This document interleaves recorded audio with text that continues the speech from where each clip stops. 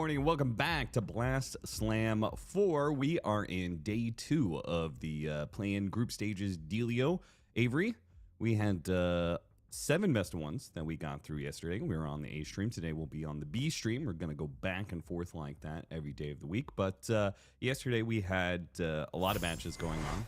And we've got to inform the viewers what exactly happened, because there's nobody who's going to be catching up to everything. So I assumed you stayed up all night and watched all the replays from the B stream. So you come into today completely informed and ready to provide excellent commentary for us. Yes, that is very true, Austin. Good. I'll tell you the entire rundown. Falcons 1 TI, they're still winning everything. No one can beat them. Tundra, new roster's looking pretty good. Heroic, little shaky, but I think they're still gonna, get in the upper half for sure. C, mixed bag. Spirit, also a mixed bag. And Liquid, dog bag. They were Trash not looking bag, too yeah. good. Yeah. Trash bag. That was, I think, the underwhelming surprise for people, is this new Liquid roster not gelling quickly. Something that happened before them, but they have not looked great so far in terms of, first impressions of all the roster shuffle. I think Aurora also looked, they're also sitting down there. I don't know if they looked as off as Liquid compared to expectation, but they also felt a little off to me, and I think that roster is a very eclectic roster, so Yes. that could be a short-lived one if it doesn't work out, Yeah. I would say that both Aurora and Liquid, I think, are the two top-tier teams who've made the biggest roster change. And, I think that I would expect them... Actually, I wouldn't expect them to do poorly at the start, because sometimes we see, big roster changes, they just click at the start. So I don't think that really says one thing or another. But I do think that they can cope the most. So as far as some of the other rosters, though, I think that, as you said, the C team's a bit of a mixed bag. Yakult Brothers going 1-1. They had a good victory yesterday over Heroic. I think that was excellent for them, because they had a matchup against Falcons and Heroic, right? Part of this, the breakdown of the score is also who you ended up facing up against. And I think Yakult Brothers is a good example of a team whose record should look better by the end of the week, based off of day 1 performance anyway. MOUZ, I think, was also another standout there. They went 1-2. Now, they also had to match up against Falcons. They also matched up against Na'Vi. So that's not great for them. But then their one win was against Team Aureus, who maybe we're expecting in the bottom 8. So I thought they looked pretty good. If I were to pick a kind of dark horse team that could do a lot better, it would be MOUZ. So I still have them on my radar. Well, other teams that did all right for themselves, we had BB Team, who went 1-1. They had their matchup against Falcons and Team Liquid, and we casted their game against Team Liquid. They walked away with a pretty easy victory, I would say. I think that game went long, but they had it controlled the entire time, right? Oh, for sure. I mean, they got Kiritich's signature Rabatin at this point. GPK owned that game. I think this team is very similar. They changed carry, but they're still going to function the same way, and it's still, to me, all about GPK and save, making those combination plays in the early to mid-game transition. That's where this team shines, so they need to continue to do that, and they also need to step up in the other areas, because I think sometimes their laning phase can be a bit shaky if GPK isn't just, carrying the game on his back. Yeah. It's kind of well, okay, we know he can do that, but is he just going to be able to do that every game forever? Is Save always going to be able to find these openings? I'm still looking at this roster, and I want the roster as a whole, not calling anybody out individually, but if this roster can step up to match some of those individual performances as a team, cohesion-wise and strategy-wise, then they're going to be really strong this year. I think Miro had a pretty good addition in the last season. I felt like he was putting in some pretty solid performances. Maybe it didn't stand out as much as the GPK Save duo, but I felt like he was pretty solid. Oh, yeah. I'm not saying the players are individually bad. I'm waiting for that next step, take that leap. Well, the next step for Aurora was to bring a little C into the roster. They picked up Makoto as well as Ollie, or as I believe the understanding is, they picked up Ollie and then as a result picked up Makoto based off a suggestion from Ollie. Did I get that right? Sounds reasonable. Either way, this is the roster they ended up with for the new season, because obviously they needed to change something after TI because they had a rather dismal performance at this last international. I think they placed 9th through 12th, right? They didn't make it through the play-in area. Same as Team Liquid, same as some other teams. Obviously, that entire group stage held a lot of surprises for people, but I think Aurora, they certainly had their sights on higher expectations because the entire year was a grind of them basically getting like 7th, 8th, and then by the end of it, they were getting like 5th, 6th, right? They were steadily getting better. And that was supposed to culminate in, at least a top 8 at TI. They failed to be able to do that, and a big roster change was needed. And apparently they had to reach outside of the Eastern European region, Avery, which you held last year, midway through the normal season. You said this was the downfall of Europe and the rise of Eastern Europe. Kind of interesting that this roster went outside of their own region, considering all the talent that is there. Yeah, it is really interesting. I feel like a lot of people are going to pull talent from CIS region, if anything. Mm-hmm. I mean, C has also been plundered over the years, for sure, but it's generally plundered by regions that don't have the depth to pull from themselves. North America. Looking at you, North America, right? North America. Also China. Like, China has also taken some of the standout C players for various reasons. Mm-hmm. Team synergy, different ideas, whatever. But for a Eastern European to pull from C is wild to me. Like, that is just, I don't know how this roster ended up together. Hopefully something cool happens because they're all cool players, but I guess we'll find out, Well, we're going to find out how their day number 2 starts. As day 1 didn't go so well. We have the draft ready between BB Team and Aurora, which means, Avery, you and I get to do a little draft coverage here. Now, last time, yesterday rather, BB Team, they had this trade-off of giving up both Sand King and Nature's Prophet one time. They got the first pick second pick Sand King. The other side, they had the second pick Nature's Prophet against Sand King. And apparently they don't get to repeat that at all, as Aurora have just decided we're going to ban both of those openers for you. And BB Team will be left with a first pick Enchantress. Puck response. I mean, we've not seen a lot of Enchantresses, but we've seen a lot more Chen. We haven't even really seen Snaking playing it, so that's usually a good indicator if the hero's completely broken. He will just play it every game. So it's generally not completely broken right now. But the hero can still do some early game work. It can still be a laning menace. It can still scale. It's a Helm of Dominator replicator. Can't say that 3 times fast, but this hero just gives you the natural Helm of Dom, creep cutting, creep pulling shenanigans around the map. Super annoying to play against if you don't have good catch and kill power, which is kind of hard to prioritize versus a first pick hero, let alone a support. So I think this hero always gives you some draft value if you know how to play around it and you get the team fight later on. But that is the one thing you kind of have to compensate. This hero can frontline and give you vision. You need the team fight. And I think Puck has slowly been rising for some of these teams in terms of that priority, because it seems like the mid pool is a bit scattered. Like, if you have the Sand King / Shaker player, Shaker got nerfed a little bit, it's falling off. If you have that type of player, those heroes are still viable. But if you have this Spirit type player, which someone like Makoto, I put him way more in that category, right? This guy is a farmer, he's a carry. He wants to play the Linas, the Storms, the Pucks of the world. That hero pool is kind of scattered right now. Like, what really stands out in mid from that pool? I don't think it's super clear.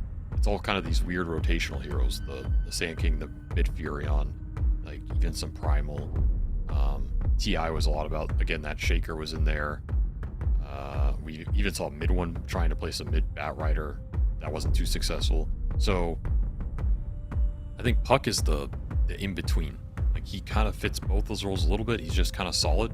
Not broken, but he's just solid. And I think for a player like Makoto, who's maybe going to struggle to make his signature heroes work in this meta, it's a good, like, go-between for this team. So kind of unsurprised to see them prioritize it this highly. compared to maybe some other teams. I don't know why Ringmaster is coming up so much. I feel like the hero was not really there at TI, and for a good reason. And now post TI, all of a sudden we're picking up some Ringmaster, and I don't think the hero has looked particularly good. Yeah, he really hasn't. He's looked okay, but he's not dominating lanes post nerfs like he used to when he got released. He's not a team fight ownage hero. Like he's good in the team fight, but even when you land a 2 or 3 man Wheel of Wonder, the fight's not just automatically over. Whereas sometimes if you land a 2 or 3 man AoE stun with most heroes, the team fight's over. So his impact's been kind of hit or miss for me. I agree, but maybe there's just nothing better. People feel like, other than maybe Hoodwink and Snap, which to me are still like the 2 premier ranged 4 damage dealers. If you take those out of the pool, like they were here, got banned by BB, what is another ranged artillery support to give you good follow-up damage? I think people are struggling to find that right now. Well, for BB team, it's going to be going back to the Muerta that Save has favored over the years. He's one of the few players who will continue to play this hero even when it's off meta. And continue to just ruin Puck's day. I mean, this is still one of the worst matchups in the game for him. Really difficult to itemize against, really difficult to play against in the fights. You combine that with some extra Void Spirit lockdown, and you have your Puck answer right there. That's all you need. So I think that's another good answer. Like when the Hoodwink Snap are banned, they took the Ringmaster. What other ranged 4 does Save want to play? He's going to go to his pool, which is the Muerta. Maybe the Wind Ranger will come out at some point, the Lion. So he opts for that route. There's some more damage follow-up for this arena. I mean, Aurora definitely packing in the team fight here. This is some crazy AoE, some crazy stun control. No BKB Pierce, which is worth mentioning, because if BB want to go a debuff immune hero or a early BKB buy and carry, could really cause Aurora some problems. I mean, I'm looking at something like Lifestealer. Looks pretty damn good here. Juggernaut's also in that category. Pick up the offlaner first. Beastmaster, always good. There's your BKB piercing stun. There's a great follow-up for the Puck. Because you have the Muerta, I think a lot of stuns that normally can't lash the Puck become a lot more valuable, because you get hit by this calling or dead shot into calling. That's a lot of time for Beast to just roar this Puck that normally is a very difficult target to hit. Yeah, we saw Makoto play the Puck yesterday in the matchup against Falcons, and it did not go so well. It was the Slardar matchup, right? Yeah, he got trounced. He got destroyed in that one, and it's not really looking like maybe he might have a better lane. Void Spirit still wins that matchup, right, off of CS, but we saw Makoto actually die to the Slardar in lane, which was really rough. But this is still looking like a really bad Puck game all around. So Aurora, I feel like this is one of the hazards of a new roster like this, is you start, leaning on some signature heroes to start things off. And unfortunately for Aurora, I'm not convinced that this early Puck pick, which is a signature of Makoto's, is going to work out for them at all. They aren't going to ban away the Lifestealer on Aurora. We'll see if they ban away the Juggernaut as well. But either way, you're talking about carries, right? There are plenty of carries who can pick up an early BKB, don't necessarily have to have innate magic immunity. For sure. I think something else that's concerning here is the Dusa. Like, you do have Mars, but Dusa with Beastmaster Aura, with Enchantress laning, you just don't have the single target damage to put into the Medusa here. You do have last pick, but they can ban like AM into Dusa pick or something, and it looks pretty damn solid for BetBoom's lineup. The issue is the Beast is going to enable a lot of the traditional carries here no matter what, and a lot of them are BKB buyers, so you're going to have to address that archetype of hero no matter what if you're Aurora, because it's likely coming out here. Terrorblade fits that bill. Pretty much any ranged, like you can even play Luna here if you really want to just ball up and go. They'll ban the Ursa. I think that's a fine ban. I mean, there's a lot of stuff you have to consider, but Ursa would have been the better matchup against the Mars directly, and another just burst hero for this Puck to make his life even sadder. Sure, BKB heroes, but also nullifier heroes are decently valuable when you've got the Ringmaster, right? Yes, nullifier, always quite good to get that. But honestly, I don't think their lineup is too worried about the escape act here. You go in, like, there's... Escape Dac's only really doing work against the Aurora here. And even then, you're coming back out into potential Void Spirit Ags, into potential Calling. It's not a super reliable save against some double AoE silence that BetBoom could have against this Puck, for example, or the Mars. So I'm not super worried about dealing with Escape Act here. If I'm BetBoom, I just want to get a really reliable carry and make sure this ban is on point for whatever that matchup is. Again, if you go the Dusa, ban the AM. If you go the Terrorblade, I don't know, ban like whatever you're afraid of with the Terrorblade, if it's some illusion hero, or I'm not even sure what people really counterpick Terrorblade with these days. Maybe like Troll or something, but yeah, it feels like the okay, there's a Troll ban. The TB bans more come from or counters come from off lane and mid, right? Yeah. I do go back for the Sven. This hero, honestly, I thought he looked pretty good at TI, and then he's just kind of fallen off.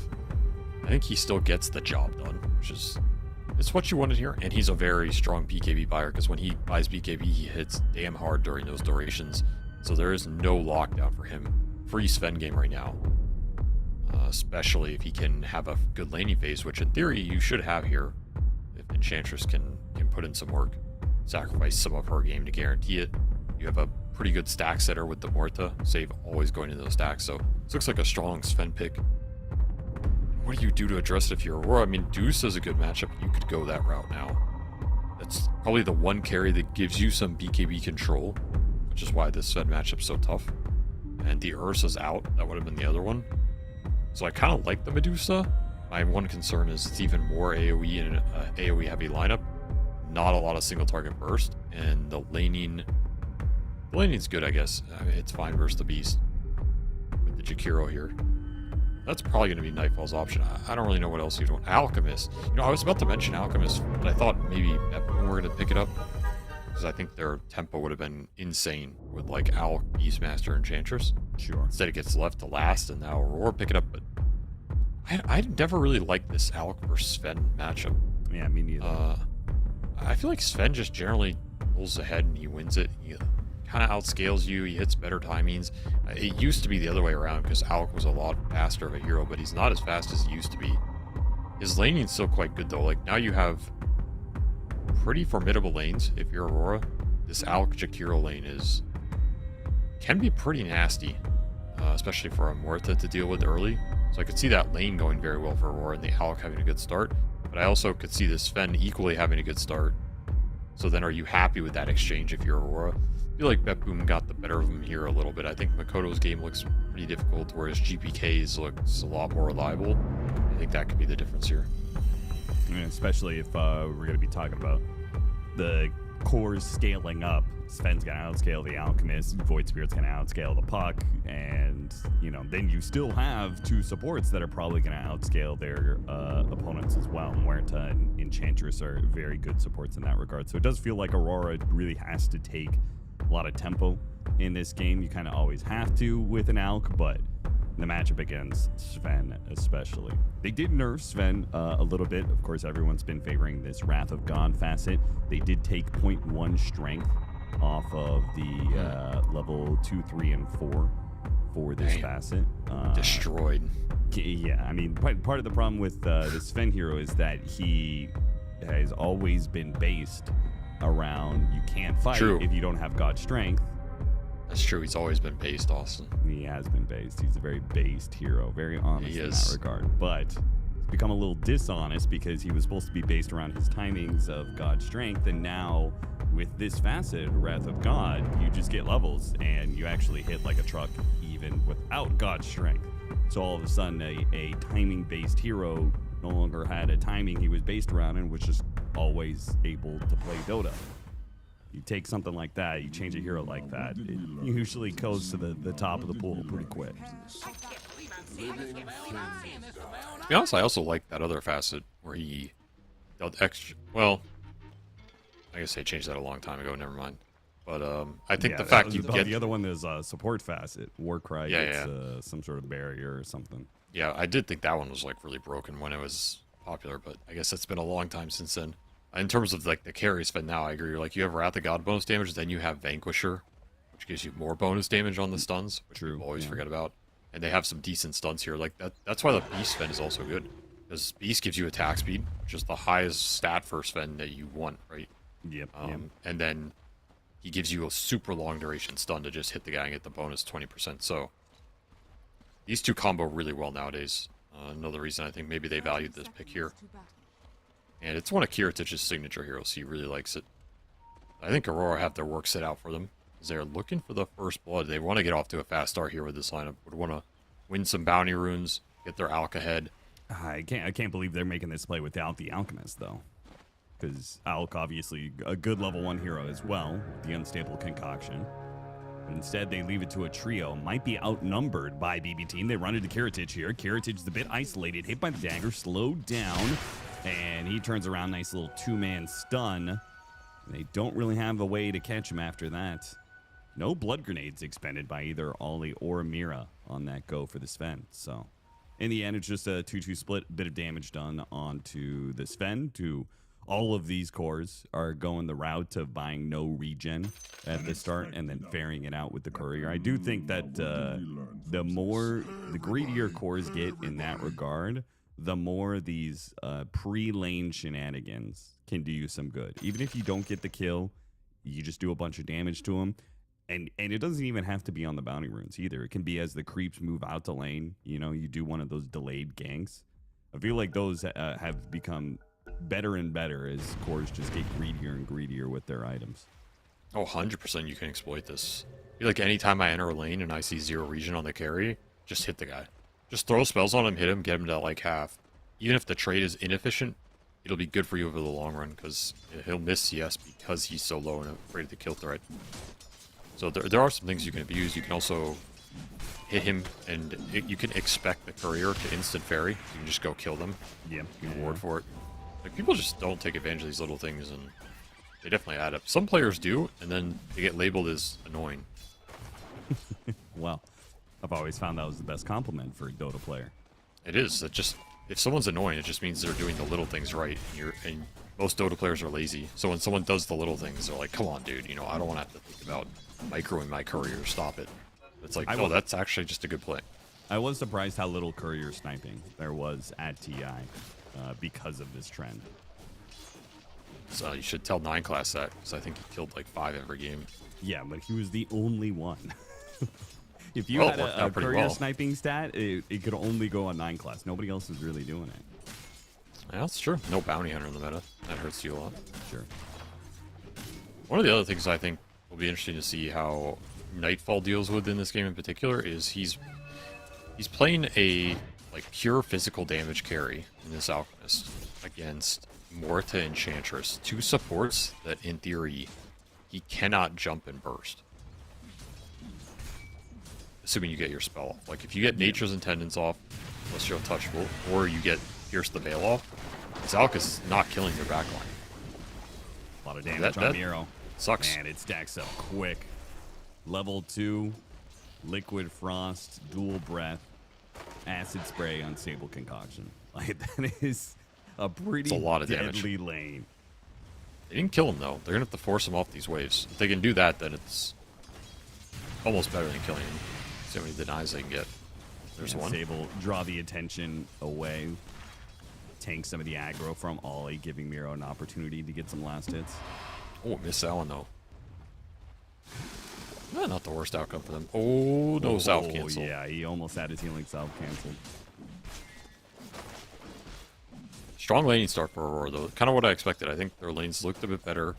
The mid lane's a wash anyway. You expect to win the Alk lane, and I think you expect the Mars to free farm here almost no matter what. I think the Enchantress can guarantee farm for Sven, but you're not really going to stop Toronto Tokyo. He's going to outlevel you. Yeah, unsurprising CS matchup is the Void Spirit leading just very slightly. 15-6, 17-3. Yeah, that's very close.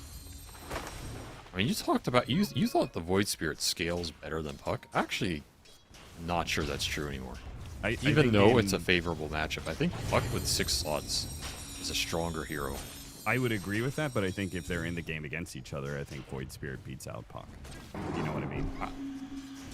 I mean, I think he's stronger in the like 30 to 45 minute mark, but I think as you go ultra late, he doesn't scale his damage as much as he used to.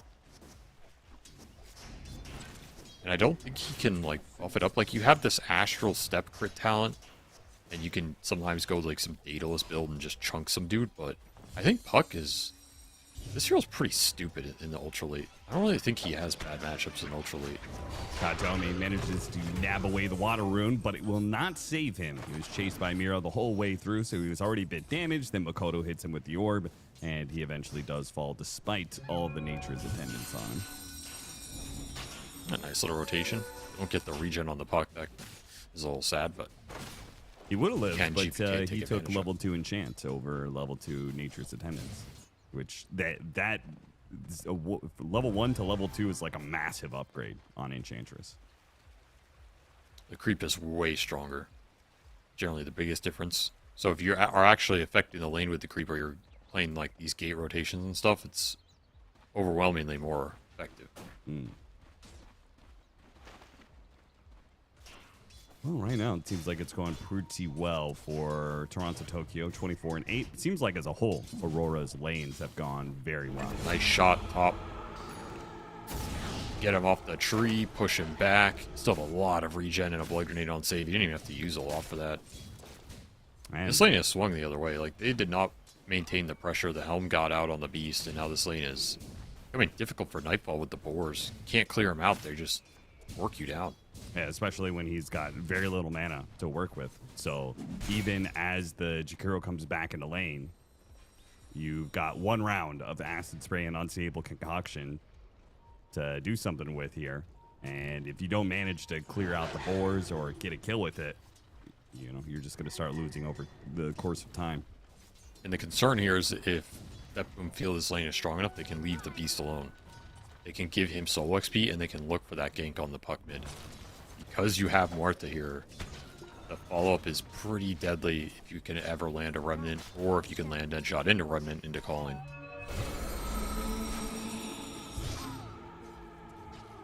Not quite good enough, and it does leave the Beastmaster alone. As soon as they see the Muerta, they chase after Miro. They had the Lotus. They got that. Once again, though, they're just going to be a bit shy of being able to get the kill, and Save will get the turnaround on Ollie, and Nightfall is going to die as well as GPK. He goes for the punish, teleports in, gets a grab on Nightfall, and Save delivers killing blow on that kill. 3-1. Lanes were going fine in the first half of it, but now, that 3 to 6 minute, it is turned against them quite heavily.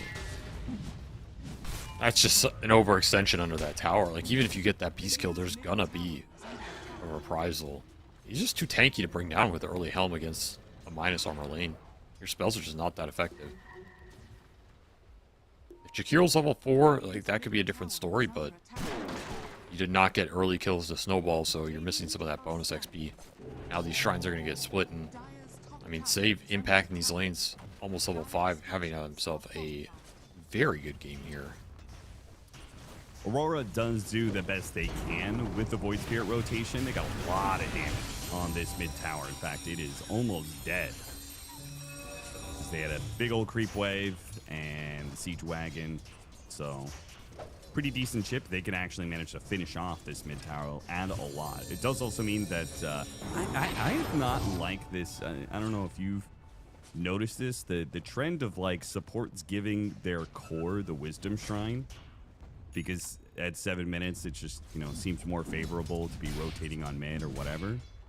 But I just feel like it is a very risky play with certain supports, and I think Ringmaster is one of those. This is not a hero you want to be under-leveled. He needs all of his abilities, and he needs high levels of those abilities. Like, Impalement Arts is a good spell, but it really sucks if you don't have that many daggers to throw around.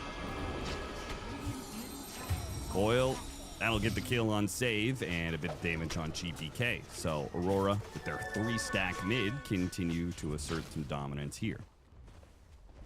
You're just getting outnumbered at the runes. I guess the upside is you're stopping Puck from getting some of these runes, which is pretty valuable.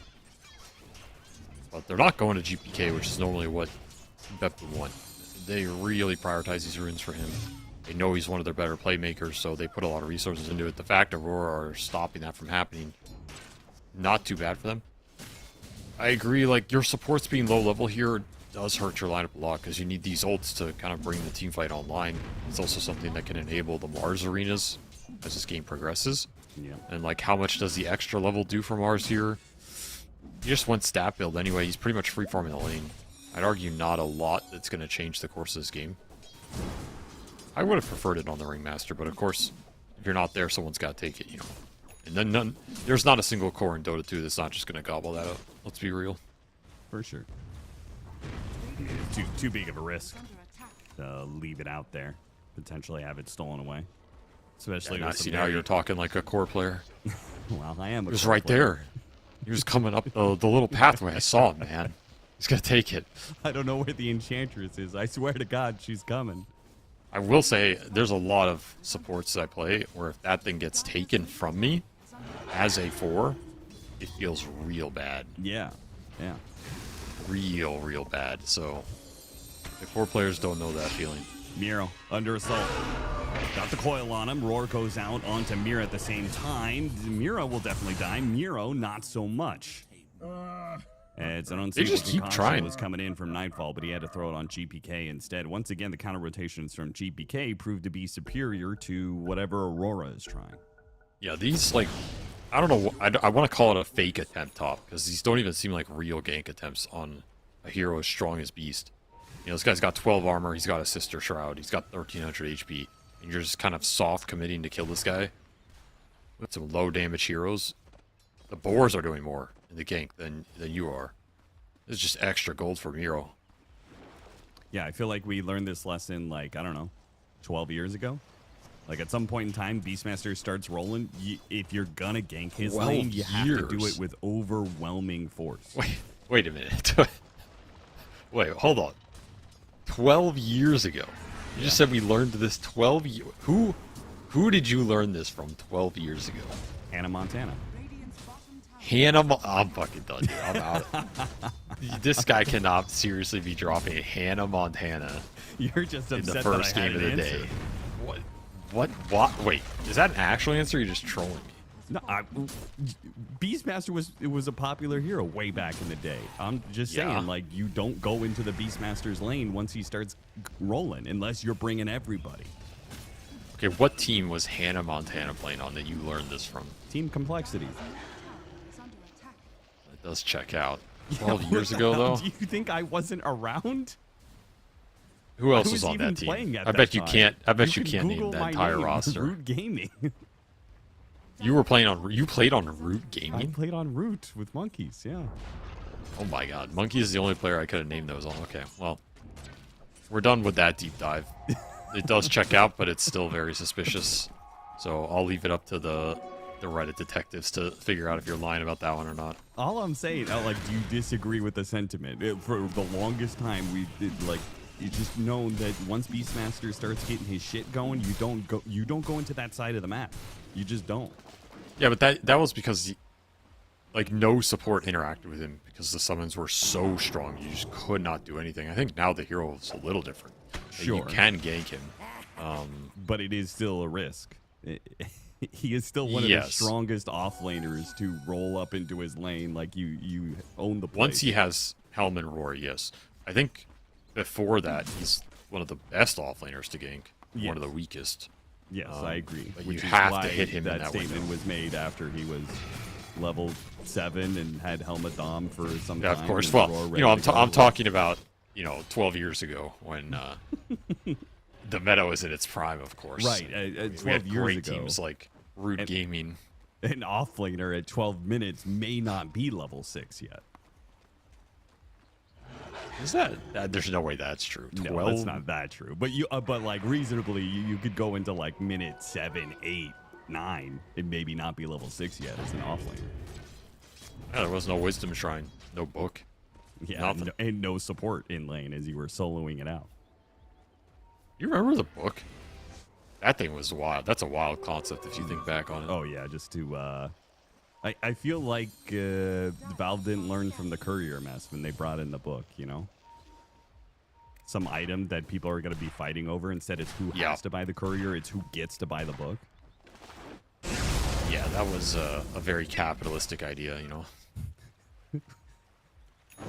People just like spam clicking at 10 minutes right as the book comes into stock. I kind of liked it, but, you know, teach their own. There's no way you liked it. Well, 12 years ago, I thought it was. Yeah, 12 years ago. You thought it would have been a great idea. Yeah, I don't know about that play, Mira. He's thinking about going for this 14-minute Wisdom Shrine steal, but that was ambitious, to say the least. There's a Helm of Overlord in this area now. And that creep is coming for you. He's got the big bad Prowler. That thing hurts in the early game. Yeah. It's a lot of damage. I think if you land everything on it, it's like almost 400 damage. Maybe more, because it removes a lot of your base armor. Yeah. That thing is nasty, but it can be difficult to land, I guess. 50% of your base armor. Yep, so and all of its spell damage is physical, I think? Yes. Yeah. So that's a lot, man. This thing's doing like 400 damage on its own, and then it's amping everything you do. I think it's a pretty underrated creep to get early. Like, you don't want it later in the mid-game, but when you get it this early on, I think it's a demon, bro. And it's here to take your mid tower. Between it and the Enchantress, they're just chipping away at it. Ollie can't really do anything in response.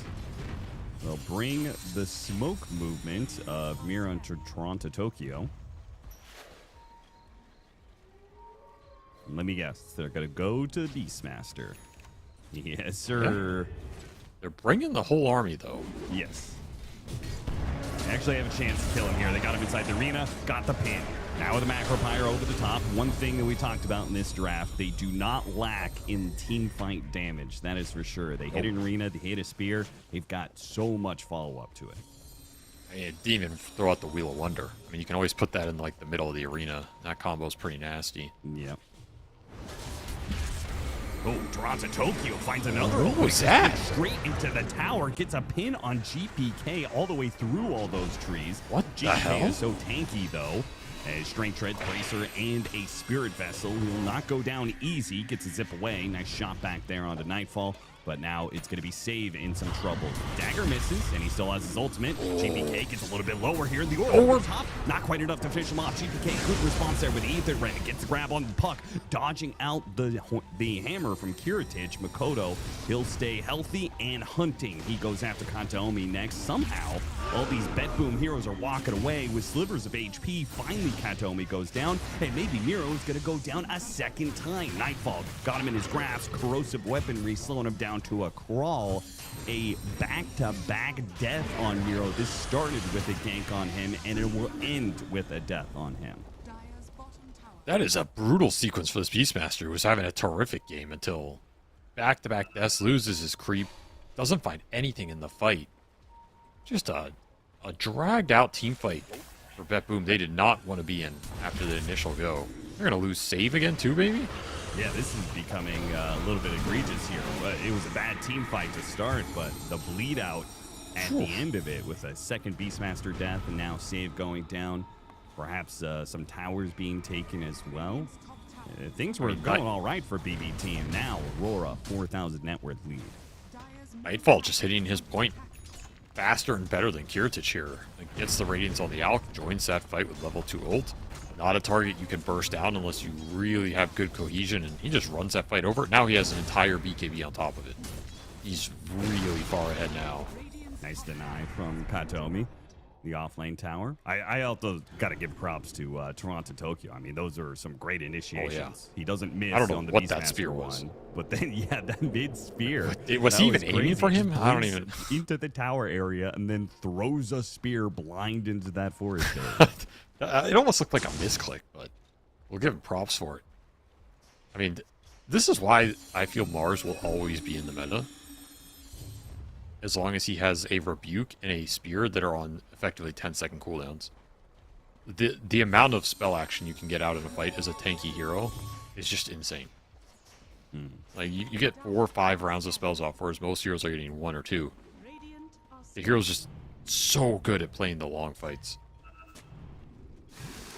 And if you could start off with a numbers advantage, even better for it. They did that with the arena. And he took Victory Feast. I respect that, you know. Oh, yeah. No, more and Spear. more people are taking this one, and I think it's the right play because, I mean, you just start off usually with a kill off of the arena, giving everybody a 20% attack damage buff for the rest of the team fight is pretty sick. Or, sorry, 10% for allies, 20% for him. I actually think this is the way worse facet, but I think it's the way more fun facet. And I think having fun in Dota is what Dota's all about. There's no way it's way worse. Yeah, I think it is. In the competitive games. What? There's too many people who are taking it now. Yeah, I think they're all wrong. No. Okay. The thing is, I think in theory it's good, but in practice it doesn't actually activate that much. And I think in the situations where you do just arena and kill some dudes in the arena, that it's so fast, it's not relevant. Like the fight just ends anyway. So you have to weigh this as in how many situations where you're gonna kill the guy in the arena before you get any buffs. You have to kill him, right? In that situation, how much of a difference does this facet make in you winning the fight? And I argue it's very rare. Okay, but all you're arguing is that it has little impact, not that it is way worse. Because having little impact makes it way worse. Because I think the other facet, half the time it doesn't do anything at all. If the enemy team doesn't have a save, then sometimes it's literally changing the fight 0%. I think denying information always changes the fight.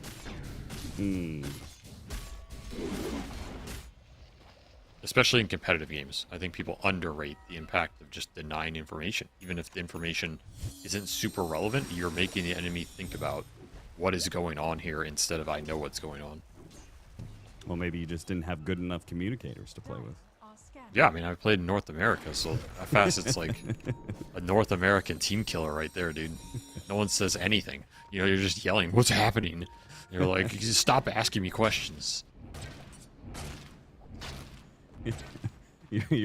Your carry gets jumped by arena, you just hear him passively aggressively say, I'm dead.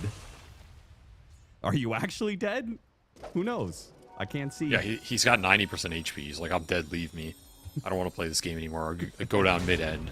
He's got 80% HP. Like, brother, we can still take the fight. No, it's done. I've been arenaed.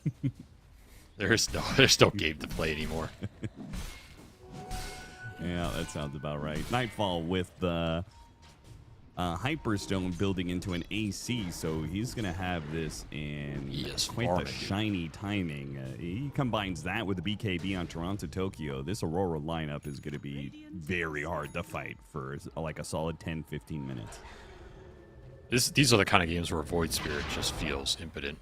Because you didn't snowball, you're not ahead of your enemy mid, and then your damage is just terrible into these sustained BKB heroes. You just don't do anything. And all your items are delayed. GPK, he hasn't died, but he's pretty poor and he hasn't gotten a lot going for him. And now you're making a smoke play without him. Quick kill onto Toronto, Tokyo. They get it. They had to expend the roar for it. Now trying to chase down the supports, but they've already thrown most of the control. And now Nightfall, he was sitting on the triangle. He was farming up some Ancients, so he wasn't too far away. Joins in for a quick kill on to save, so... Stopping and stemming the tide a bit. Aurora will not bleed out any other heroes, and I would bet they are just going to run at BB Team as soon as Toronto Tokyo is back into play. That was a nice little smoke gank. I don't know why Kiritich moved in front of the Mars to hit him, but, you know, to each his own. Dodging some ice path, I guess. Yeah. I guess Kiritich didn't have BKB for that fight, so yeah, that's dodge strength, but no BKB. I assumed he had it, but I guess that makes a lot more sense when you don't have it. You gotta dodge the stuns. Now he will have it, though, which is a big upgrade for him. Like, the fact you got a success off that gank means that Sven's gonna get to BKB before getting dragged into a team fight against the Alchemist timings before you had your own. So that's really big here for Aurora, or for BetBoom that landed.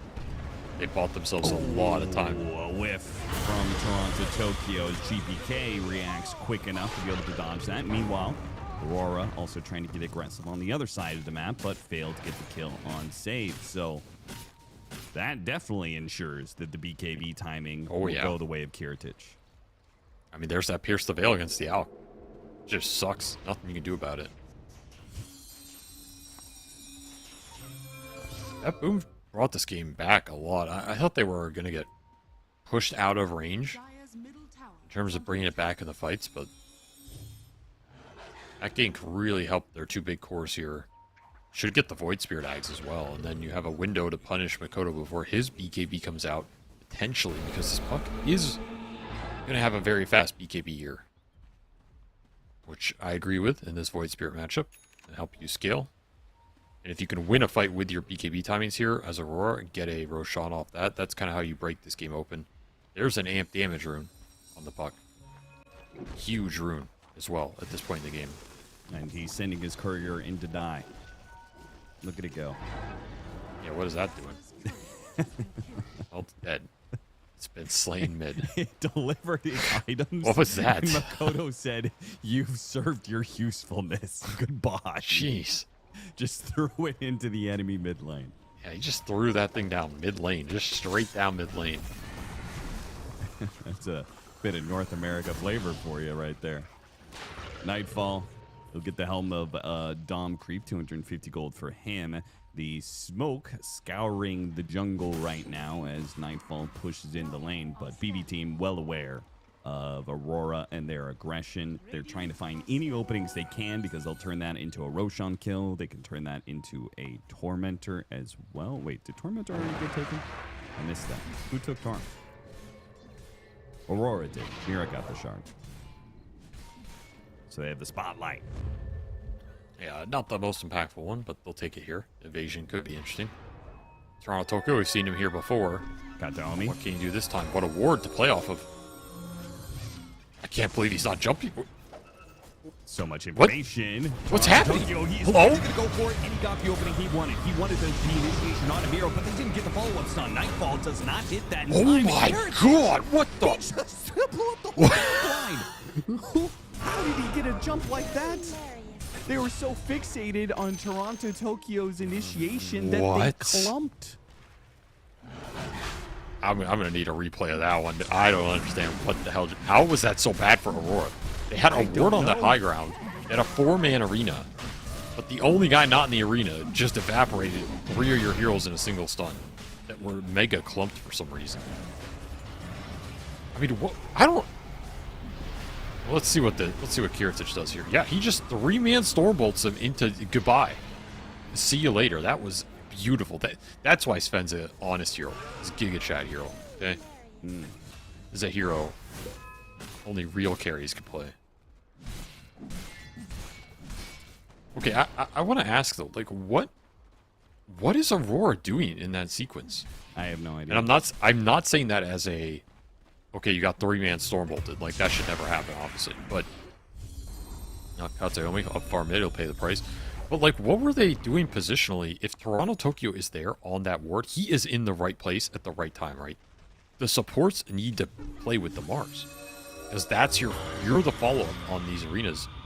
Imagine you had macro Wheel of Wonder Ice Path going through that 4-man arena, right? Oh, yeah. Like, that's what you should be looking for. So I guess what I'm asking is, I don't understand why, if Toronto Tokyo's there, the rest of the team is somewhere else. Because basically, someone's wrong in that situation. You either need to be backing Toronto Tokyo where he wants to go, because he's your initiator playmaker, or Toronto Tokyo is wrong, and the rest of the team is like, what are you doing? But in either case, it doesn't matter. You all have to be on the same page. Like, that's what ultimately ends up costing you that fight. I mean, yeah, Kiritich gets some insane jump and you clumped, but you clumped because you were all running to cast spells in the arena that you weren't in position to use in the first place. Yeah. It's just bizarre. Like, I just don't understand. To me, that looked like Toronto Tokyo was in the right place, and the team should have been smoked with him in that tree line. Maybe they just don't like cramped spaces, you know? I don't know. I mean, you can't be like, yo, I got a 4-man arena. It was bad, you know? So. Yeah. No, Missed I don't opportunity. think Toronto Tokyo is taking any blame for that one. I'm sure he is. He probably never takes any blame anyway. Probably true. Gets grab on Ollie here. BB team. This is a Aghanim's Void Spirit, who's got a shield rune, so he's got an extra 1700 HP. He also has a great healing lotus, so he effectively has like 5000 HP or something. Yeah, this game turned considerably off that one fight. Like, that was the fight that Aurora needed to win with his Hulk to kind of push him ahead of the Sven matchup and abuse the fact you have an Aegis. Now you're on the back foot. Heritage has 2 lives to play with. He finishes Daedalus. This is going to absolutely chunk Nightfall in the man-up matchup. Yeah, he was supposed to be having an AC timing against the BKB timing of Heritage, and that's kind of fine. Like, it sucks that Sven got to his BKB, but you could still stand up against his damage. Not when Daedalus is complete, though. Big trouble now. You missed your like mid-game window with this lineup, so now you can maybe fall back on some ultra late game scale with Puck, Mars, Refresher, stuff like this, but not the games Alk generally likes playing in these bad carry matchups. No. I mean, you can just go kind of frontline tank, like with Abyssal, and just play to annoy this Sven, and then let your team kill everybody else. Kite the Sven around. I think that is the better route to go here. But it's going to be tough. You're going to have to go real late here, I think. Yeah, you have to Abyssal Blade and bash him during his BKB timing. And if you can wear through that, get a couple hits on him with the corrosive weaponry, start slowing him down a bit, kite him, and hope that your Puck and Mars can pull the heavy duty of doing damage to everybody else on the BB team. And that's the part that I struggled to see. That looks difficult. Don't think Puck is just going to scale up well enough to kill some heroes that are pretty tanky. Yeah, this lineup is super tanky. You have Pipe Beastmaster buffing it all up. You have Enchantress with heal. You have Pierce the Veil Morta. You can't right click. There are no easy targets here. And meanwhile, this Sven is also not just Sven. I mean, this is a mega buff Sven with a lot of attack speed behind him. Pipe Aura, Mech Aura, Drum Aura, Solar Crest. They are playing to enable this guy. God Strength about to wear out. BB team hoping. Dude, I keep calling him BB team. Got ingrained in my brain at TI. BetBoom. Playing with the smoke to try and get one more initiation, but don't find it. Instead, it's Aurora who are going to go for a second Tormentor. After all, they took the first one, so they know the timing for it.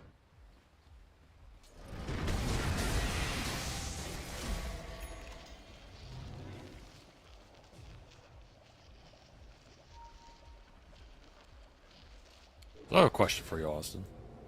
I have an answer. It's trivia time. This is the daily trivia here at Last Slam. Of course, yeah. Ancient Frostbitten Golem has Time Warp Aura. Time Warp Aura reduces all cooldowns in an AoE. Yeah.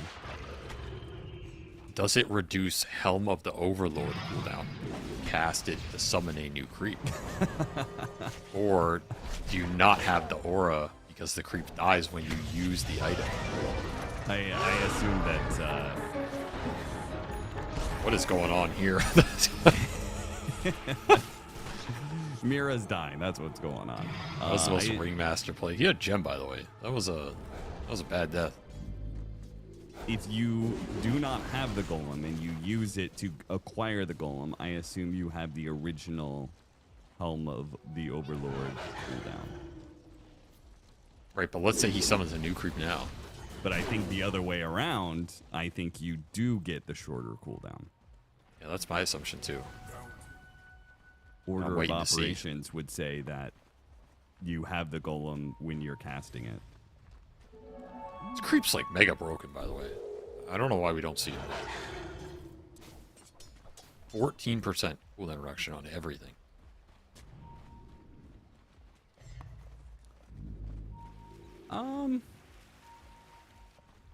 I mean, I think it's definitely broken with some lineups. I think there are some other lineups that would just prefer HP. Nah, this thing is just stupid, dude. Take it every time. 100%.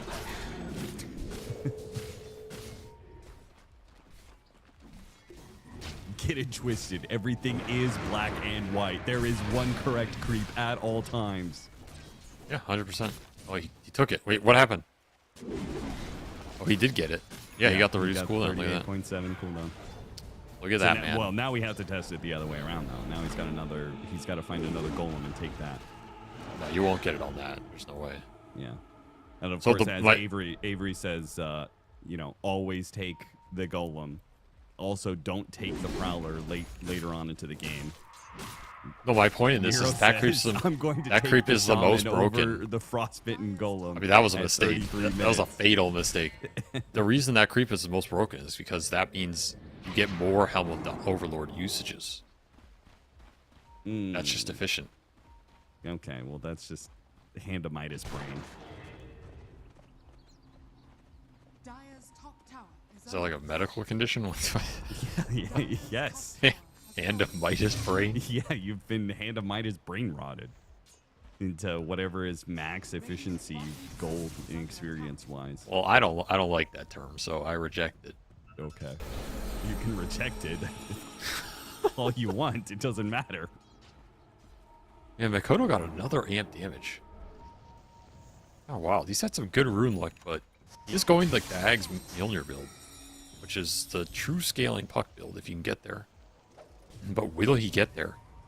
Yes, this is going to be the hardest part of the game probably, as BB team are about to have level 25 Sven and an Aegis, because they look to be the ones, I mean, they have full control of the map right now. Unless Aurora gets a good team fight off of this, they are not going to be winning. Possible. You have Swiftblink, Abyssal, and Nightfall. Like, he is kitted up. This is his time to shine, time to strike. Can you find the opening? Toronto Tokyo, we found it last time. Roshan's going to pass over to the side of the map. And it's going to break on the pit here. GPK, he's going to be able to get out before the sounds hits him. Didn't even have to use a BKB. So that means Chemical Rage now active and soon to be on cooldown. BB team, all they have to do is wait to win. Oh, man, at Aurora, see that it was a fast Roshan spawn. He's walking through the river. Toronto Tokyo doesn't want to let BB team have this. He's got good positioning here. Again, if you can play around his positioning. I mean, but you're fighting without Chemical Rage. It's a bit of attack speed loss. Look at how clumped they are, though. Anyway, look, get the jump. Ice path onto. Ooh, that spear! Onto a beautiful follow-up from Toronto Tokyo that almost gets the kill on Miro, but he still got off the roar. And now Karatis is making a run for it. Makoto with his amp damage. Can he finish off any of these heroes? Orb out. Miro, gets the flick away. He's teleporting out. They get a jump on him. He got a bash. Nightfall does manage to get one kill for Aurora in that engagement. What an initiation. GPK, though, is going back to it.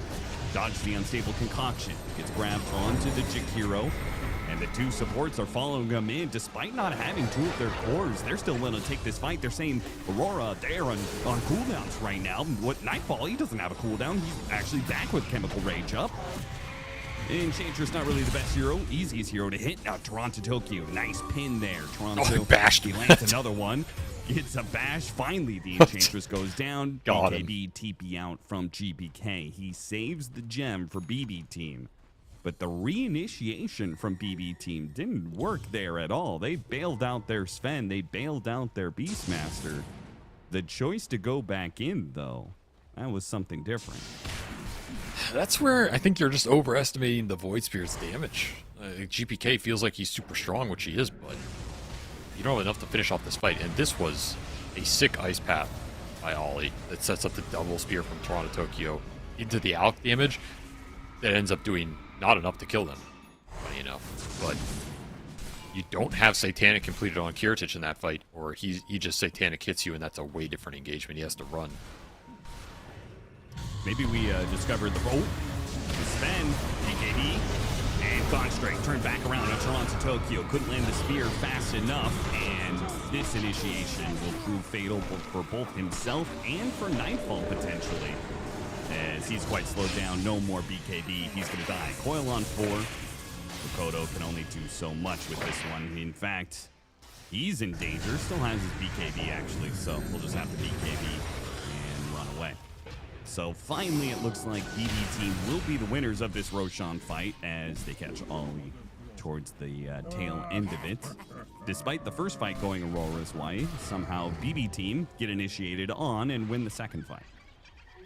I mean, it's a 4,000 HP Sven that you're trying to jump effectively solo because the follow-up is not with you. Just, I don't know, it feels a little discoordinated from Aurora. We saw this in some of the other games too. Yeah. I have not really seen all 3 cores jump and punch together in the fight. And it really hurts them in these engagements.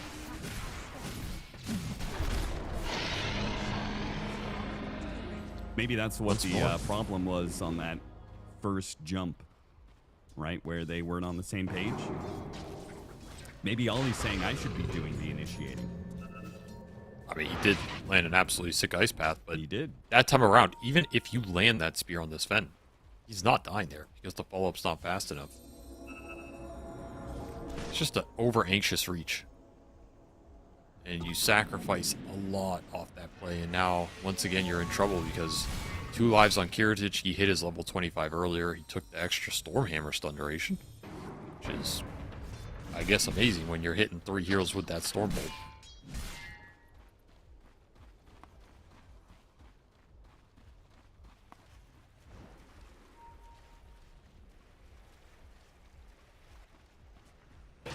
Gonna have to scale this puck up, man. I mean, that's kind of your only option now. Yes. Get Makoto to 25, which he's very close to, and that is a big talent in this game. Because again, the one issue with their lineup is kind of controlling people in BKB. This gives you a great tool to do that, and he did go this Ags Mjolnir build, so he's doing some serious damage. This is where the puck becomes the bigger problem for BetBoom to deal with, as opposed to the Alchemist. Yep. He's not a pure distraction because he does do some damage and he has Abyssal and stuff, but in terms of the damage that's going to kill your team in the fight, it's the puck. He's your biggest target. And Refresher Mars if Toronto Tokyo gets there. And him also getting level 25 means even more options for kiting around the Sven. That's kind of your whole BKB potentially. You get coiled, and then you get Abyssal Bladed and Bash. That's in the entirety of your BKB. Then you're susceptible to a world of slows. They've got a bunch of backline slows, whether it's the daggers or the Fear from the Ringmaster, the slows from the Jakiro, or corrosive weaponry. So to me, this is the point in the game where you want to end it if you're BetBoom. Yeah. Because you are stronger at this point with the Sven versus the Alk. But I don't think you're stronger 15 minutes from now, guaranteed. I think the Mars and the puck outscale you here. The overwhelming team fight from Refresher plus damage. Got the Aghanims from the Muerta. Look out for that in the middle of the fight. We see it there. The 2 heroes. Big spotlight. Can you miss on buildings? You can. I see that. Yeah, because it just puts a debuff on you. How do you miss a building? How do you fail to hit a wall? I don't know. Why don't you figure that out and get back to us? Jump from GPK stops Toronto Tokyo's initiation. That's going to hurt him. He has to use BKB, and now they kind of see it coming. So I don't think Unstable Concoction still hits on a Kiritich, and they're going to kill him without the use of the BKB. That is going to be a save from the escape back Mira. Bails out the Roar, and now on the second light, he got off the BKB, but still got bashed up. So the spear doesn't lash, but Kiritich still slowed down. Half HP, and Nightbolt gets in front of him, and now the BKB is gone. Kiritich is kited, and he's gone. No chance on that second life. No God Strength. Never even got to use Satanic. Awkward high ground push. That also felt like a weird divvying up of resources. Like they accepted he was going to die in the first life, but the first life was his God Strength life.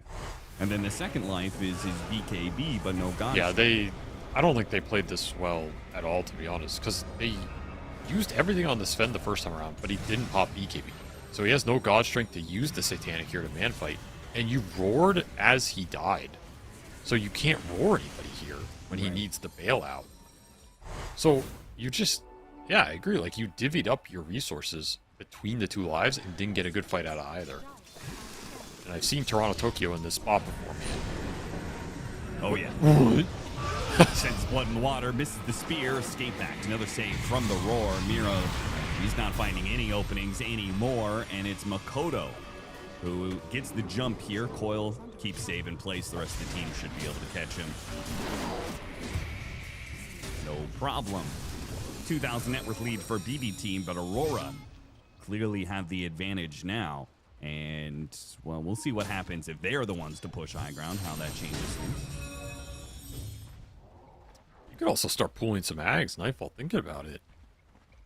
Yeah, they have some pretty good ag in themselves.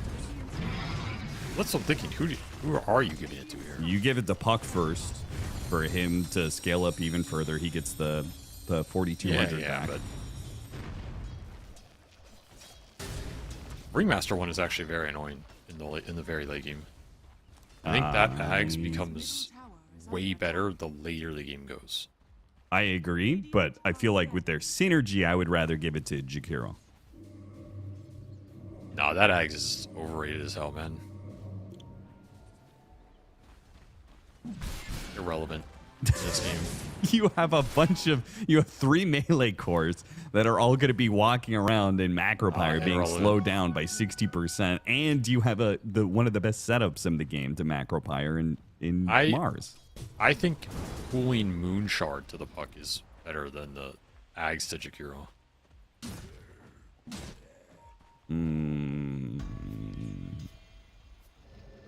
Maybe. Yep, see, there you go. That's how irrelevant that one is.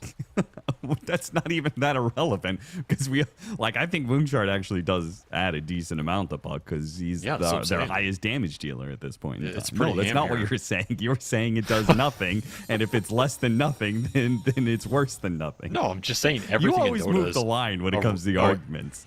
No, because everything in Dota is a relative evaluation, right? Like nothing is.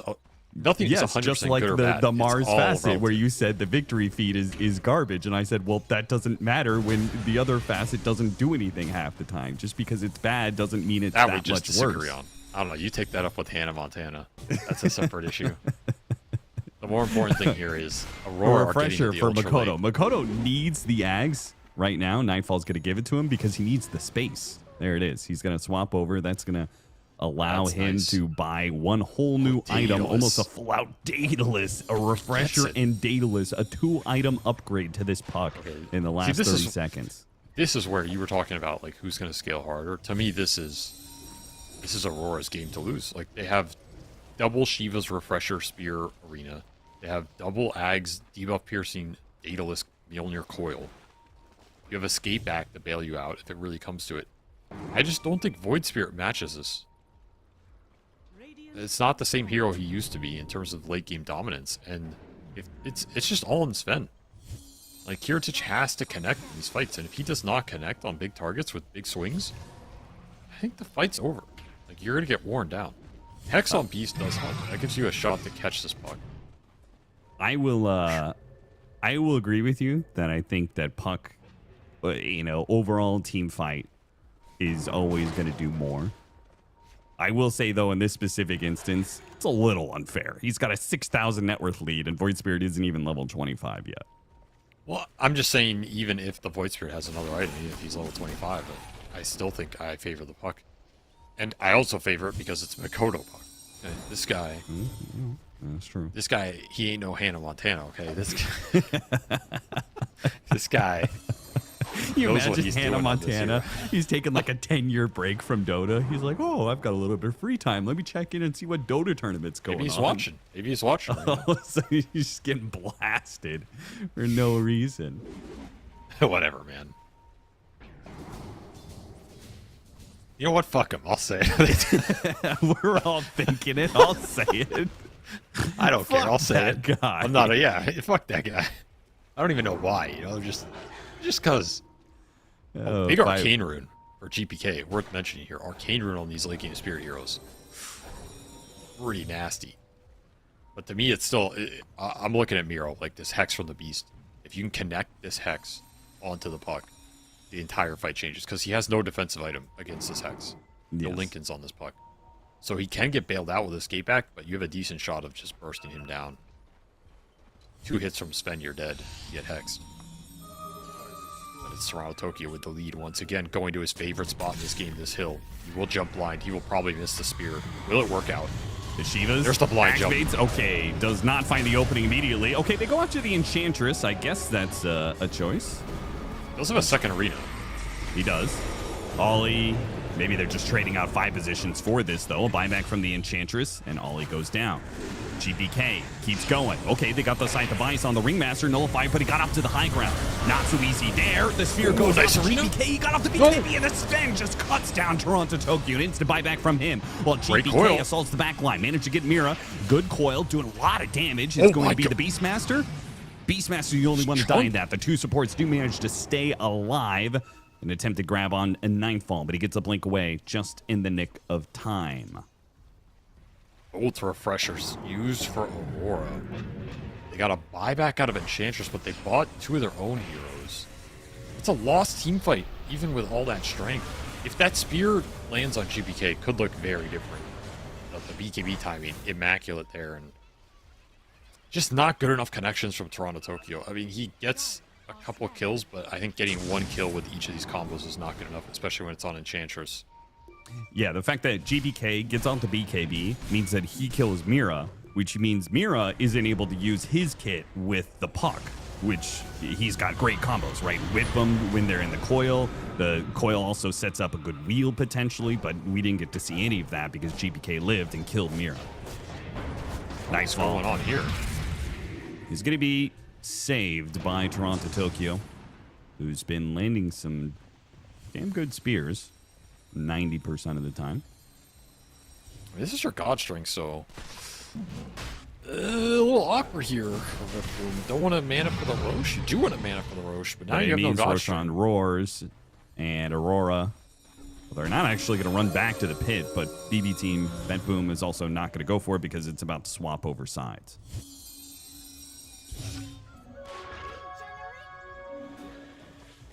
This game's just getting weird now. Getting real weird.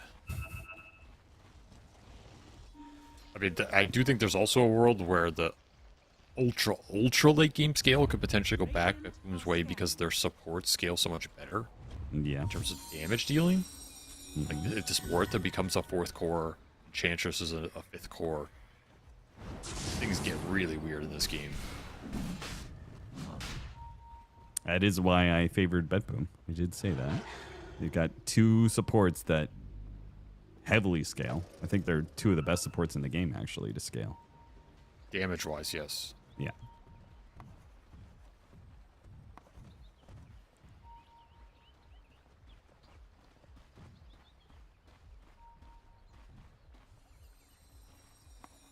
Aurora, last few seconds of their smoke. Will not find an opening here, and I do not see another smoke for them. That was the last one. Yeah, meanwhile, Save, he's got one in his back pocket right now, so the initiation advantage is potentially there for BetBoom. I think it feels like they need a refresher on the Beast, though. That would be the biggest item they're missing. You get double Roar, double Hex. That changes this game a lot. They did get to the 25s, however, which is pretty valuable. So you have Roar cooldown to at least make up for that. And you have the Astral Step crit on the Void Spear, which helps his damage. But you're kind of capped. Like not a lot you get right now is going to change the fight situation, other than a refresher on the Beast, which you're just not close to. So well, this is as good get as it out of Roche. That is true, yes. You win this fight, you will have it.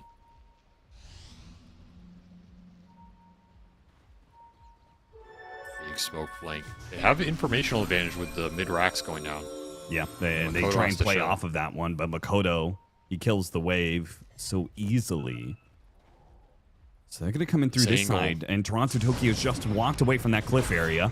Now the smoke is going to break with the initiation. They manage to get the Scythe of Ice. Oh, good escape back. They immediately go to kill Mira for that play, and back to Toronto Tokyo. Hit it with the stun onside of the escape back, but he got the spear anyway. Toronto Tokyo lived, and it's Kiritich who dies instead. Nightfall is going to work now, and a second arena will catch Kantomi inside of it as he tries to come back into it to help out his boys, but it doesn't go so well. Aurora, a clear victory in that one as the merry-go-round of Ghosts is massive from so many heroes dying in that fight.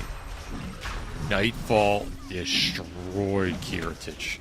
Just jumped on top of him, abyssals him, ashes him, stuns him. He gets Ice Path later on. He got to do nothing in his BKB. Watch the spin. He gets one hit off. That is the only hit he gets that entire fight. He even refreshes. Gets nothing off after the refresh. You have full BKB Satanic there. If he gets one more hit, you just can't hit. He's getting perma-stunned. Yeah, like you can two-shot heroes, but if you only get one shot in, well. He needed one more, and he never got it. Brutal team fight for him. A massive win for Aurora. They take that refresher shard.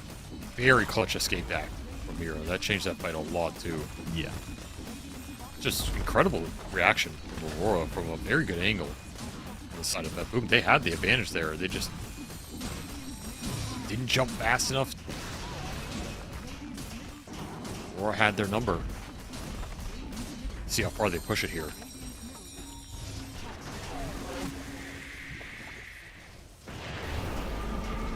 Still have 30 seconds. Arena. Oh, a double spear from Toronto, Tokyo. No follow-up to it. He pops the BKB and tries to bulwark, walk away. Makoto with his coil will manage to finish off Muerta. Now jump away. Actually got Aurora on him. And they're going to jump after him here.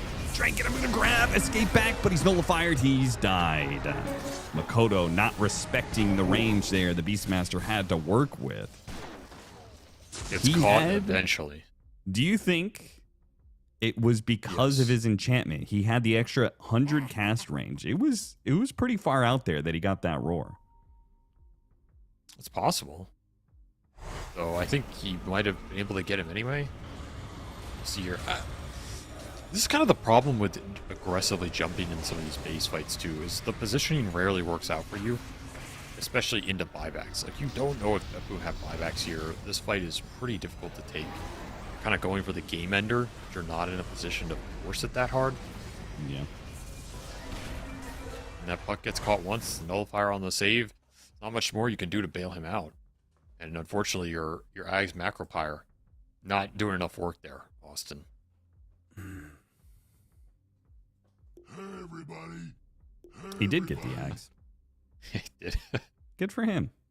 He got pooled in Ags. Yes. Which is exactly the argument we were having before. I cannot believe he fooled it to him, honestly. You just can't believe that I'm right. Again. You're having a rough day, huh? No, it doesn't mean you're right. It means they're equally wrong. I mean, it means that professional players that are playing the game at the highest level. What do pros know about Dota, if you think about it? They don't know anything. Yeah, that's true. That's true. Dota's just a game of button clicking. It's not really a knowledge game so much. Is this MOUZ.CEST that bad if you get it for free? You would never buy it. But in a game like this, just getting the slow. See, the slow seems pretty annoying for all these melee heroes. I mean, I guess you're assuming they're all just BKB'd all the time anyway. Yeah. But if they're BKB'd all the time anyway, the Jakiro Ags is giving you very minimal value as well. Well, it at least does damage. Yeah, but if they're BKB, they're not slowed, so they just run through it. So, it's okay, it dealt another 200 damage or something. Also, the Macropyre is working because you're doing it off the initiation of the Mars. Whatever, I will never concede my point. That's the hallmark of a Dota player is you just say something brazen and then you just stick with it for the rest of your life. Yeah, and the hallmark of you as a caster is just to move the line. Again, now it's not, it has nothing to do with the escape bag. And clearly the Mars Aghanim Scepter is the superior choice over the Jakiro. I just brought it up as a debate. I didn't say it was better. I just said, it's consideration. Let's consider everything except that Cap might be right. Well, all I've learned is that apparently 12 years ago, Hannah Montana figured out Dota. And since then, the meta's been set. Like, for 12 years, because Hannah Montana played Beastmaster once, your brain has just set the entire meta of the offlane. Oh, shit. Hannah Montana quit Dota, went to university, got a degree, met his wife, had 2 kids. Is this all true? He's happy in his new job. Is set down on a Tuesday morning because he has the day off. Took the day off for a little personal time to spend with his family. Sat down on his couch with his 2 kids. Said, "Hey kids, do you want to see Do you know I used to be a professional video game player? Do you want to see what I used to do? Let me show you a Dota tournament. You sit down with his 2 kids listening to the B stream on Blast Slam 4. And he tunes into Avery. Hey man, I didn't bring him up, okay? You brought him up. Montana. The thing is, I'm actually curious now how many people watching even know who the fuck we're talking about. Oh yeah, there's like 5%. There's 2 dudes. There's 2 dudes, and one of them is Hannah Montana. The other one is probably like TC or some shit. Who was just sitting there like, I hope my name's not mentioned. It has no relevance on this game. The only relevance it has on this game was the Beastmaster. Fluff and Stuff is watching while in the middle of day trading. Yeah, I mean, there's a lot of players from that era who had very successful careers because they quit Dota. That's true. It's a common trend. All right, what did we get here in the last few minutes? We're approaching 60. Neutral items are about to drop. We got an A on disc on Toronto Tokyo. So trying to survive some of those Fen hits. And we got a Hex on Mira. So those are the big items for Aurora. As they just continue to try and scale up in any ways they can. Survivability and control. Name of the game here. And for BetBoom, they still don't have that Beast Refresher, so nothing's really changed for them. They're kind of just sitting on the same items. As Toronto Tokyo to his favorite spot. Will he miss the spear? He jumps into a Remnant! The Remnant ready to go for him on his favorite spot. They knew he would go back to it. They knew! How'd they know? The arena still caught Katomi, but they're struggling to be able to kill him. It's just too much heal. He go for a second arena on him. There are 3 other heroes inside of it, though. The Aeon Disc, it doesn't work here. Helping dodge a little bit. Oh, what? Makoto! He jumped in and immediately got caught and killed by Kiritich. And now Kiritich is going to start mowing through the backline. Already killing the Jakiro, jumping after Mira. Mira and escape back to Glimmer Cape. He's away now, back over to Nightfall. A better target for Kiritich. And the remainder of his God Strength. It's almost done. He's going to refresh. He's going to go again. He got him with the Remnant. It's the Marsh, tries to make the jump. The spear back in on 2, though. GPK. Nightfall, though, with no Chemical Rage. He doesn't do the damage. He can't finish off Kiritich in time. Kiritich an Ice Path. And now a Macro Pyre. The Macro Pyre wins the game for Aurora. It did nothing. He was dead anyway. Katomi, it started with him. It'll end with him. They just have the hardest time killing this damn Enchantress. I actually don't understand. I mean, it's just buyback supremacy, I guess. There are buybacks available here for BetBoom. They're going to need to commit. They've got 2 heroes that don't have buyback. It's going to be a 5 versus 3. What can the Chorus do? No God Strength. He refreshed as well. I do not know how Aurora won those fights because Toronto Tokyo, on both of his big blinking, he blinked into a Remnant. GPK with the next level mind games, dude. Like, this guy is just way too sick. And they still lost the fight. And there's a Divine Rapier. Divine Rapier, 12 seconds for Chemical Rage to be back up. 35 seconds until the Muerta is alive. That is almost mega. Still Rack's bottom. We're going to try and end this game. They have buyback on both the Mars as well as the Alchemist. So this is potentially 7 lives they're bringing to this one. They're going to make the jump. See if they can kill this Alchemist nice and quick and get that Divine Rapier into their own hands. And instant buyback. Kiritich got it. But Kiritich, he no longer has his BKB. And that Macro Pyre is just doing some work, Avery. It just wins the game for them a second time. Good God. The Macro Pyre, it did it. It gets the win for Aurora. I like how they showed the damage bar graph at the end. They're just like, did it actually do anything? No, it did not.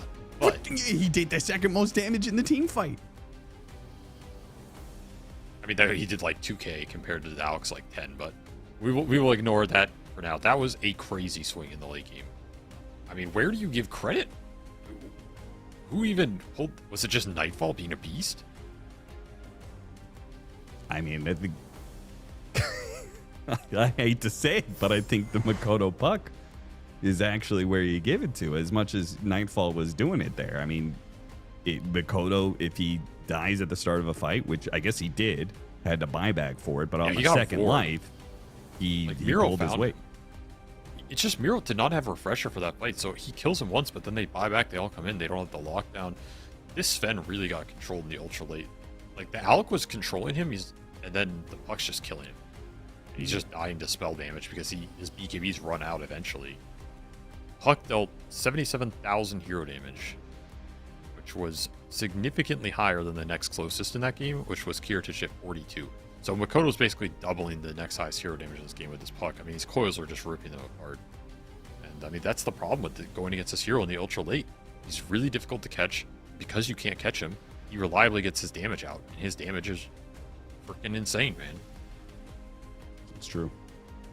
Tough hero Nasty to beat hero in the late game, and does carry Aurora to their first victory here at Blast Slam as they went 0-2 yesterday. And what a victory it is, going up against BetBoom team, who is a strong team every season. And I don't think that this season is going to be much of a difference. They went 1-1 yesterday. They just had their one loss against Falcons, which, you know, who didn't lose to Falcons? Yeah, at this point, you know, some of the greatest teams of all time could probably lose to Falcons. So I'm not going to name them. Maybe OG, maybe not. I'm not going to name anybody, but they're too good for everybody. They're also Huskar-ing people. So honestly, if you can go in some of these BO1s and not get Huskar, your win rate probably goes up by 20% automatically. So something else to think about in these matches. That's true. All right, well, that closes out our first game of the day. We have 6 more to go. So we are going to take a break, come back with Execration versus MOUZ.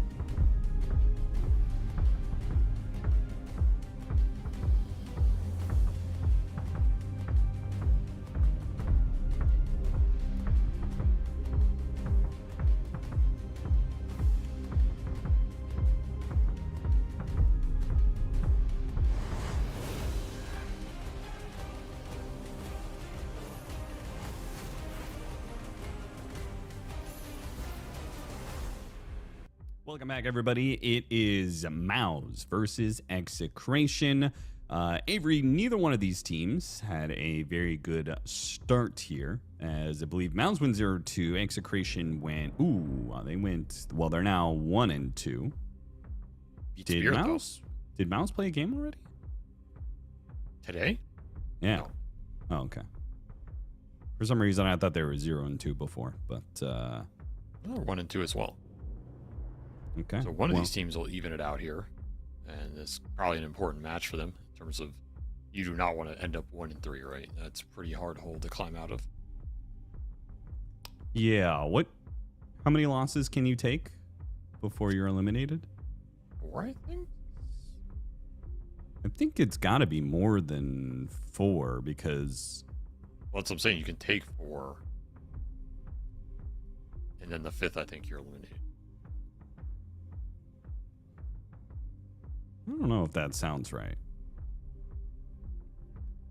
Because it's Sounds only right it's only the bottom 4 teams, but it's not an 8-team group. It's a how many team group? 12-team group. Wait, you think it's more? Yeah, I think you take. I think it has to take more losses for you to be guaranteed out. Stupid math. No one cares.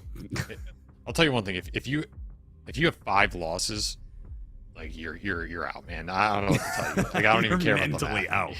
Yeah, you're done. Okay. You're done. You're not recovering from that. 4 is pushing it already. And honestly, I think if you're 1-3, you might just be out too. Figuratively, metaphorically out. So okay. Wait. We can do this really easily. There are 11 matches. You're going to play 11 matches with 12 teams, right? So you're saying that a team that goes 6-5 is eliminated. I don't think there's no way. That's not possible.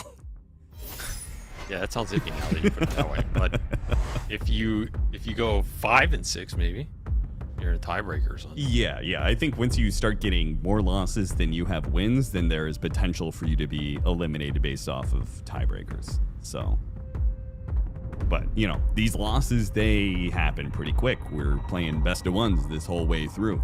Oh yeah. And you don't know what every single matchup. You think, these Execration guys, they're scrubs. They don't know what they're doing. Well, you drop one game against them, boom, that series is done. That's all it takes. That's what I'm saying. This is a important BO1 for these two teams in terms of just momentum. Like you're either going even or you're going in the hole. So step up your game right here. The hole. Hey, going in the hole. That's what they say. So we're in prison right now? Is it going to isolation? No, you're not. You're not going in a hole. physical hole. You're going in the hole. Have you not heard this expression? No. In the hole. Yeah. Yeah, not in a hole. You're in the hole. God, it's so hard to work with, man. Fury on first pick, they gave it away. They took the axe. Now this axe, this is no normal axe. Okay. This is a Tino axe. Yeah, so we're back casting our good old boy Tino. Yeah, he is legendary on this hero. Okay, he just defeated 2-time TI champions Team Spirit with this axe. I think he dropped 13 kills on their head. Okay, this man is a monster. So you got to prepare yourself for that in your MOUZ.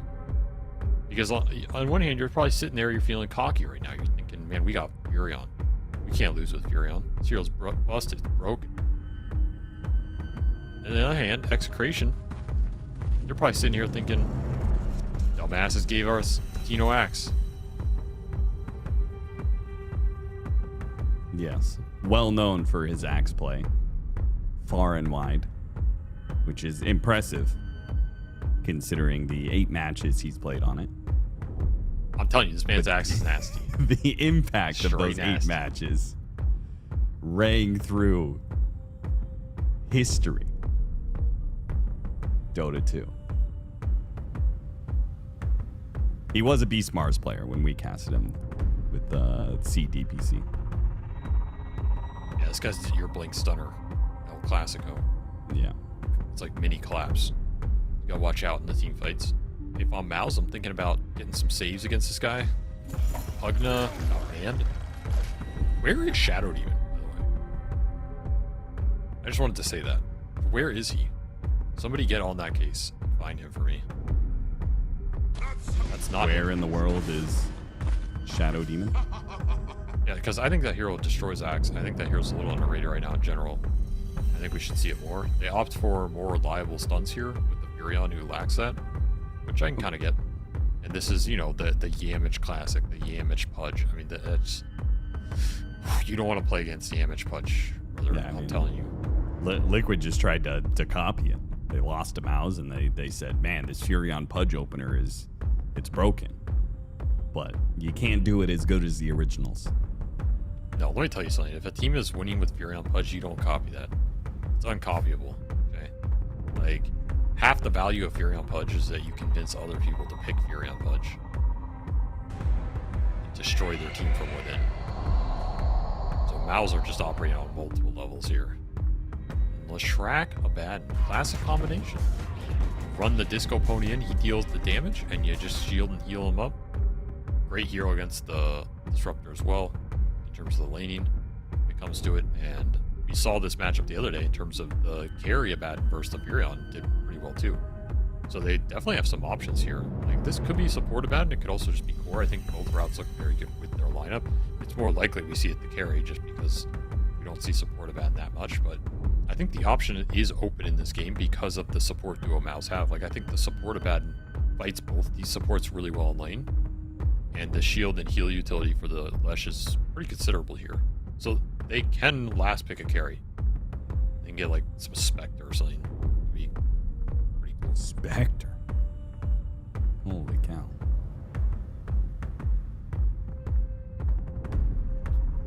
Put a MOUZ one here. Some could put the Furion mid versus the Lesh. That's an option. They can play the Furion carry and they can pick a mid hero here for mid one.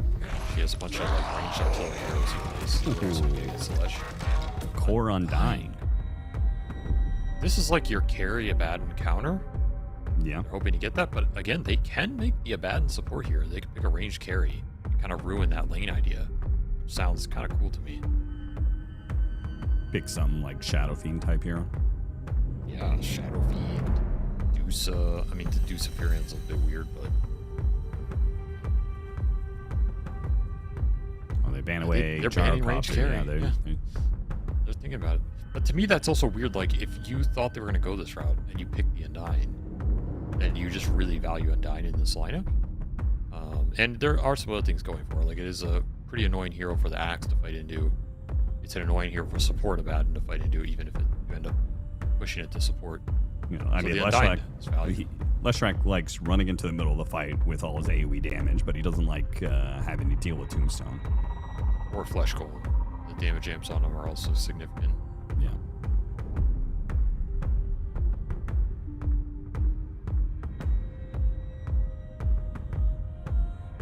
You're definitely going to ban two mids here for Execration for the Lesh matchup. No, they banned the Ursa.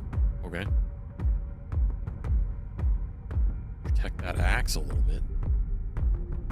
I think it's the mid Furion. Okay, so yeah, like you're banning two mids effectively because you think it's mid Furion, then you don't want to ban the mids. They kind of hedge their bets a little. You could see that mid Bat Rider come out, but there's an Abaddon in the game. I think that might dissuade it enough. You could see SF MOUZ, but the laning's pretty spooky for Execration to play into, because it kind of owns the Axe and the Lesh. But their lineup would lack a little integrity in terms of cores that go in and do something. I feel like they need a core with a stun here in some capacity. That is not a stun, but that is Stahl's Juggernaut, which he does not lose on. They just can't quit this hero, man. Win or really lose. They just have to have his Juggernaut. I mean, I will say that it gives is them good. a lot of push. Bursting down Leshrac, it does give them a lot of sustain. Like, if they have the Nature's Prophet heal facet, which most of the mid Furions have been going the gold one, but if they have the heal, then they've got a bunch of Undying heal, then they've got the healing ward. Like, it is a lot of muck that Leshrac does not want to be going into. I think the pick makes sense. I mean, this is just how MOUZ have been playing. Like, they're just running these sustained push lineups, Gaming Gladiator style, run people down, out-skirmish them, fight the runes, faster rotations, high tower pressure. These heroes accomplish that.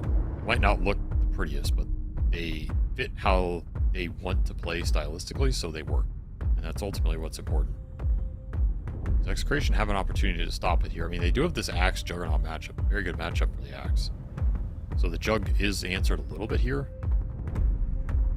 You can go like Terrorblade or something.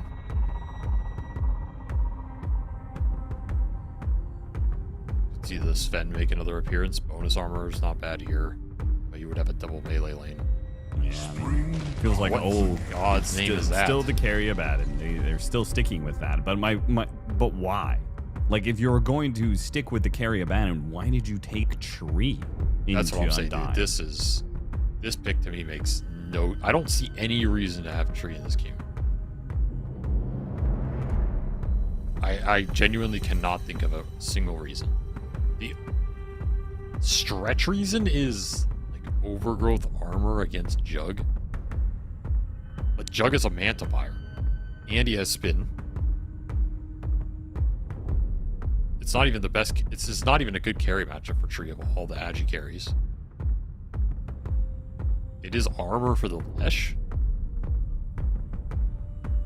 You know, Lesh Tree is a good combo. But this hero's real bad right now. I'm not gonna lie, man. This hero is like... He's like a bottom 5 hero in Dota. He was unpicked, unbanned at TI. I don't want to say this hero's a walking garbage can, but he's pretty close. Well, he'd be more like a compo spin, because he's, you know. Yeah, that's true. It's organic. And I will also say it's almost an insult to the Dota hero walking garbage can, because walking garbage can is not a bad hero conceptually, you know? So if you put him in there with Tree, it's almost more insulting to the walking garbage can than it is to Tree and Protector. I see. Well, you've been playing the beta lately, the experimental heroes with Valve. Everybody thinks the next hero is like the Bard Frog, but it turns out it's just walking garbage can. And the beta version of walking garbage can has honestly felt stronger to me than Tree and Protector. So this is a very surprising pick.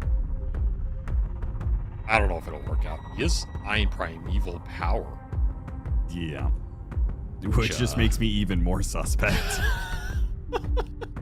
I mean, that facet is fun though. You get some high ass base damage. I think you hit 200 base at level 12 or 13 or something. How relevant is that for a support Trinit? I don't know.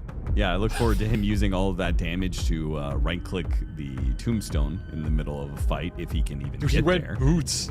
This is Giga Chat. All right, If you're gonna go Primeval Power, you damn well better be going boots. This is some new tech. Like Primeval Power Trinit with boots, blood grenade, no regen. He is just gonna go in there. He's gonna first blood some guy, and his whole game depends on that. If he does not get the first blood, this entire build is dead, in my opinion. But if he gets it, Austin, the power that is unlocked, you cannot comprehend the power. It's like the scene from Oppenheimer. You know, you are unleashing something on the world, and the world is not ready for it. Okay, that's what we're witnessing right here. This is an Oppenheimer level experiment. Well, I can't tell if I wanted to succeed or fail now. I don't know either. The fate of the world hinges on CML's. Look, I'm not making any judgment, good or bad. I'm just telling you what we're witnessing, and it is unfolding before our eyes. I'm kind of curious what he'll skill here, because at this point I've been wrong about everything. I have to assume you could take stats, brother. Like, I don't even know. Stats good. You're going Leech Seed. I do think it is kind of interesting, the living armor thing with Axe, because we've seen this build, right, where 33 he first started with the Axe, the 3 ring of protections, right? If that is so value with Battle Hunger, if that it has actually enabled the hero to be good, and ring of protection is only 2 armor, well, level 1 Leech Seed is 4 armor. Level 2 is 7 armor. Like, how busted is Battle Hunger if you have that on you? You know, like, I don't even know what I don't even know anymore. This is breaking my brain. Like 7 damage means that you're doing 84 more damage with a full battle hunger. If this guy says armor me, I'm gonna hunger him. I'm DCing from this entire tournament. Like, I don't know what to There's no way that's a real thing. If you have level 2 battle hunger, and you just have the bonus armor from living armor, level 2 battle hunger will do 300 damage. In total, it'll do, let's see, 7, 14. We missed the hook. Oh, that's what the hell was that? That was just bad. Now, this is a weird game I don't know so if far. Axe gets another base armor or not, but let's just say with his 2 ring of protections, and he keeps How are his you base still armor, doing math on this? Nobody cares, brother. 384 damage from level 2 battle hunger and level 2 living armor. Okay, amazing. And you can just last hit a creep. There goes if your you put it entire on combination. Disruptor and he can't get a last hit on a creep, then there goes over half his HP from 1 battle hunger. I mean, that is pretty good, but is it worth your treant spamming living armor top and being a treant? Like, the thing is, there's other issues. This is just not a good treant protector game. Zero is terrible against Undying. Even worse against Core Undying. It's a completely useless matchup. The Pudge matchup is bad. The rewind on that one. Do you actually? I thought the tree matchup was good against Pudge, but bad against Undying. I don't think it's good against Pudge. Why not? Because, like, the Pudge can just choose not to trade with you, and then at some point, if you get hooked in the lane against most offlaners, you're just in a bad trade. Yeah, but I think like, Tree is one of the few armor. heroes that can actually be better if you get hooked, right? All of a sudden, you're on top of a hero, you're leech seeding, you have better trade, and you have leech seed. I think you're overestimating how useful his spells are. This hero's spells got nerfed. They're really bad now. I don't know. I'm watching CML beat some ass right now, so. Well, yeah, this is the future. I mean, this is no spell treant, you know. Holy shit! Is he dead? He missed the blood grenade. He had He to teleport the grenade. out the tree and protector is too powerful. I mean, this is pretty powerful. He has a 95 base damage level 1.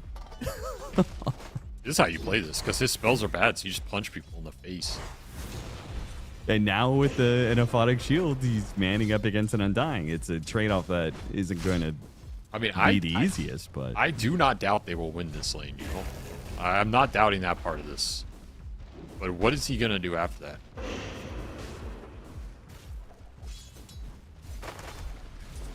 I don't know. We'll find out, man. We'll find out. That's cool. See the technology develop in front of our eyes.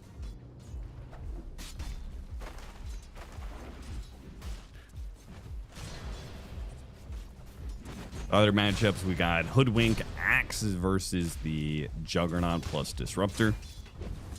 So expect some kill attempts, especially if the Disruptor ever gets out of position. But both of the side lanes from Execration do have to beware of Midwan, who is playing the Mid-Nature's Prophet. He did also go the heal over the Money Trees. More sustain. A lot of sustain in this game. Yeah. Living armor online. Where's he gonna throw it? We threw it. Where did he threw it on the Leshrac? Oh my god! This is just a waste of potential. Boo. You don't need to help out the Leshrac in a mid matchup against Nature's Prophet.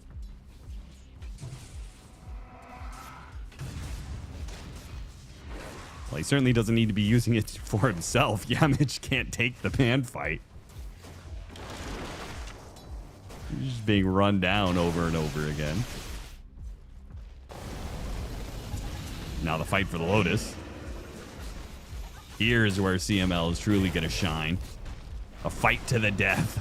They drop Tombstone. He immediately loses the fight. Now Mid-One's going to teleport in. Tree and Protector in some trouble. The Aphotic Shield, though. Oh, the zombies. The zombies. Yamich, he wants the hook. Palos is body blocking it, and the hook is dodged. Survives. A Furon rotation. Too powerful. Vid1 does not understand the technology he's going up against. How can you tree a tree? You know? That's the thing, you can't sprout this hero. You only make him more powerful.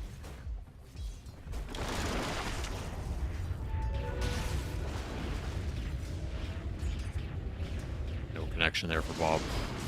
Yeah, hard to get the range there. Glimpse back into the spin on Shanks. He's got a Lotus, though, so he's fine. He's not going to die to this one. And if anything, Celery's got to be careful, as Tino's Cutting Waves has his Helm of Iron Will already. Will be going the Helm of Dawn build, as is the MO for many an offlaner. Yeah, while we've been chatting up about this tree, this Axe is decimating top. He really is. He's almost tripling the CS here. Dude, Celery, you can't be alone. You can't be alone like this, man. You're just going to get battle hungered. Yeah, you He's cannot play on very the dead. side That's like going to be that. first blood. Shanks cuts his way through the trees. Oh, A he'll miss. Yeah, he can die to neutrals here. He can steal the rune. Oh my. He's going to get the It's a rune. disaster Mid-one, for I think he only Mid-one. gets the kill with the Sprout, so he has to wait for the Sprout to come back Oh, up. he's out of range. He's out of range. Oof. Man, 2 side lane rotations. Mid-one gets nothing. This Axe is kind of out of control. I warned you about the Tino Axe. You didn't listen. We all know Tino's a monster in the offlane.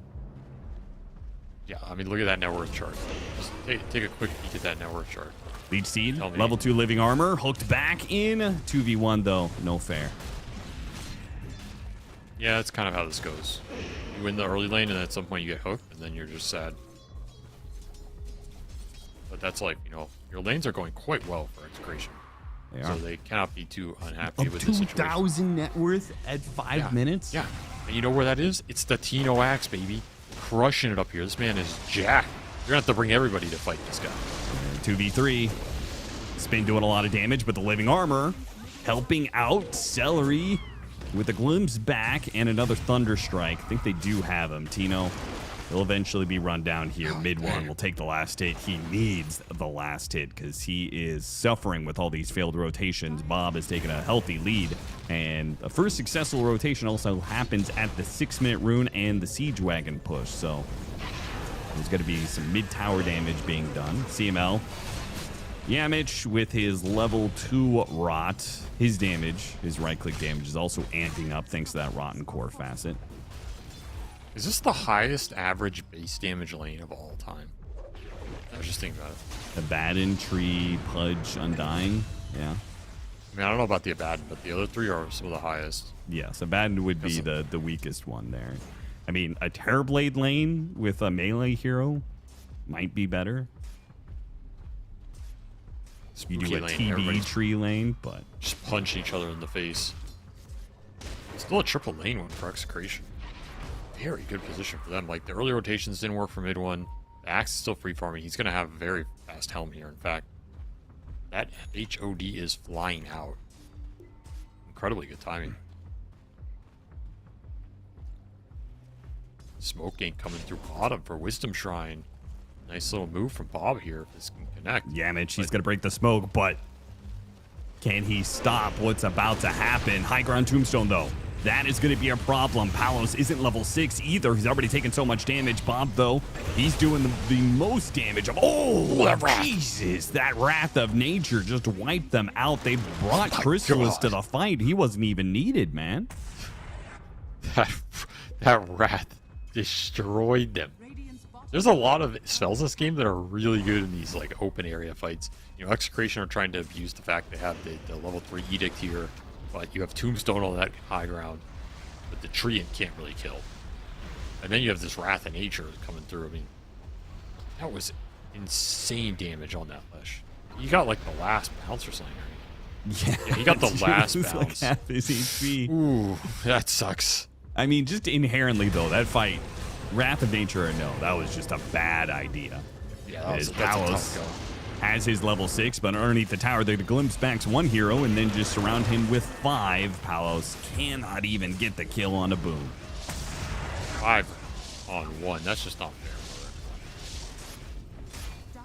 This is why everybody hates Furion, because he just creates a bunch of unfair situations.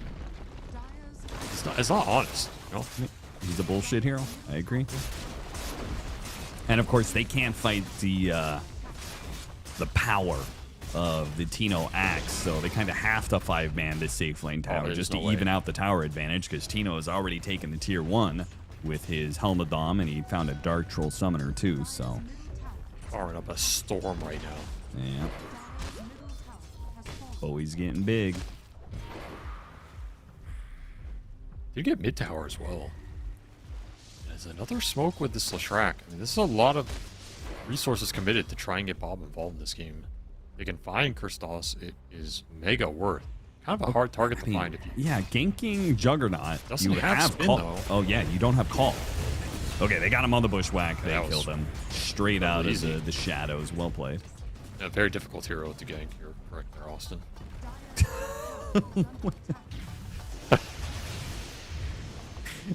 They only had call to be a BK. If they ran into him when he was in the neutral area, he was home free.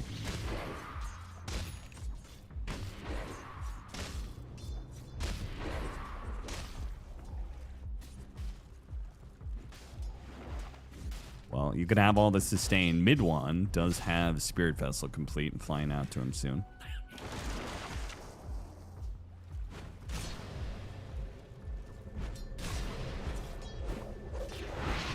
Oh, bushwhack just in time damage. Level 4 Pudge. He is struggling in the levels. Yes. Normally he gets a lot more done with this hero in the early laning phase, but going up against that Treant. Going up against the Treants, I assume he didn't get the Wisdom Shrine, or if he did, I mean, Celery's level 5.5, so it looks like he who got did get it off Shrine. that fight? He got it, but it went Yeah, to they did get it, but I assume one of the cores took it, and then it went, the other half went to only one of the supports, and it looks like Celery has the higher levels. These 4s don't get that. I just feel it's such a massive blow to your game. I think it's okay if the 5 doesn't. 4 really needs it. Comes back. Tino isolated here, and again, MOUZ just able to bring more heroes to any fight. 5 heroes up here. The Battle Hunger has killed Celery, though. I think it does a lot of damage. He tried to give him a healing Lotus. I mean, you gank Tino? No. Tino ganks you.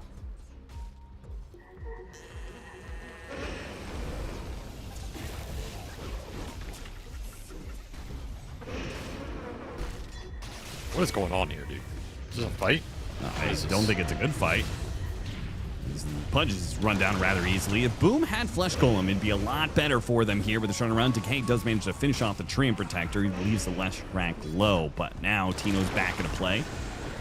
Battle Hungered up mid one. Got the Bushwhack off of the Sprout.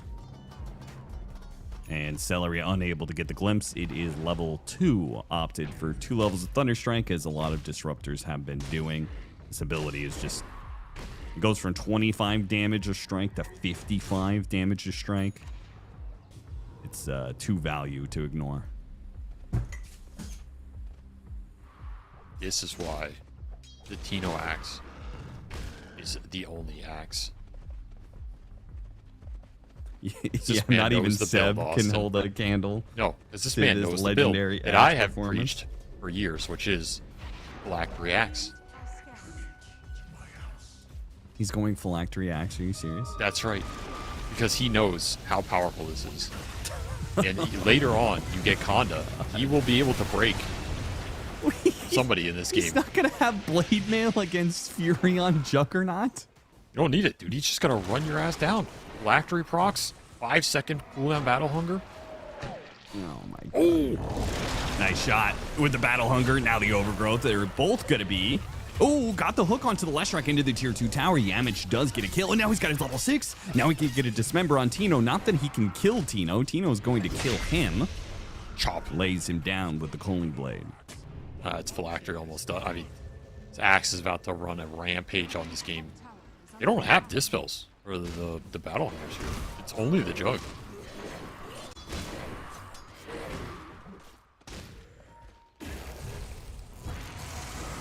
You're not going up that hill, Celery. But he's not even hitting him because he knows he's dead. He is probably going to die to the Battle Hunger and the Cooling Blade, but I think Celery is happy to give up his life to make sure that Tino dies to the Omni Slash. That did not look like he was in range to get that. Stallis Juggernaut's a different beast, I guess. Well, Tino falls again. He's very close to his phylactery, but have to get it when he respawns. There's a Battle Fury for the Jug, so MOUZ definitely evened this game out after a rough laning phase. And these chaotic fights, I mean, this is Execration, how they like to play, right? They want to make this game chaotic. They want to just skirmish you, outplay you in these little fights, play off the snowball action, put you on tilt.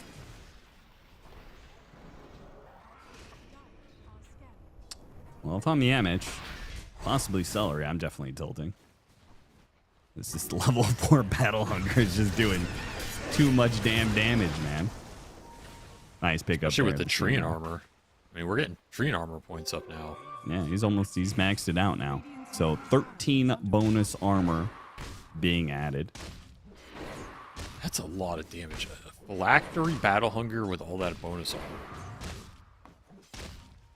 You think it could one-shot the Disruptor? It's got to be close. It's really close, yeah. Just pure aggression from Execration. Blink Lesh, Phylactery Axe, Treant Protector. Yeah, doing 67 damage a second for 12 seconds. Not one-shotting Disruptor, but he's got a fluffy hat. Lucky to escape. You went Blade Mail on this Furion because he knows what's up. It's like, I gotta reflect some of this DPS. Too much damage going on in this game. That's true. It was a good Blade Mail game against the uncontrollable Lesh damage, against the Battle Hunger, against Hoodwink. I thought it was a good Blade Mail game for Axe too, but Tino has Could go back for it. Other ideas. Well, yeah, I mean, you don't go the Blade Mail after the Helmet Dom, then when are you gonna get it, man? Because you still need a blink. And Bob could use some blink initiation right now, as he is the one being jumped on by Mid-1 and Boom. They get that kill. And thanks to the Tombstone, have control of the area. No response from Execration. Definitely need the blink here, but you can just go blink Blade Mail. You play off these fights with the Phylactery, and then you play off the later ones with blink Blade Mail. They are eyeing up this mid fight. They got Radiance of Ad, and they're going to take this. Big overgrowth. Hook back. Nice play from Yamich there. Good positioning. Glimpse away. Will allow Celery to get away too. Now, there is still going to be this Battle Hunger on somebody. Oh, Mid-1 killed CML. And actually, the reinitiation from Yamich. He gets the Dismember out onto Tino, half HP. Ooh. And they just run him down. The Pudge coming up big. Just disconnected there from Execration, not respecting the glimpse. Like, you get your Radiance, newly finished Radiance of Aden, glimpsed out of the fight. Can't have that happen. Just getting outplayed right now. Yeah, I mean, unsurprising though. You're going to be outmaneuvered by a Nature's Prophet lineup. It's just kind of hard to be able to keep up. You combine that with a glimpse where they beat you to an area, outnumber you. You have to, so of course you just have to teleport in. That's your only play unless you're making every read possible. And you're just inevitably left in a glimpse situation. God, glimpsed again. Axe, set the base. Tree Seller, he gets the kill on the tower. He manned up for it. The rest of his team backed away, but he didn't want to let the living armor heal the tower back up, so he commits his life to get the last hit. It's probably worth it, to be honest, but... Oh, 100%.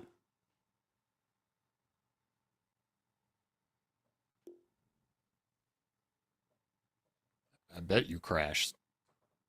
Too many powerful combos in this game. Dota client can't handle it. So now that we're past the laning phase, is the jury still out on Treant Protector, or how successful is our experiment right now? I think it's done basically nothing in this game, I'm gonna be honest. Yeah. I have not seen it do anything. Even the mid fights, he got like 2-man overgrowths. It didn't do anything. Didn't lead to anything. The armor is a good spell. I mean, you shouldn't underrate this. 13 armor is a lot. Yes. And it's very good on their heroes. Very good on the Lesh, very good on the Axe. It's honestly not bad on a Baden. He's also a low armor hero. It also get a lot better over time as the physical damage scales up for MOUZ, but their magic damage, I mean, it's kind of strongest right now, right? The issue of Execration is they have a lot of early game spell damage, and they're playing a double Blade Mail and Healing Ward. This is just rough. Double Blade Mail with a bunch of sustain behind it is just going to reflect all this early damage. Some of it's uncontrollable. It's just really tough for their lineup to skirmish, and that's kind of all they want to do right now is they just want to skirmish you. They want to go and throw out Battle Hungers, blink the Leshen. But how do you blink the Leshen, and how do you stay in that fight when Furion's TPing on your backline? You can't go on him. Jug, you can't go on. The Blade Mail and 9 you don't want to go on. There's not a lot of targets you want to go on in this game. And that's all your lineup wants to do. It wants to go on people. So you're just kind of running into a brick wall right now. You need more scale or survivability in the form of BKB so you can punch through the Blade Mail. Like BKB timing for Execration is going to be pretty important, at least for this Leshrac, who is the majority of your early mid-game damage. Just will MOUZ outscale you as you try and get to these items, because their lineup is pretty scary to scale against here. Yeah, I'm going to say undoubtedly they're going to outscale you. I feel like this game is, I mean, first of all, it's already MOUZ net worth favored by 1K. I feel like Execration hasn't taken enough control of the game to stop the inevitable scale, you know? Well, definitely not. They're stuck in a longer game now. Tree scouting some heroes out though. He's got the shard. This is where his game begins. It's so funny, the dichotomy of play for Tree and Protector. It's like the first 5 minutes, you just go, run at the hero, run at the hero, run at the hero. And then you get to 15 minutes, and now it's meek boy, sit behind a tree and just watch people do things. Are you talking about Tree? Yeah. Or your Sunday evening? Oh, okay. Good Static Storm response from Celery as he gets jumped by Palos and CML, but will not help him survive. Either way, though, the heroes are here in force for MOUZ. They may have, like, the vision advantage, but there's still, like, this Furion problem. Good hook from Yamich. Didn't think about it, but they also have the Undying Pudge, where the zombies are blocking the hooks. Hasn't been a problem so far for Yamich. Oh, and he got another hook on Bob! I mean, this guy didn't do shit for the first 10 minutes. His game was killed by Tree and Protector, but now we reach into the mid game and the Yamich Pudge is all over the place. He's owning now. Teamfight's just feel impossible. Drop the tombstone, no one can hit it. Can't get in there with your big core heroes. Lesh's not even at that fight. You're just getting sprouted down. You try and go on someone, they just blade mail, you have to retreat. There's too many defensive abilities for Execration to punch through right now. I feel like they have to try and split the game up more, like go for solo pickoffs, which is generally hard to do that against Furion, Pudge, Disruptor in some ways, so neither course is that easy for them right now. MOUZ are just pulling ahead. Just winning teamfights, winning engagements. Scouting out the tree. CML caught again. Can't get out. Ready to go with the glimpse. As soon as he walks too far away, maybe not even needed here. Jump in. Yamich once again trying to stop Tino's axe from getting an initiation. Palos, he'll try and respond. Bob, he's going to go after Celery. Does manage to run him down. But again, it's kill supports and then run away from the Undying. This Undying team fight is proven to be a potent problem for Execration. Tino gets back in there with a call on 3. Still not able to fight the cores, though. They kill supports. A TP away from Palos. Now that the Pudge is gone, the TPs will be successful. Yamich did buy back for that fight. Tried to get there in time, but Execration have already pulled the cord on that. That was a sick call. You had Blade Mail there, you maybe kill a couple heroes. He's working on it. So that'll change the team fight a little bit, because then you have some more damage when you stick in there. But they get a buyback out of the Pudge, which is not that bad here, because that Pudge was starting to snowball.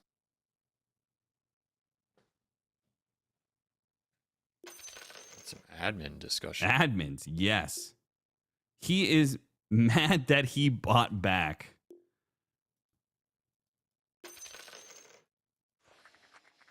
Sing your praises. I mean, you know what? I'm on Yamich's side. Like, there's too much pausing in Dota. I'm not calling Execration out, but I hate pauses, dude. I think there should be a pause cap on pub games. You know, like there's like two or three pauses, and then it's just you just go.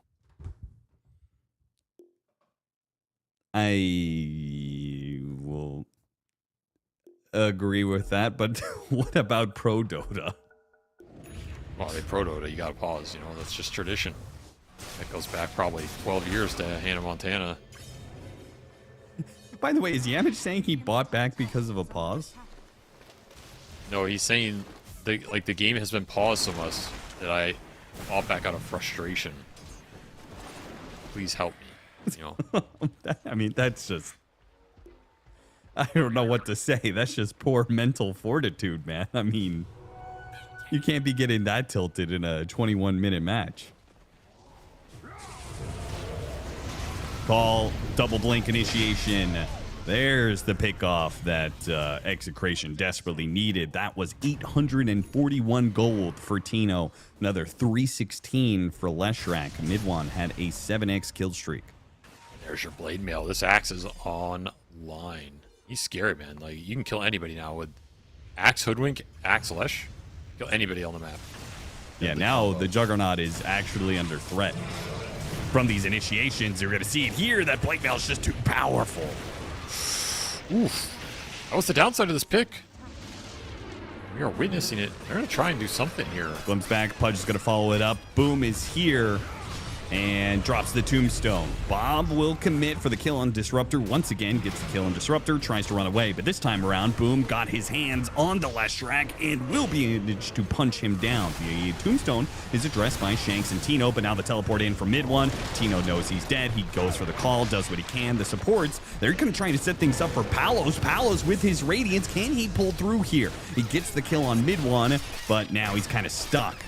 Won't be able to teleport away. He just has to turn, fight, do what damage he can. Not enough. No, he got him. Just enough with the passive. He gets the kill.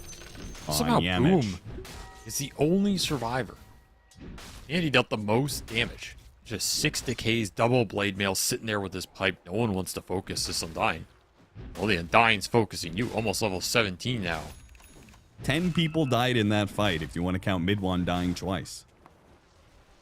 That's true. He did die twice there. Pretty rough for him. I guess the upside for the Abaddon with all the blade mails is like he can hit himself and ult with the blade mail. It's kind of nice.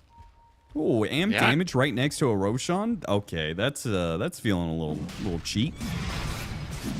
Some nice rune action. Deadly if you can get the axe in there with the call, but Execration do not have a read on this right now.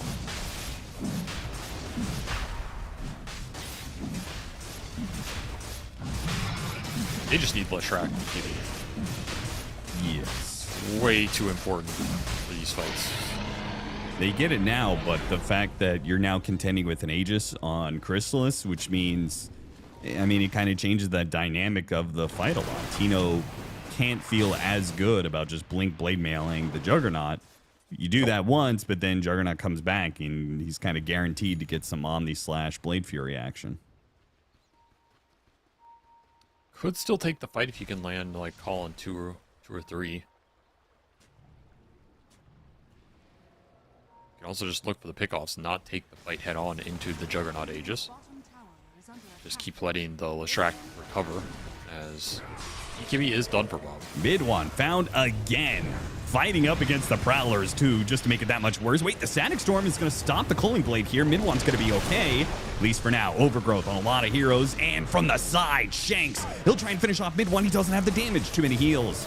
As Boom gives the heals required to keep mid one up. The pipe comes into play. Mid one's going to give chase, but TP away is successful. Yamich unable to hit the hook in time. And Furion is just such a deceptively tanky hero sometimes. Takes a lot to bring this guy down. Static Storm absolutely bailed that engagement out. Need BKB on this axe too. You can just dunk him there. That's a great pickoff. Instead, you turn into a 3-hero loss. Bob will escape top. Mid one just everywhere right now as Crystal's pushing the objectives. Game is picking up steam here.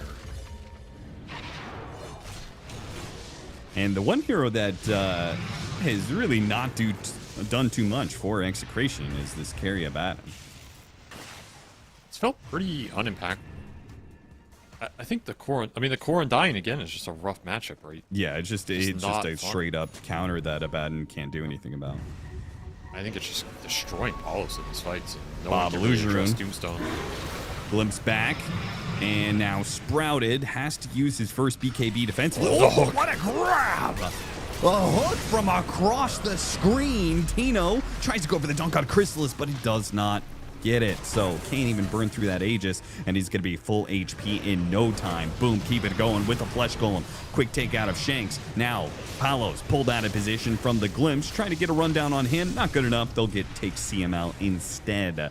3 heroes die on the side of Execration, and Bob in his BKB, his fresh 9-second BKB, wasted. Cannot end up in these situations where you're getting chased down. As you have Glimpse, you have Hook. The second someone gets pulled back, you're locked in that cage with this Undying who is just going ham. This Undying pick worked out really well. It owns the tree in the fight. It owns the Leshrac if you can get on top of him and hit him. And it's a big problem for the other two cores. The Axe and the Badge both have terrible matchups against him in all regards. There's another pick off on bot. I mean, this game is just collapsing right now for Execration. They can't take the team fights. They can't split the map. The Furion's controlling the side lanes. And your core matchups are too bad to fight through in this mid game. Like, sure, you can maybe punch through it later with more items, but you're not going to get there at this rate. This Undying is 8-0 and 17. Boom is just... He has gripped this game with his rotten mitts. Not letting go. Palos making a run for it. Almost got spotted there by the Thunderstrike. Still got glimpsed. And he'll have a blink up. So he'll get some distance, but they keep the vision on him. They're going to continue to chase him down here. Yamage trying to angle for a hook here. On the slash goes out, bouncing between the heroes, finishes off the two supports. It's the cores that escape the grip of Chrysalis. This is another reason why this last pick tree for me, if it had a better matchup against Jug, I think it would be more justifiable, because then at least, you know, you have like some Bane grip or something, sure, but this hero just sucks against Jug because he has triple Dispel effectively. Like, Omni Slash is not a spell you can really overgrowth when he's in it, and he has Spin plus Manta, so you're just food. Yeah.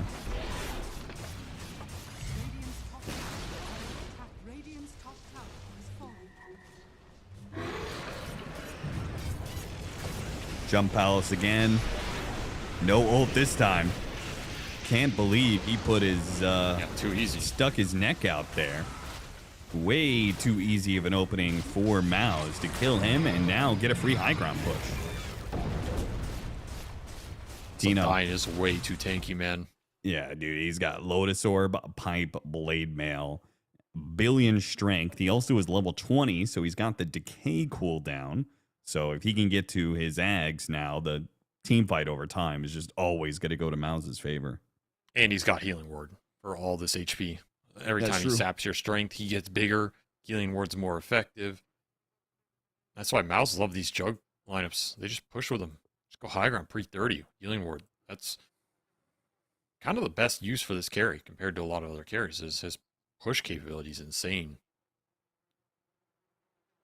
A lot of lineups don't have enough to rebuke these kind of timings this early into the game against that much heal. And all it takes is one hook. The fight's guaranteed.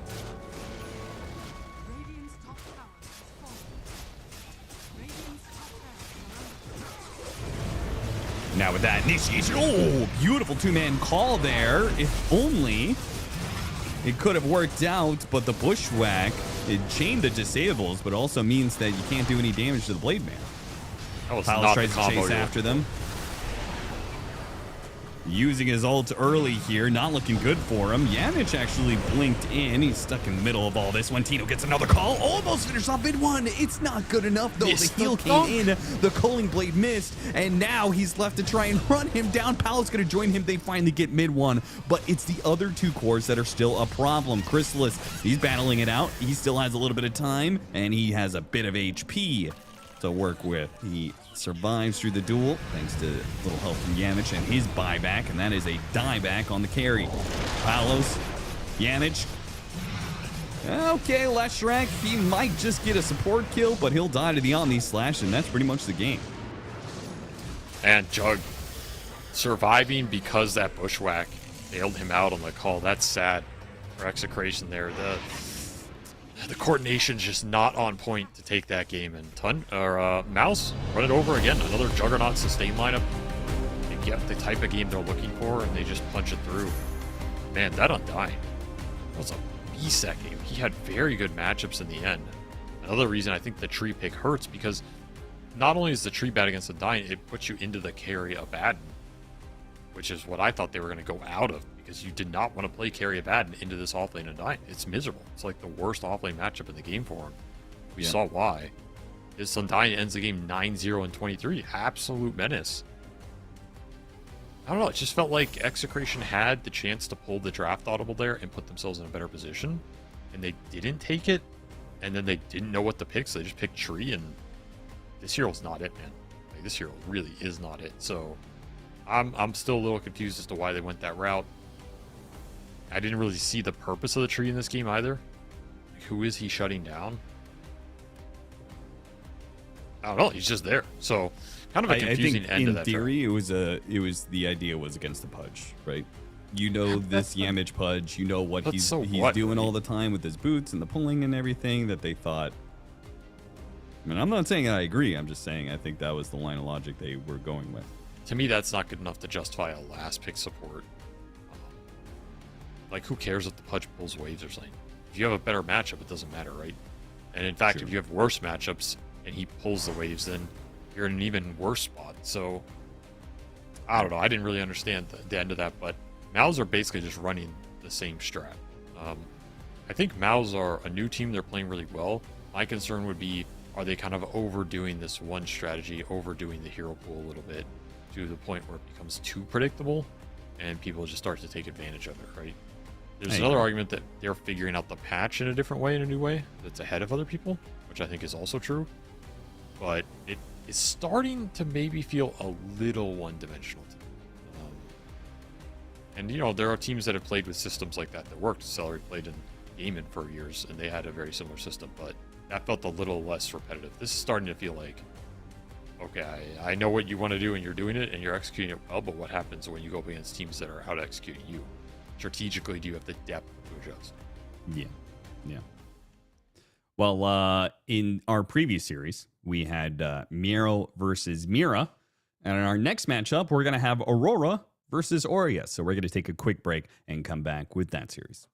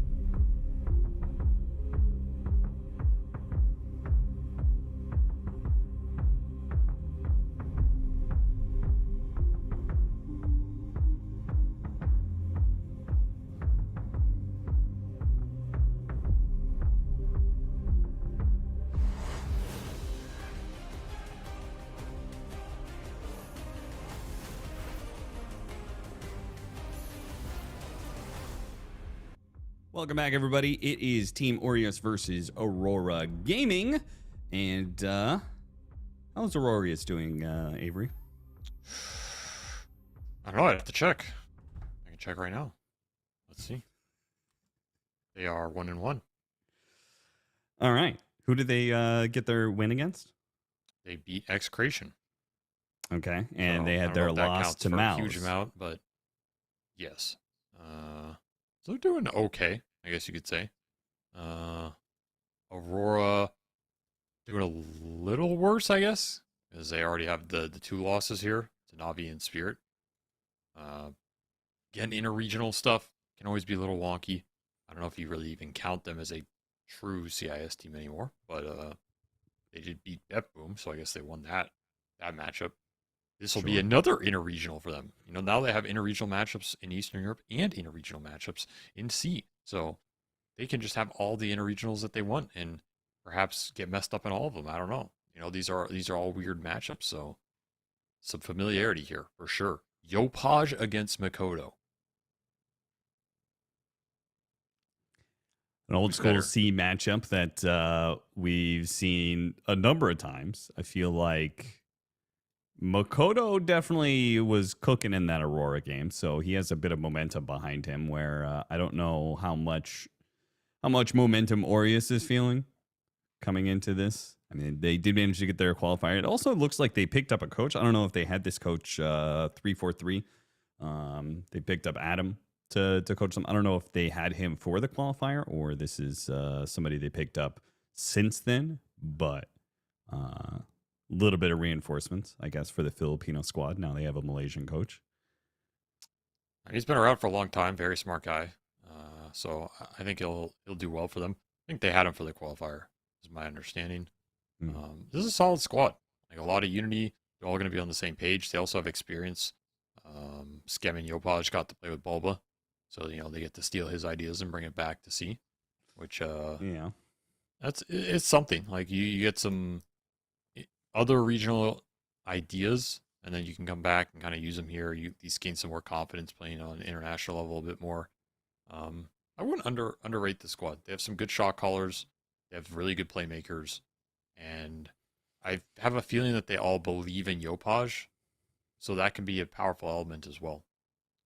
Okay, but what's going to make this Filipino squad different than the others? Because historically speaking, the Filipino squads that have done the best internationally are usually the cuckoo squads, right? I guess my question, what makes this C roster stand out from the field of the first, second, or third best C roster against these international teams over the last few years?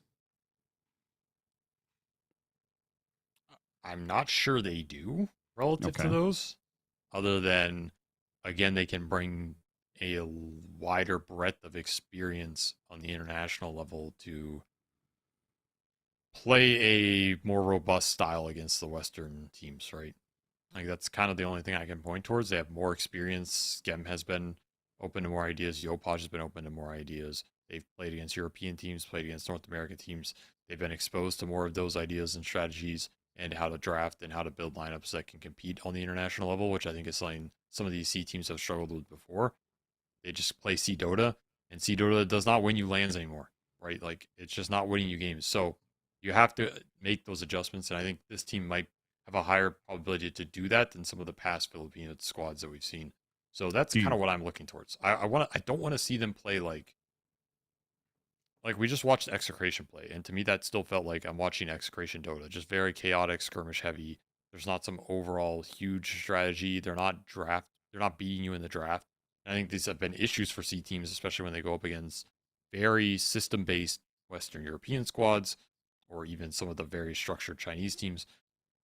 You have to have something of your own. You have to bring that strategic depth to the table. This is something I'm hoping Aureus can do.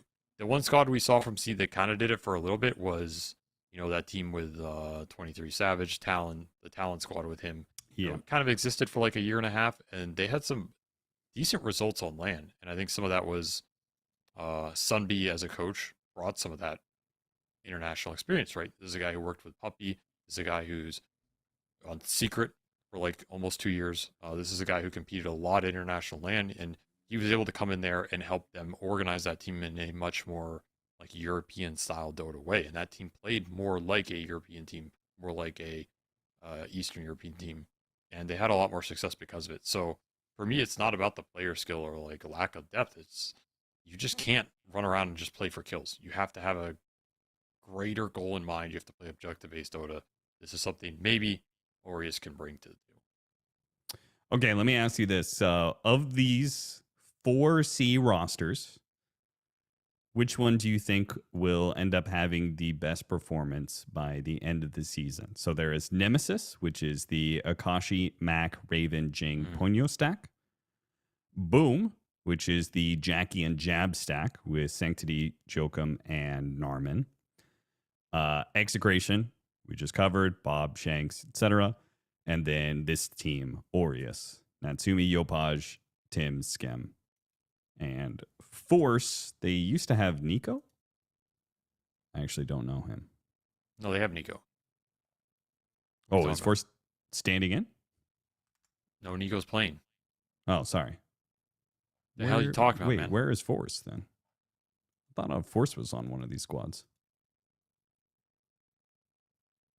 Well, he's not playing, so... Wait, he's listed for Blast Slam under Aureus. Is it the same... Does he have the same name?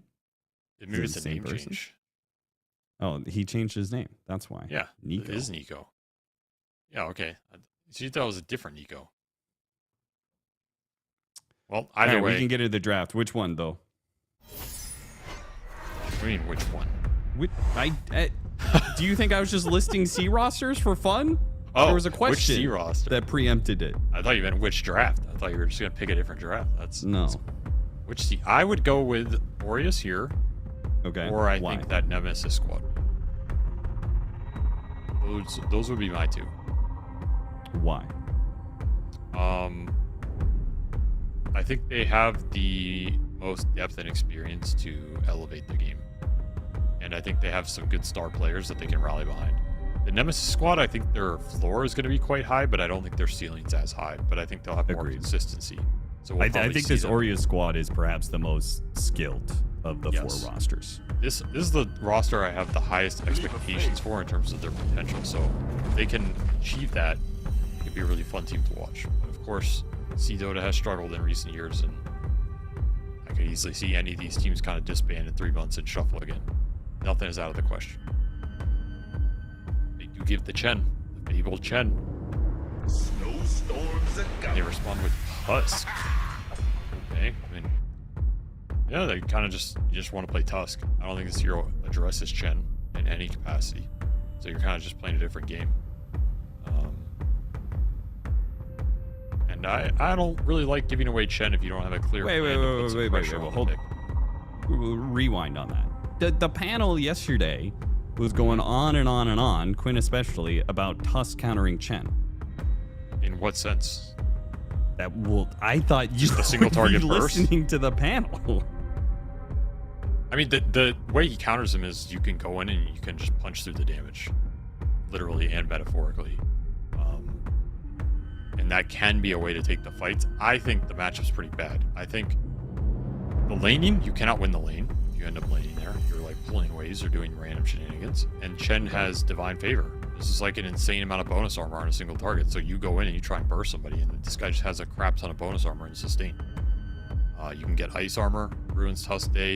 You just group up and push with auras. You're a drum buyer, you're a mech buyer, you're buying bonus armor. Like, Chen is an armor hero. That's how I think about him. So to me, Tusk just doesn't really address a lot of this. I mean, like, you Ags kick someone out of the ball, sure, but that's good against any lineup, so it's irrelevant here. I just don't think Tusk addresses what Chen is doing in this current patch. So if the panel felt that way, maybe it's like a way that you can build your lineup around Tusk, but to me, the Tusk in a vacuum does not address Chen. And I would way rather strategically have Chen than Tusk in this exchange. Well, I am going to start a cross-stream argument here. Oh, okay. I messaged Quinn. I said, why does Tusk counter Chen? So I'll get back to you on this argument. Oh, maybe he has something I don't know. I mean, I'm all ears. But to me, I don't see a reason why. Like, I'm not saying you can't play Tusk into Chen. I'm sure it's not massively debilitating. But I would not give Chen and then be like, oh man, we got Tusk. We're gonna shut down Chen because we got Tusk. That's not happening. I refuse to believe that. Okay. All right, we're gonna see another Makoto puck. You talk about leaning on playstyles like MOUZ was, particularly with the Chrysalis Juggernaut. It seems like Aurora is doing that with the Makoto puck. They just keep on going back to it. How many teams do you feel, because you actually brought up this issue initially with Liquid and Nisha puck? Yep, I think it's the same thing here. It's a crutch hero for some of these teams because it gives you the catch, it gives you the scale. You feel like you can always win any game with a really good puck player mid, and that's true. But are you actually out drafting somebody? Are you beating them on strategy? Are you beating them in terms of map movement and playing lanes better? Or are you just winning because everybody's playing kind of sloppy and the game goes late and you have puck?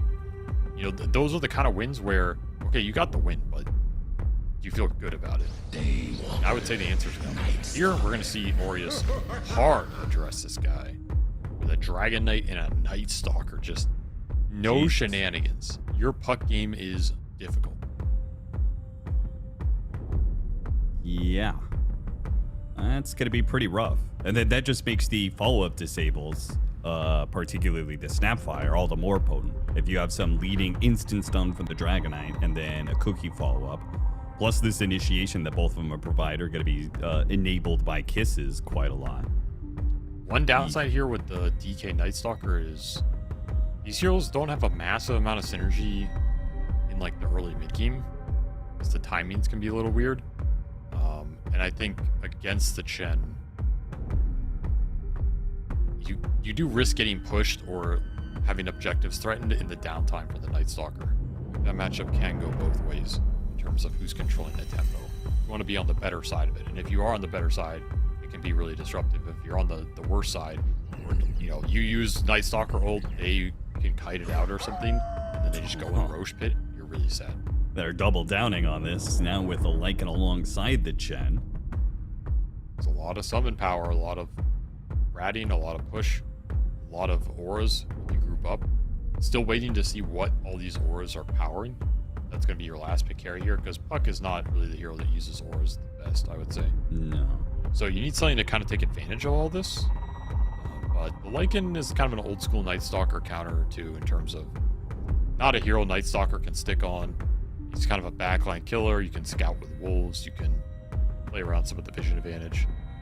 And of course, the damage reduction is pretty nice for this mainly right-click lineup. I don't mind the Lycan here. It seems like an annoying hero for Aureus to deal with. Yeah, how do you even address all these summons from the carry position? Like Sven Alk is the names that come to mind for me. I don't even know how well they quote-unquote address it, especially early. There's not a lot. You can play carry Dragon Knight and get a mid hero here. Might help. Yeah, like a mid shaker. The other one I would suggest is actually the carry Underlord. Oh, okay. Yeah. I think that looks really good here, because then you have some early. Because what this lineup lacks for Aureus right now is some like cheap outspam. Yes. Like who's going to go and defend a tower or deal with lanes that are pushing in with a bunch of summons? They have Scatter Blast, and that is their only AoE cheap spell. So something like Underlord would just give you that. Plus, the Cleave looks great here. You can fight all these heroes. You're pretty hard for them to go on, and like the root is pretty annoying for the puck and for all the summons. So I actually think carry Underlord looks pretty juicy here for Aureus if he gets left in the pool. If you're Aurora, and you just want something that's got to punch hard. Yeah, not everybody plays that. Not everybody plays it. Not everybody's going to think of that. For sure. But I think it would be the really cool creative idea to fix the problem in your draft. And I think Aurora have a decent chance. I think they would have taken the Alchemist if it got left. They want something that can have like good early timings and use the Aurora buildup and kill Roshan. Whatever does that for them is going to feel great. I think Ursa, Alk, Sven were three very good options for that. That type of hero is what's going to fit the bill. What's left in Dota that can provide that?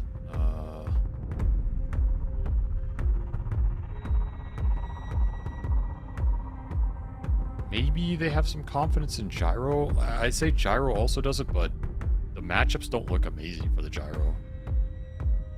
Kind of hesitant to suggest that hero.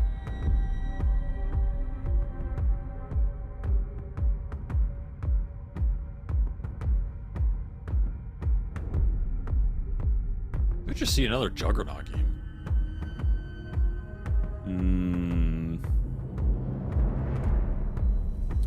Maybe. Not really a Nightfall hero, though. I'm trying to think of Nightfall heroes. I always think of like Wraith King or something for him, but... Well, the Troll, that's right. Troll. That was... Yeah, that's the archetype one. Like, this is the Ursa out type hero that's going to go in the Roche Pit, get an Aegis, go high ground, and take advantage of all the auras. That was a really good pick. And there's a pretty annoying hero for the Night Stalker if you can just leash it permanently.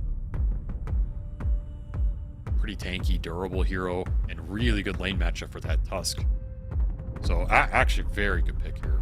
That I kind of forgot about this Troll. I don't know why I always forget about this hero. Yeah, now I feel like the carries that usually match up best against Troll are a bit elusive, but also the elusive carries are not good at dealing with the brunt force of Chen Lycan pushing into your towers. So I'm saying the Underlord, man. Underlord would own here. You can even play offlane Underlord. Just get Crimson Guard. They have no damage. Yeah, that is true. It is a pretty sick Crimson Guard game. The great Assailer comes. Okay. That's a spicy pick, honestly. We do not see a lot of carry Naga. And this is a classic Lycan counter. Like, Lycan does nothing to this hero. Free lane, free game. Your spells own him. Sleep owns him, Net owns him. You dice him up incredibly fast. So this is a very good Lycan response. He is good against the Troll in like a pure vacuum. Troll can fight through it sometimes, but it's generally a really tough matchup again. Same issues. Net, Sleep, both mess with you, especially during your ult. Hard to latch onto the Naga, and she just dices you up with illusions. You have very little clear. Puck can be annoying for you, but that's about it. Otherwise, it's a very good Naga game. Yeah, and this deals with the lane pressure. Like, they had the outspam problem. Naga fixes it. They also have a really good setup for the song if they ever use it as a form of initiation or even midway through the fight. They can cover the song going away with silence and a near instant stun from the Dragonite, right? And that's gonna feel great. Sometimes you might be able to 100-0 a troll from that, or you catch the puck, right? You get caught by the song and then straight into the Night Stalker silence. You know, that's gonna be a deadly duel. I feel like this Naga Siren has some serious legs to it. In the regard that there are just so many different ways this hero can work out successfully for them. Well, she has no legs. So, yeah, that's unfortunate for your idea. That was part of the setup there, but yeah. Yeah, I mean, that joke had no legs either. That's okay, Austin. Forgive well, me. it wasn't really a joke. It was just kind of a reference. Then you tried to make it a joke, and so now it's your fault a reference? For drawing tension. It was a reference to the no legs strat from Bruno 10 years ago, from 12 years ago, 13 years ago too.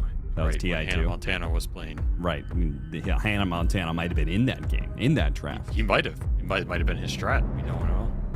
Anything's possible. So who do you like better here in the end? I think I was pretty heavily favoring Aurora, but draft actually gives me some serious hope for Aureus. I think they actually may have the advantage here. I like Aurora's draft better in terms of the lineup stability and how they balance each other out and the synergy. I think my issue with the Aureus draft is like the synergy between the three cores, I think, is really lacking. Like, I don't think Naga, Night Stalker, Dragon Knight help each other in any way. They're just all there, and they're doing different things, and you can win the game with them, and they can win fights, but they're not helping each other ascend to a better level. Mm-hmm. That pun was intended as a Dark Ascension. You're welcome. So that's my issue with the Aureus draft. I think Aureus went a bit more in on just countering what Aurora were doing. They have really strong counter picks, and those might just propel them through the game. but I think it's going to come down to really choosing the team fights carefully.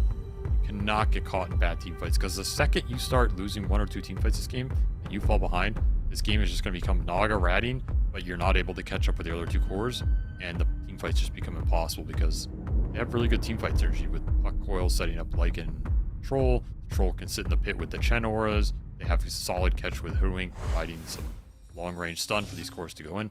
It's just going to be difficult. There's a break that can hit your Night Stalker, can hit your Dragon Knight. Good targets for this break to come through in the middle of the fight.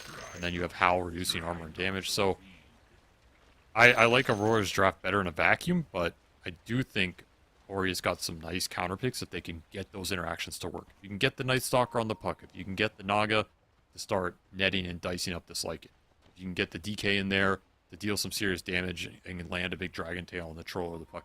These small things can win you these fights, but you are going to have to execute those really well, or I think this game will fall apart. A test of execution for Aureus. But also, I got an update from Quinn. He said that it is indeed two-sided because of the armor. But one, ranged heroes just suck cheeks against Chen. That's how you know this is really a message from Quinn. He's got a certain way with words. Tusk can sometimes get kills in lane against Chen, and he can also TP safe lane and play away from the Chen, which obviously Chen is very bad at rotations. And then he also sets up well for range DPS, which you need later for tank.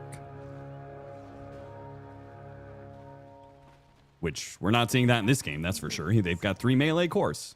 Yeah, they did not do that. If that's what it was, they did not do that at all. Yeah, we'll see whether or not they set up the... I feel like the most prevalent one was the laning phase and like getting kills on the Chen by isolating him. Yes. And then also playing away from him in lane because that hero is terrible at rotating. That's true. We just don't see that much anymore, I guess. So I just don't really like it. If this were like the tri-lane era, I would agree 100%, because Tusk was popular in that era, and so was Chen. And part of the reason is they were really strong tri-laners. And even pseudo tri-lane, you just go and gank.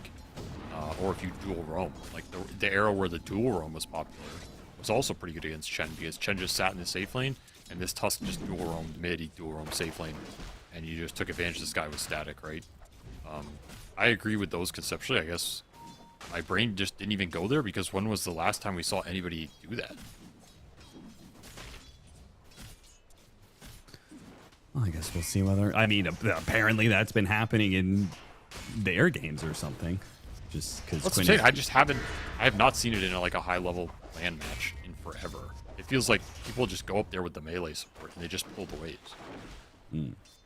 And then we always discuss, oh, they could TP this guy bottom and gank the safe laner lane, and maybe it happens once, and that's just it for like the first 10 minutes of the game. So I don't disagree conceptually. I guess I just don't really see people doing it. So if it is good, it's not paying off in the ways they want it to. Do you think sometimes there is a disjoint between what happens in scrims where conceptual ideas are put to paper, but then like pressure is on and you're less likely 100%. to do experimental things? So maybe it's something that they are seeing in scrims, but we don't actually see play out in matches. It's possible. Or it's something people value, but then they just don't execute it as well in competitive games either. Yeah, fair. Because it's easy to be like, I'm going to go in this game and I'm going to rotate bottom, but you start playing the game and you're like, I can't leave this guy alone as much as I thought. I got to start pulling waves for him, and you get caught pulling waves, and then by the time you want to make the move bottom, maybe they're full HP, and you're like, we don't have the damage to all in them down there, you know? Yeah. Little things happen that can change your idea of how it should go, and maybe it's just very susceptible. Because right now, this Tusk is just pulling waves, and he's getting his ass mana burned, so... He's getting his ass mana burned, and now it's about to get shocked. Chain Lightning coming his way as a Harpy Stormcrafter is picked up by Ollie. The thing is, it's a dead lane anyway because of the troll pick. So, in this game, you really have to dodge this lane because you have no interaction capability against the troll with the whirling axes for either of these heroes. But if you can just pull on this wave, it's fine. Like, you have a double melee lane, it's going to pay off later. You just pull, negate the presence, you have a winning lane mid with the DK, and you have a winning lane bottom with the Naga Siren against the Lycan. free farm lane for Natsumi. So you should be happy here if you're Aureus. You have a last pick Nagas Iron carry who's giga free farming. And a free farm mid Dragon Knight. In an off lane that you're just pulling in, going even in, that's a win.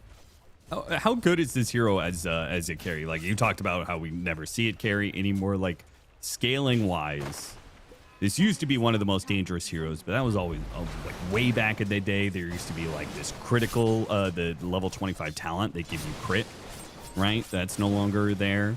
Is this hero still one of the stronger late game carries? I think it is way more matchup dependent than it was back in those days. Okay. Man, look at all that damage, man. It is just so much minus armor. And that is what I'm saying. In the right matchups, this hero still feels unbeatable. It's just way more difficult to get the right matchups because I think a lot more heroes can deal with illusions than they used to be able to. Fair.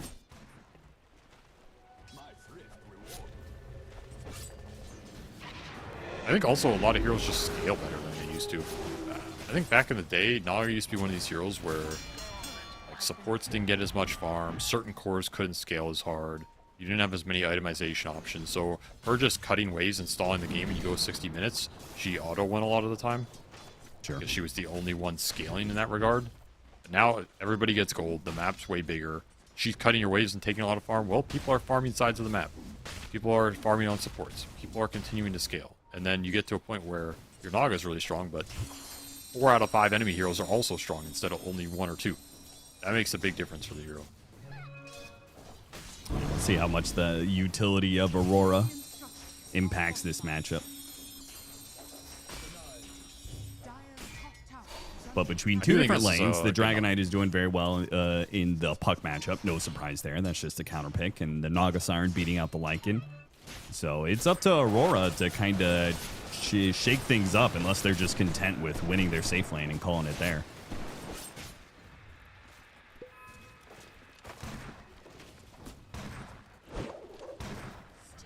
Oh, not as clarity though.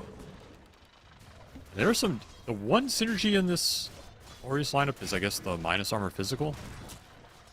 You have the Riptide coming through, you have the Little Shredder, and then you have the tag team. Yep. So if you can combine it all for Roche or something, it's pretty nice. Kind of hard to combine it in the fight, I'd say, but even then, you never know. Don't forget about Dragon Knight as well. Even more minus armor. Oh yeah, Corrosion. So they have a decent amount of little minus armor synergies adding up. It's not a, Drow Ranger Shadow Fiend lineup where you have Slardar and some guy gets amped and then he's just minus 30 armor, but these little bits will add up and they're pretty nice overall. And pretty good for the objective league. So that's the one part that I think will bring this lineup together. I'm surprised Yopaj didn't pop Elder Dragon form for the illusion. Oh yeah, kind of interesting. You used to get it retroactively, which was quite dumb. Yeah. So maybe he thought that was still the case. He's wrong. We'll still use the illusions to try and pressure the puck, and we're going to see this is one of the problems with the matchup. Not just about the CS, right? But it's also about puck is more of a rotation mid, and you can't really rotate out of the mid lane, otherwise your mid tower is just gone to a Dragon Knight push. So damned if you do, damned if you don't. Look at that Wisdom Shrine. Nice play. Skim and Tim's get aggressive with it. Now, Nightfall did make the read, and he took the Wisdom Shrine on the other side of the map, knowing that Night Stalker daytime, I mean, this matchup is already bad. Daytime, it's only going to get worse. So he did take a step out of lane to get the Wisdom Shrine, so no huge loss for Aurora in that regard. They are bringing this tri-lane threat down here. Not able to connect. The lane's too far up. I don't know, this Tusk Chen counter pick's not looking too hot in this game, I must say. Yeah. You have a catapult up top still. But Nightfall, probably not the carry to best make calls to use it. Just let it go. Especially not being level 6 yet. No reason I think to put the action yourself that far out there. If the action's gonna happen, it's gotta be this mid lane. I think a lot of these side laners are just gonna farm. Maybe Natsumi finds this Lycan kill again. That's He a little is difficult with early Helm. inside of the sentry, but not for long. And the turnaround is now here. Coil gives him a cookie. Yopaj makes a run for it. Bushwhack lands onto him. Tim's trying to give him a snowball save from the high ground, but he was too far away for that. And the Dragonite will die on his second Elder Dragon form usage. It's a really bad kill to give up. I mean, you have this basically free farm mid Dragonite. You know you're gonna ult it with him. You know you want to play through him. And they don't bring the supports to play through him in time. It just gets caught off guard. Aurora being ready. More ready for that than Aureus were. Yeah. Especially considering the fact you do not need anybody to help the Naga Siren anymore. Or the Night Stalker. I mean, they had independent side lanes, and they just weren't backing that move up. Where Yopaj jumped the gun. Bad death to give up with that ult. Leaves a lot of pressure from Makoto. He pulls ahead. And now you can make rotations elsewhere. Chen's level 5 already. There's an Ascension. Yeah, first use of that one. Nightfall is a bit far away here. You still have Tim's, but this feels like a bit of a stretch. And not really having a lane immediately pushing into tower either. Double waved up. It feels like they're not going to get a ton of objective damage off of this play either. I think these supports for Aureus needed to be in the right place at the right time here. They missed the play on mid with the DK, now they missed this one top. And now daytime's out there lingering. I think Tim's is just dead. Just feels like small, clunky missteps are costing them some of these big opportunities. Feeding away the extra kill makes things even worse. The rotation's going to come to mid. Yopaj back to hitting that tower, but this tower is still pretty healthy, so I don't know. It feels like a lot of missteps here. Got him on the silence, though. As it turns to nighttime, try and get him with the cookie next. Dodges the cookie with a phase shift and fail to get that kill. All right, well, things are just not hitting for Aureus in this first 10 minutes. It is not lining up. A lot of missed opportunities here. Might come back to haunt them. Still farming okay. Naga's still gigantic. You could be ahead right now. This is your nighttime interval with the Stalker. Another missed kill. Aurora, they're going to respond, try and defend this tower against the DK. Shield Rune DK. Shield Rune DK with the Siege Wagon. Got the coil onto the Night Stalker. An easier kill to get. Cookie pushes him out of the way, and with the movement speed during nighttime, there's no way that Aurora is going to be able to catch him. On the other side, Snowball dodging death here. Nico back into play against the Troll, but not a matchup he can win either. One upside, though, Natsumi does finally finish off that off-lane tower and is keeping Toronto Tokyo under his thumb. Naga is huge. That is the one thing going well. Aureus. None of these moves really work, but nobody has touched this Naga. It's getting solo XP, taking a tower. And the solo levels on this hero are really valuable, because you lose a lot of XP with the wave cutting later on. So if you get it early, it makes a huge difference here. He's got stacks too, man. He is cranking.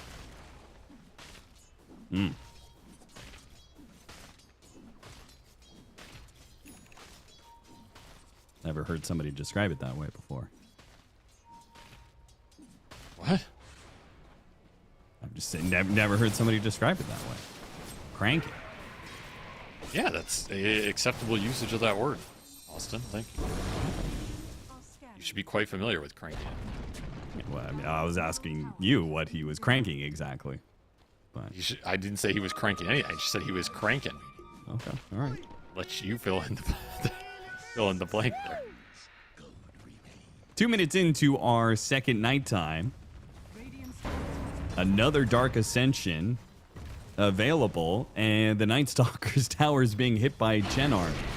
I mean, hell, at this point in time, I would just take a Chen kill for the Night Stalker. They're going to kill his creeps, at least. Big boulder throw.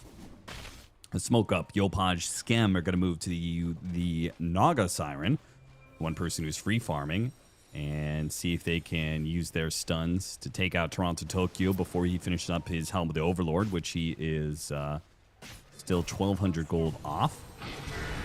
Get with the stun, get with the kisses. They have the ensnare as well. The kisses just keep on landing.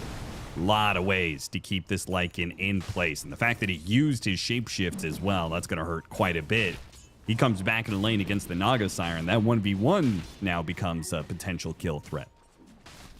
Pick just ruined their Lycan pick. He's just stuck in this vacuum against the hero. You can't force off the lane. Can't take his tower. He took yours. And then the net is just effectively a 3-second stun. Such a tough matchup. Toronto Tokyo's not getting anything down here, so Aurora trying to make the play elsewhere.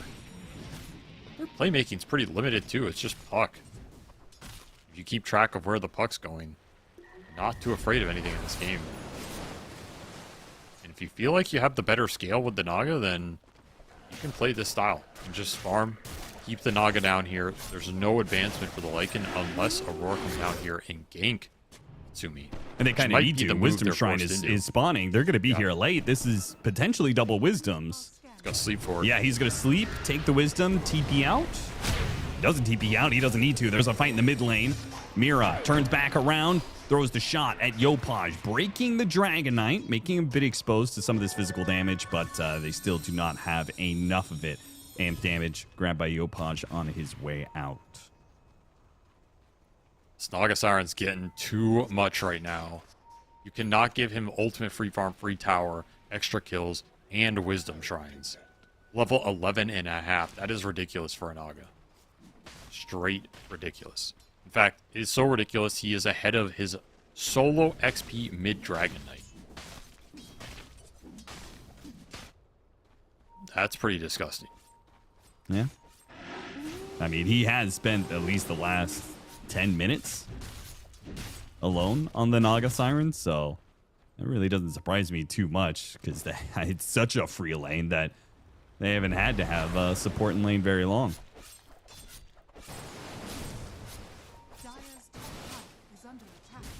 Now finally going to try and take the safe lane tower, Nico.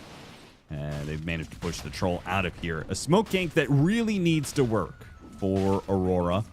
The first time that they've moved to the Naga Siren's lane and timing it for daytime. Unfortunately for them, they're just running into the illusions here, pushing in even deeper. Feel like this duo was not going to burst down the Naga Siren. You need a little bit more damage, and that close to the tier 2 poses a dangerous issue for Aurora. They don't even get that opportunity to make the play. No wards on Mira. It makes that play really difficult. Too many hills you have to go up. You get the tower and you kick him out, that's something, but it felt like the damage was done down here. How much Natsumi got. And he can continue to throw illusions into this jungle area and scout you. He can push you out of this area. Just because you take this tower, it doesn't mean the Naga has to vacate the entire lower half of that map like some traditional carries might have to. Aureus just farming, dude. They pick a lot of scale with these 3 cores, and they are getting that scale online. They're going to go double Orchid as well, between DK and the Naga. This Puck's life is going to be miserable in this game.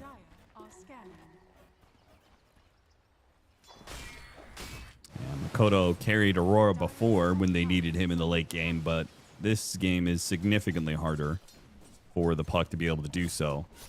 And that's just a question whether or not they can weather this mid game. It's only 17 minutes in.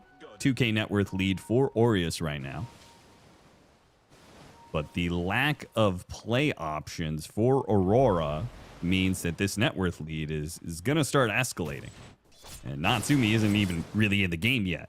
He could start playing a little bit aggressive as soon as he gets that Orchid. And you're going to need Nightfall to get some sort of dispel. Otherwise, carry-on-carry matchup might not work for him. No, it's not a good matchup for Troll. You can kind of go like, you can go Ags Mjolnir or something. It's your best bet. But even that build does not deal with the Naga, so you're often better off just going the build you think will win you the game. And hoping that your team can help deal with the Naga overall. Smoke play to the troll. Orchid stun. Second time that they're going to use this combo. Dragon Tail stun into kisses into ensnare. Now, fortunately, Nightfall seemed to be pretty ready for it. He popped his ultimate before he even got hit by the Dragon Tail and will survive as a result. But getting that ult out of the troll and pulling some heroes from Aurora over to this side of the map. Not too bad for Aureus as is. TP in from the puck onto this outpost. Spotted by Yopaj and Tims. Doesn't get the initiation immediately. Get him on the blink afterwards and still burst him down. Nice find. The minus armor combined with the tag team proves to be too potent. A bushwhack does manage to get a hold of Tims to get a kill in return. Toronto Tokyo hoping for more, but Yopaj is not an easy target. He doesn't really win that man fight against the physical damage, while Natsumi cleans up Mira, who pushed forward to try and help this. Toronto Tokyo Wolf gets some kills. Instead, he dies. Ollie, pulled into the same engagement, is also going to be run down. And now the Lycan with the shapeshift, it's run out at the last second. He wanted to get back to the base instead. In his human form is easy food for Aureus. Aureus now fully taken over the game, 5,000 net worth lead and tier 2s on the table.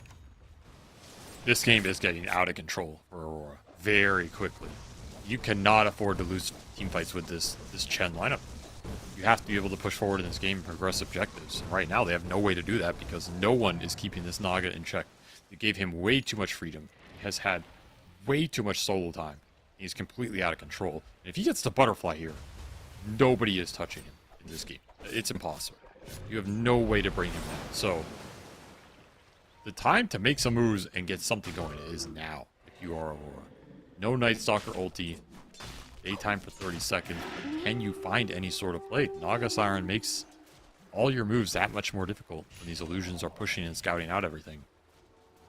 He always has that song to bail him out. You'd have to execute the stuns and silences really well. This is your moment. Got him on the bushwhack instantly. Cookie frees him from that one. Silence Manta goes off. They still got him inside the coil, but he got off the song. And now they could just wait out this coil, walk away. As you said, It is difficult. Even if you execute perfectly, which I think Mira, his reaction time was perfect there, it still wasn't enough. That's the best you can do. Like, you landed all your disables on him. It's just Cookie plus his tank ability bails him out. I guess they do get something out of this. The Night Stalker flips the Tormentor, so at 20 minutes, it's in the bottom right. They'll get that out of it, so a shard for Ollie. Some heroes TP away. Clearly, they feel under threat here as Toronto Tokyo pops his shapeshift to try and get out. It's going to be the supports that are found as they try and retreat. Nico gets a pickup on Mira, Yopaj on Ollie. Expensive Tormentor. Don't stick around for too long. Toronto Tokyo, if you get greedy here, Wolf is going to scout out Yopaj. So Toronto Tokyo knows not to farm these Ancients. There is a lot of initiation now with Tims having a Blink Dagger, Yopaj having a Blink Dagger, the Night Stalker with a Blink Dagger as well. Like, they're going to use the Naga Siren's presence on the map and the map control they get off of that. And they've got all the tools to be able to jump heroes as they split apart and try and deal with these illusions pushing into the various tier 2s. So Nico, underneath the ward, almost got caught there for a second. And they do take enemy Wisdom Shrine. Big XP win for them. The XP lead just continues to accelerate in this game. Second time this game, they've managed to pull that off. I like the shard on Nico. Can you still eat the Helm of Dawn creeps? No. Because they made that change with the whole creep hero thing or whatever. No, you can't do any. You can't do anything. Oh, well. Sucks for Night Stalker. I thought that would be a little different just because he was able to eat Ancients, so maybe, I don't know exactly how that whole thing works, but... You can only eat some Ancients, so... Wait, really? Yeah, there's some you cannot eat with this shard. Huh.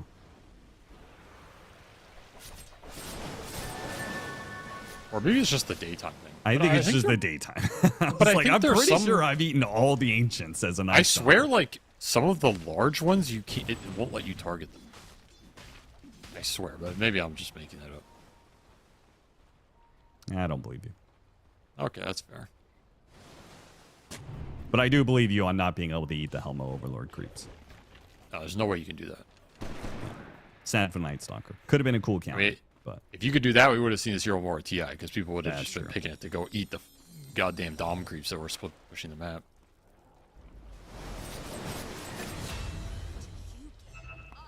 Well, that was fast. Yeah, this guy is out of control. Natsumi's about to get a butterfly.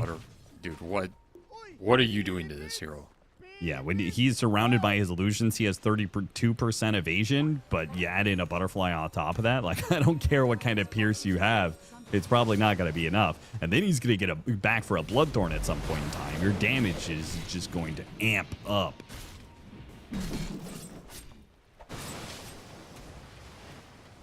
Just classic 50% evasion at 23 minutes. Yeah. Nice. Illusion. Goodbye, Chen. Also a miserable matchup, by the way. Like, this Naga owns Chen. You deal with the lane pressure. He does nothing against you in the team fights. It's rare that you get any sort of vacuum between the two heroes, but you end up in games like this, they are so sad to play this Chen. Okay, Mira. Yeah, that's not gonna work. I actually think Aurora don't really have any plays. Like, No, they don't. At one point, it was like all in the Naga Siren and catch him, but because he has Aegis, that's out the window right now. They just have to sit back and farm and hope that Nightfall can get to enough items and they somehow get the right kind of fight. And unfortunately, he's not even going to get there. Oh, he got off his ult. Never mind. Thanks to the Chen heal, he stays alive just long enough. Now, unfortunately, he's still being pulled out of position here. Natsumi's going to come in from behind. And that will still be a core for support trade-off. And Ollie will be run down as well. Pretty easy for Nico with the Blink Dagger to always catch this Chen. It just feels terrible to play Chen in a game you're behind like this. And they finish him off, they finally get him. Yopaj isn't even there. Yeah, he's just chilling top, man. It's like, good job, team. Keep it up. I'm farming.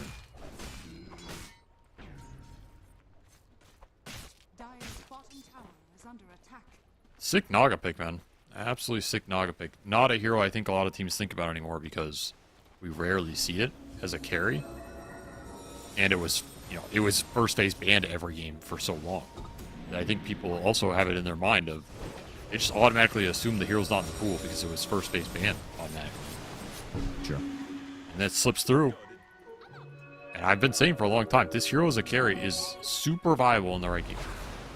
When you have good core matchups, this hero is unstoppable. And still disgusting. Just about to complete the Bloodthorn. Sells the Wraith Band. What's he holding on to that extra? I mean, I guess he's going to replace the Aegis slot with it. Yeah, efficiency, Austin. Oh, Bloodthorn 26. What in God's name is this? 1 minute left of the Aegis 2, so he could just run at them. This is such a disgusting inventory.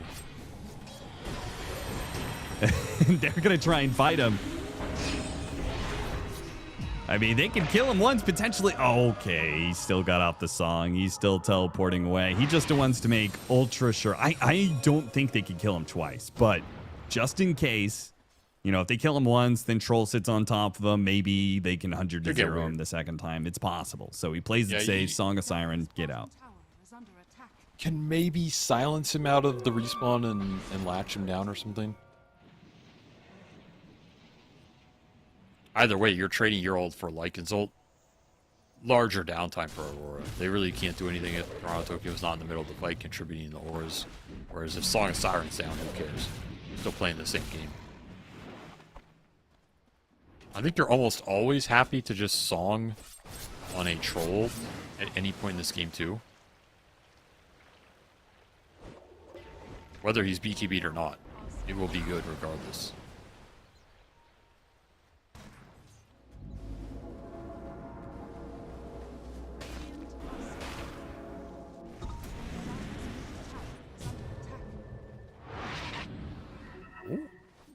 Well, MKB is almost done for Nightfall. So at least he'll be able to handle the evasion. He has the Manta for the Bloodthorn. Like, there is a very tenuous answer to this Naga Siren for now. That doesn't account for all the other heroes in the game here for Aureus, as an AC is almost done for Yopaj. He's also almost level 20. The issue is by the time if you can deal with the Naga, by the time you do, these other 2 cores are going to scale as well. Yeah. They're okay matchups for Troll, but they're not automatic matchups. No, for sure. I mean, you have Night Stalker is innately a bit mobile. He plays on top of his trees via the Dark Ascension, so it's, you know, if Troll can get his hands on him, you can 100-0 him. The Dragon Knight, another hero you can 100-0, but it's going to take a while considering all the extra armor this guy's going to be rocking with an AC and the what one is? Oh, it's still called Dragon's Blood. I was looking for his innate, the Dragon's Blood he's got, and they're not even letting the wolves survive, man. The biggest issue for Nightfall is because he had to rush MKB, you don't have early BKB, so you're still super susceptible to any sort of stun, any sort of ultimate that comes out in the fight, whether it's Ascension plus Silence, or if it's Naga Song plus Net. All these spells are just going to ruin your day. You had to go MKB. But at what point does this item progression on both sides? Like, I feel like Aureus is untouchable in a fight right now, or at least near untouchable. Yes. Do you think that they need to take this next Roshan and go high ground with this advantage that they have? They don't have to, but it would be very tempting to. Like, I think they're still favored as we go later, but I feel like the gap closes a little bit. You know what I mean? It does get a little better because the puck's damage will go up and you get at least some AoE clear. Yeah. But I still have to believe that if you have true 5 or 6 slot DK Night Stalker, that this puck's game is still very difficult, and the Lycan is going to fall off hard here. That's the issue. Lycan is just not a great late game hero. He plays off lane pressure and enabling other heroes to scale really well. But he does not scale hard himself. So you're just going to be down a core in these late game fights. I just don't see Aurora winning it in the late, almost no matter what. Yeah. Even if you can build some answers to not. He's getting the Ags. Giving it to the Troll is kind of weird because can he be, like, range heroes turn into melee heroes, but, like, does that change with Troll and his battle stance? Is that a unique thing? No. Okay, you think he's still going to be melee no matter what? Yes. Okay. When I was messing around, I messed around with this a while back to see what you can do with it. Okay. And basically my understanding is the only way the wolf fight hero can have range is if he has a spell that gives him plus range. Like meta. Exactly. So Metamorph is one of the only ones. Okay. Because you activate it and it gives you bonus range. If it's a passive, and so your range is just increased passively, it doesn't work. I see. Okay. I'm sure there's some it'll buggy interactions or give whatever. crit damage to the Troll, which, you know, that's kind of good, but bit of a poke here at Natsumi. They do also have a break that takes away some of the evasion. It takes away his eel skin. Yeah, he has heart now though. Yeah. And it's a little sad. There goes the Bloodthorn. There goes Manta in response.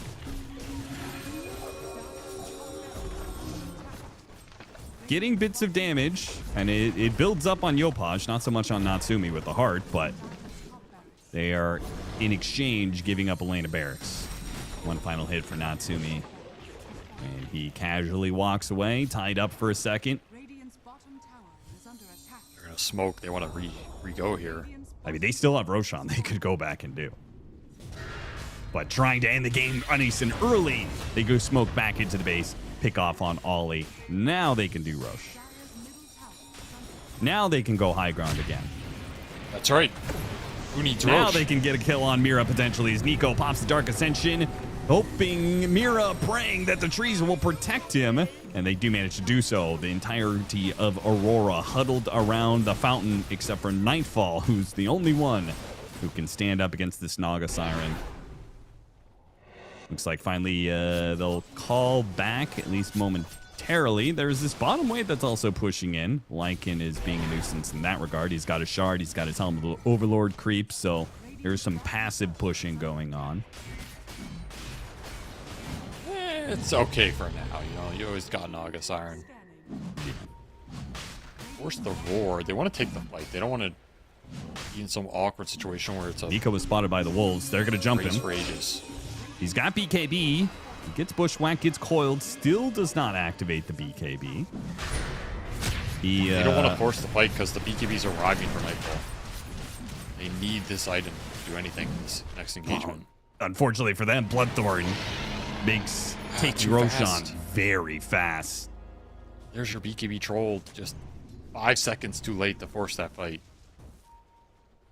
Well, they have to make the Go. go anyway. It doesn't matter. They just have to make the jump. They have to go for this Dragonite.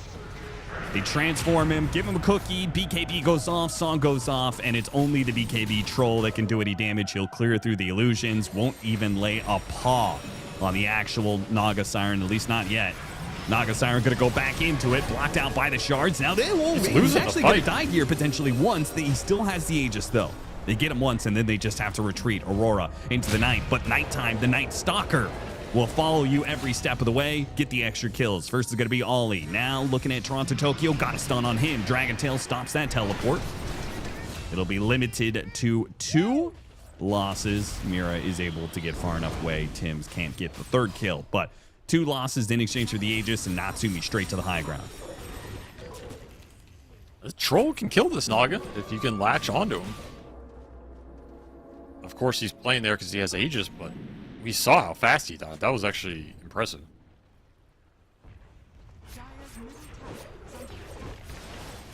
Are you going to be able to force that again with no Aegis? Because Natsumi's, he's just going to play farther away from you in the future. Yeah, he will not give you that type of mana. Which pretty much means you have to get the jump on him. I don't know how you really do that. Like, you almost need like a Blink Dagger on Nightfall to follow up a coil from the puck. Could be one way to think about the fight. If you can coil the Naga, blink, and just ult BKB straight on top of him, he can't song off of you. He has no mobility of his own. He would just... You have to cookie him. That's kind of it. Yeah. That's probably your best bet. Some sort of situation like that, because you do not want to end up in some drawn-out fight. As we saw there, you can Lycan bite a troll, but then he still suffers against the song in the net in the same way the Lycan does. He has BKB to push through some of it, but if you can't get on the Naga during the BKB, it doesn't do you any good here. It also doesn't help that they've got 2 supports with saves as well. The Snowball and the Cookie. Yeah, So even just like another 1 or problem. 2 seconds of delaying the death could mean that the BKB expires, the song stops him. They do manage to get a grab. Okay. They found What him a find. isolated. That is perfect. What a massive win for Aurora on the brink of death. 1 barracks left before Megas. They push out and find the Naga Siren, and not just the Naga Siren, isolated Naga Siren, who also just summoned Illusion, so it's easy to clean them all up. And you get an amp damage on your puck. He'll finish his Lincoln Sphere here, I assume. Yep. So big upgrade for Makoto. Nice little rune on top of it. Some momentum out of nowhere. Yeah, Sometimes first you just smoke and find Naga Siren. yeah, that first easy. death of the game for Natsumi.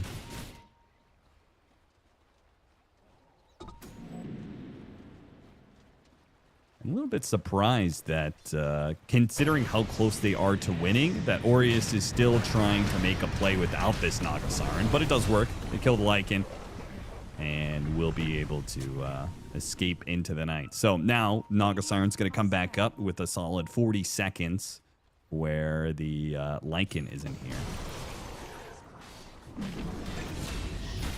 Yeah, that And now nullifier Mira as well. Brutal. Yeah, his 2 other cores is the problem. By the time you deal with the Naga, the other 2 cores are farmed up, and now you're just dealing with an insane tri-core lineup. And Naga is one of 3 big problems you have to deal with.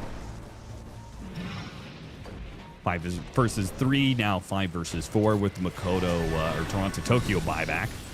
Makoto push forward, Nightfall. He dared up into the high ground. He's isolated a bit as the Ice Shard blocks off the rest of the team. Gonna up the BKB. Tim's with a punch though. Stalls him up. Now the song. Oh, nice now the snowball. snowball. This is part of the problem. Even a few seconds is a killer for Nightfall, who no longer has BKB, no longer has his ultimate, and will struggle to find the real Naga Siren amongst the mess that is these cores from Aureus. They surround the troll, easily kill him, and that is GG. Aureus will take the win over Aurora. What a very interesting draft. They really went all in on these counter picks, and it felt as if the Knights... I was a little concerned about the Night Stalker Dragon Knight because the lack of outspam, the lack of ability to push the lanes in and make plays. And then they just got this crazy last pick Naga that not only fixed the issues in their draft, but completely debilitated that Lycan, completely debilitated the troll in the team fights. Just an amazing last pick Naga out of nowhere. That was a very clutch draft for them. I think they just won that on the draft alone on those. Unless that Puck somehow just goes mega ham, but... Puck is not that fast of a hero anymore, and he has to play into some really tough counters here with Night Stalker Dragon Knight. So they shut the Puck's potential down, they shut the Lycan's potential down, and then they had a very clutch last pick that no one could really deal with. That'll win you some games right there. And it wins them a massive game. As this matchup against Aurora, this would have been putting Aureus in the, kind of that... precipitous situation where your losses, you got a lot more losses than wins, but now 2-1, actually having a winning score in the middle of day 2. Very good. This team is good. This team has a lot of potential, man. Like, people are going to underrate the C squad because people always underrate C, or you could say sometimes they overrate it because they haven't won anything in a long time, but yeah. I think this is one of those squads not a lot of people are paying attention to, but their players are really individually skilled. They have good shot callers. Skem's a great shot caller, good leader. They have a smart coach, and they have Western experience. That goes a long way, right? Like, you can see that they draft differently, they play the map differently than what we saw from Execration earlier, for example. So I think this team can take games off of almost anybody if they really play to their top potential, and they have some creative drafting like they showed here. You know, winning a BO1 is different than winning a BO3 against top teams because it's a lot harder to outdraft somebody in a BO3 than it is in a BO1. But I like that game. I liked what I saw. They had good stuff going for them on multiple levels and some uniqueness. And Aureus is going to need the momentum because this is a 3-match day for them. So if you want to continue to watch their games, they'll be over there on Stream A. They have a matchup against Yakult Brothers, and then the very last series is a matchup against Team Spirit. So some tough teams ahead, but they got the momentum, got the first win of the day. Still 2 more to go for them, and more matches to go for us. We're going to take a break, and then we're going to come back with Liquid versus Execration. So another C matchup against a European team. We'll be back very shortly.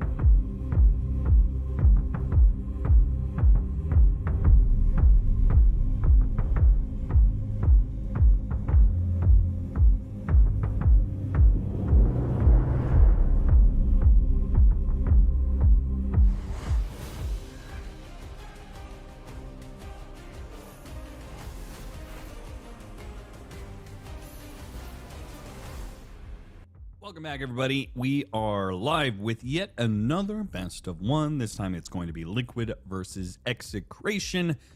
Avery, expectations going into this, because Execration is doing all right. Liquid, not so hot. Had a rough day yesterday. This will be their first match here for day number 2. Let's hope it goes a bit better for them, because that day 1 was not good. It was just, it didn't look like they were playing well together, and it didn't look like they had the best idea on the meta either.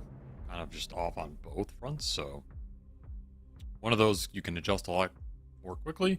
The other might take more time, but hopefully we'll see a bit more fight from them today. And I hope they would like that as well, because, you know, hopefully they're not too discouraged from some of the recent results. What kind of draft changes do you want to see? Because we have the draft ready to go for game. What number of game is this? 4? 4 of day 2? Damn, we're already in game 4, huh? We're already at over the halfway marker. It's weird. Like, this format, it feels as if the games go really fast, but it also feels as though there's a lot of them. Yeah. Which, I mean, that kind of sounds stupid, because it's like, well, yeah, I mean, there's a lot of BO1s, but I just mean, it feels as if the teams play a lot more than it looks like on paper. Because if you're a team, you're going, well, we're just playing a bunch of BO1s. You know, I'm sure for these teams it goes pretty fast, but I think for viewers it's a lot of games, because there's just so many matchups. Yeah, they're playing only 2 or 3 games a day. Right. Which is equivalent less to than playing you one would. best of 3. Yeah, pretty chill. So, you know, I've been there, and you play a couple BO1s, they go by really quick, especially if you get stopped in one. Like, maybe you get Huskard by Falcons one game, and that's 15 minutes, right? And then that's half your day. You're like, well, time to go scrim, I guess. So Yeah. maybe Liquid have had more time to scrim. That's another way of looking at it. Yeah, Liquid has had until 6:30 in Europe, 6:30 p.m. for their first match of the day. They should have had plenty of time. They should be nice and ready. Everybody should be very awake right now. This is Dota! Look at that face. It's a face only a mother could love. Now there's a classic, the Tino Mars. That is a classic, yeah. Better than the phylactery axe. Net with the timber saw. Look at this. It's an ATF meta. We're all just living in it. Yeah, what Mars is versus this Timber. for Liquid? Because I feel like Ace is not a Timbersaw player. He is not a timber player. Nisha, however, is a timber saw player. Right, but then why would you respond with Timbersaw to a Mars when you don't think that the Mars is going mid? Well, it's still just good in the game, right? It's one of those heroes that can frontline against him and at the same time chunk him down. It's a very good matchup in the game. So I have no problem with the pick. I think if you're Liquid, you definitely want to threaten the flex. I think 75% of the time they rather have it on Nisha, just player playstyle wise. But I think Ace will play it if the game ends up being better for it.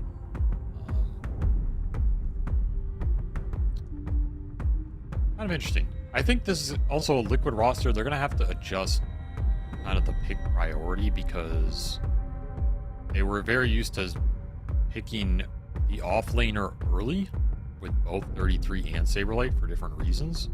And I think Ace is... I think he likes to see a bit more, generally. And kind of what he plays later on.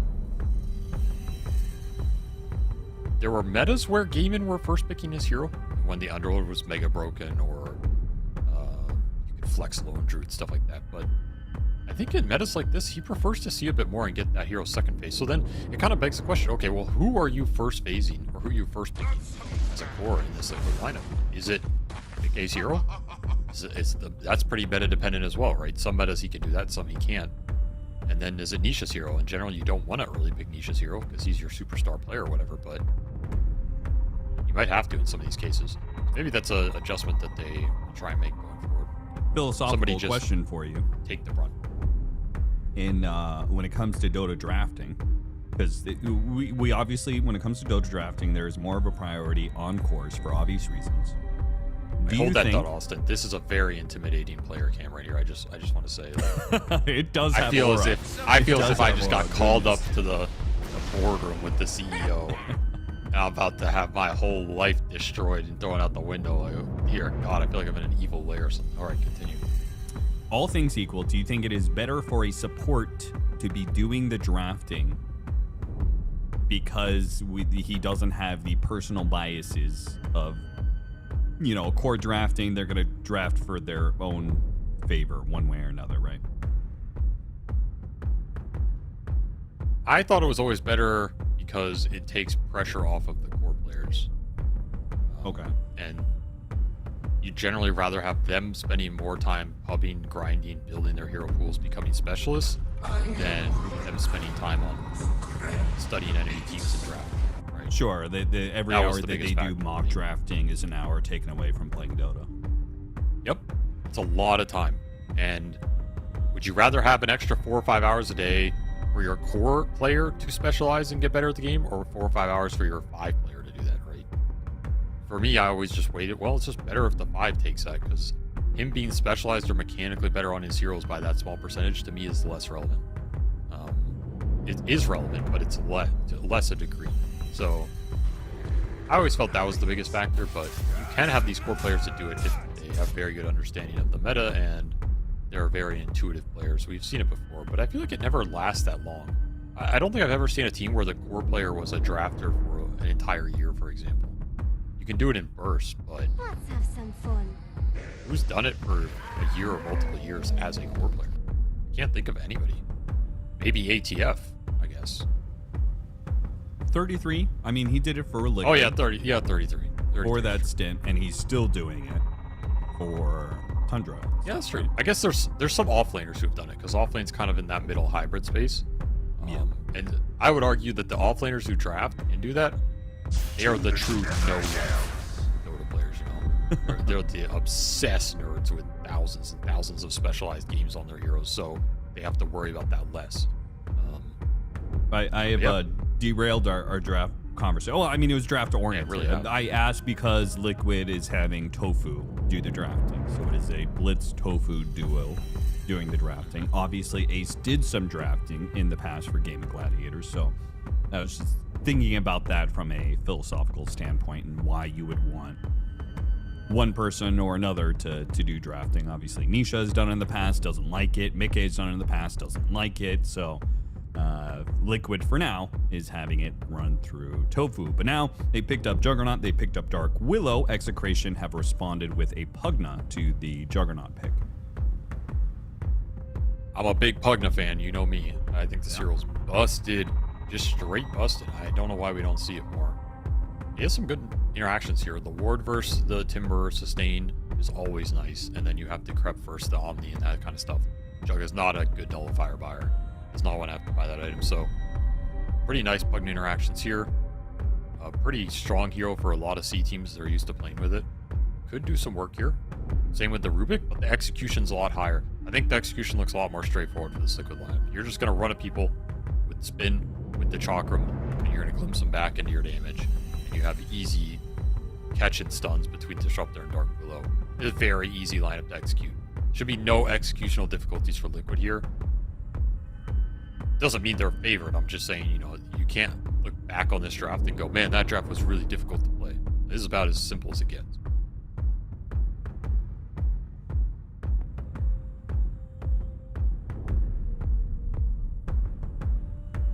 What mids are left for Execration to even pick up here? A lot got banned out.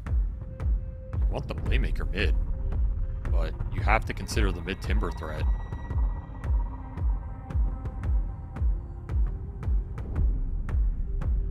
You need some damage too, like some real oomph. I was going to say Lesh, banned away by Liquid. Yeah, that would have been nice. Ember, Void Spirit, they feel like they don't have enough oomph for you? Yeah, I don't think so. I mean, those are your obvious considerations. You can always take one, but I feel those heroes are not the best with Rubik Pugna because the damage follow-up in the early game isn't that great.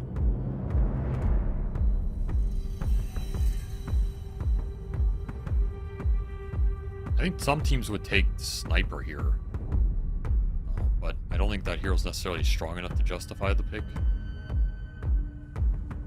Or even Shadow Fiend. Shadow Fiend could be interesting, actually. I don't mind mid Shadow Fiend here because you have Gyro Mars. Holy. I think Gyro, people underutilize Gyro as a hybrid carry, you know? You can pick up these carry mids with Gyro because he's just a brawler too. You can play him like a brawler and then he can also pick up some scale. People underutilize that aspect about the hero a lot. Okay, Queen is also good. I did not realize that hero was just still Yeah, that's a hero that has some goddamn oomph to it. yes, that was a really good pick.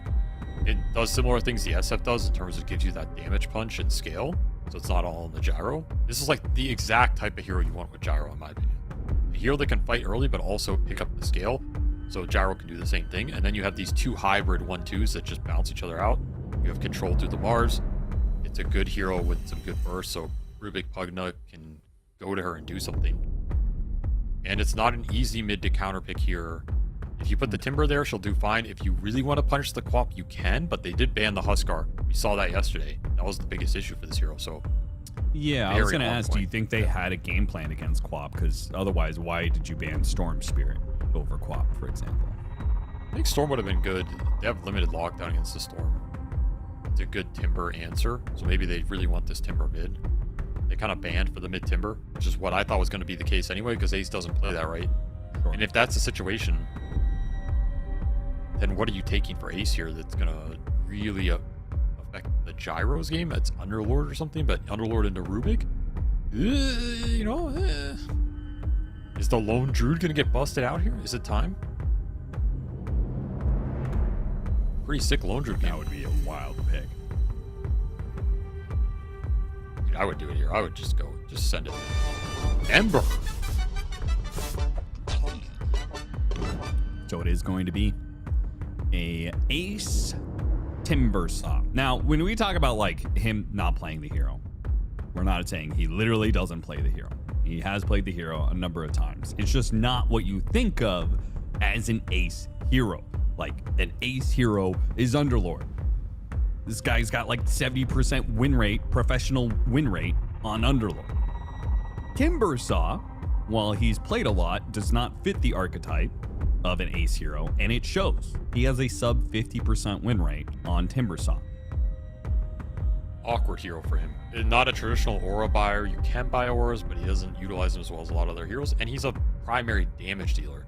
Ace is more of a team fight specialist. If anything, he leans more towards the scaling options than the high damage heroes. You know, Lone Druid is what I think of when I think of Ace, and that's the type of scaling offlaner I think of, right? Slow build up, but once he gets his items, he can have really high impact with them, whereas Timber's kind of just go, go, go. Yeah. And I don't think that's Ace's style. So the hero does have some stylistic clashes with him, but Liquid got the flex value out of the pick. They're able to get a last pick hero for Nisha. He had his choice. There is a lot of value in that. If you think this Ember can just run the game over, Ace doesn't have to put this game on his back or anything. You have two other pretty good cores. And the Jugs game looks pretty solid. Outside of the Decrep and the Queen of Pain, he has pretty good matchups against the Mars and the Gyro as far as carries go. So Jug can put this game on his back to some degree as well. All right, well, we'll see. Do you feel like Liquid did a better job drafting than they did yesterday? Yes, 100%. They didn't pick Pudge, so they got that going for them. Okay. All right, time to rock and roll. Game number 4 of day number 2. First game for Liquid. Second game for Execration, who had their loss earlier today against MOUZ, and it was a very uncomfortable loss. They, I would say, flat out got outdrafted. Not the case here for Execration in this matchup. This draft's a lot more even. Both teams have a decent amount of synergy. They have a lot of team fight, solid scale on both sides. Just comes down to execution. I'd maybe give a slight edge to Liquid just because of the ESA execution. But the Ace Timber's a big question mark. And honestly, they haven't been playing too well either. So maybe part of going Disruptor into an easy execution lineup was to try and ease some of those difficulties, right? Yeah. Let's stop trying to play Fury on Pudge mega high execution and let's simplify the game when we have other issues to solve as well. That is sometimes a route you just decide as a team at certain periods. You go, okay, we're not playing it 100%. That's fine. Let's just make the game a little easier, and then we can work on the other stuff instead of having to work on that stuff while the game's very difficult. Because this kind of stuff can go really wrong very fast. A late smoke from Tofu is immediately spotted as Tino wandered into the jungle at the perfect time. And we'll see if how Liquid deals with the frustration of the C pauses. Yes, the C pauses, the mental damage. They were born in the pause. They were molded by it. Yet these Western European teams, they do not know about the C pause. Yeah, you take the C team out of C. You put them in a European boot camp. Somehow, still pauses. It's not the C internet. It's something else. Could be the C internet. It's followed them. The C internet Cannot escape. C internet drop is inevitable. I was thinking about. I think there are a lot of things. I think too many people were like, "Oh, Game and Gladiators, Liquid merging together like this easy, right?" Because people think of them as having the same play style, where they're both fast teams. I would say the way that they play fast was different, first of all. But I would also say that slotting in Ace Tofu, I mean, we're already seeing like one, Tofu is no longer playing with Ace in lane, so that's kind of weird. Two, what you're asking out of Ace is very different than what Ace was asked for in Game and Gladiators, or perhaps what Ace demanded. Perhaps, I think Game and Gladiators fit their playstyle more towards Ace than the other way around, whereas I feel like with Liquid, you kind of have to adopt at least a little bit more of a lenient playstyle when playing with Mickey and Nisha, who, have, I think, some versatility in their playstyle that doesn't match up as well with Ace. But all that aside, I do think one thing that Ace will bring to this squad, or the pace of time, is something that I think 33 also brought and was missing, I believe, last year, which is an expectation from the team to be playing Dota, to be, trying hard every single game. Because my understanding is Ace he's the guy on Game of Gladiators you did not want to disappoint. This guy works hard. He expects a lot out of his team. He demands that. And you can't do that when you work that hard. First blood, though, goes to Boxy as they get a little tri-lane action. Yoink that away from his carry. Brutal. Brutal stuff for Mickey. Commits the spin and is not rewarded. Yeah, I mean, Insania would have never taken that kill away from Mickey, but... He wouldn't have. That's also a big difference, right? You don't have Insania. So that Mickey and Insania have played together for so long.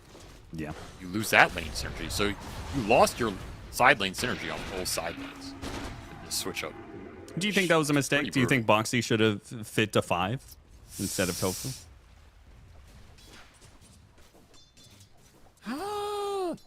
Maybe, yeah. That's what I would have suggested in a vacuum. But obviously there's a lot of other considerations, right? Hero pools and playstyles and who needs more farm, where's the shot calling coming from, that kind of stuff. So more complicated than that, but this side lane synergy matters a lot at the very top. And it sucks to lose it. That's all. Just got to deal with it. Sure. Also, the benefit of this is Liquid got to kill one of their biggest rivals. For sure, I mean, and I don't think that required them picking up Ace. No, but it helps. It was the nail in the coffin, already dead. And then you get to call yourself Liquid Gladiators, and that's just badass. I see. Mickey, another attempted kill. This one will run out of damage, missing the extra supports that they had the first go around. And now Mickey is actually going to be... He's not dead. He has 10 magic wand charges. Shanks is dead. Shanks is dead. And maybe Tofu dies in return. Spear up and God's Rebuke up in a fire. second. He's got both, and he'll get it with just the God's Rebuke. Ours is just so strong. You can just first pick ours, and this hero just wins lane. Is always useful in the game and scale well. This hero just doesn't have downsides. What is the downside of Mars in your life? I think you could argue that its scale as a damage dealer is not the best. His scale comes from his utility, typically. Yule's Refresher, maybe a Scythe pickup, right? He provides a lot of disable that's really powerful in team fights, but... Yeah, I guess so. But, I don't know. How many offlaners are you looking at to bring scaling damage nowadays anyway? I think that's fallen off a bit. Valve toned it back, you know? I think that was the case for a long time, especially when ATF was just coming up and he's abusing Razor and Viper and that kind of stuff, but... And he abused Mars and scaled with that hero with the physical damage build sometimes, so they had to nerf that down a bit. Yep. So I think a lot of that's been nerfed, so that downside isn't as relevant now as it was back then. Even then, it wasn't a downside because he had the Ags at the end anyway, so... Sure.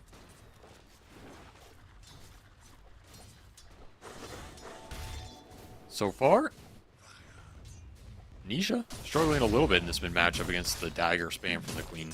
But Mickey at the top of the chart.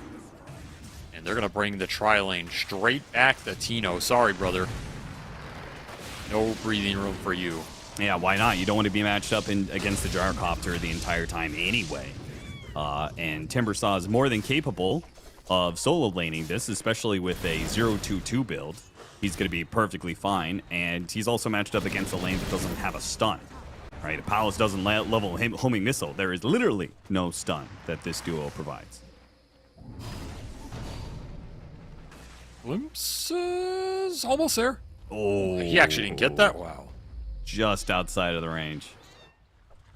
This pseudo tri-lane's done some work. This Jug is in a really good spot. The Timber's not suffering too much. He's basically on par with the Mars anyway. He's getting levels, so your only real concern here as Liquid is this mid matchup, which you last picked into the Queen, and it has not worked out. Nisha is into the jungle level 4. A very slow start in the Ember. Yeah, 600 net worth behind is crazy. Shanks, they'll die again here, and if anything, Tino's got to be careful. They still have a glimpse. CML, he comes to join, make this a tri-lane, but now, you know, this is kind of exactly what Liquid wants. Now, Ace is in an isolated one-on-one as a Timbersaw. He's going to be fine there while still picking up farm. And you're matching tri-lane against tri-lane where your carry is Juggernaut, who is probably one of the best carries to help his supports, you know, go for kills. Conceptually very strong from Liquid, how they set this up.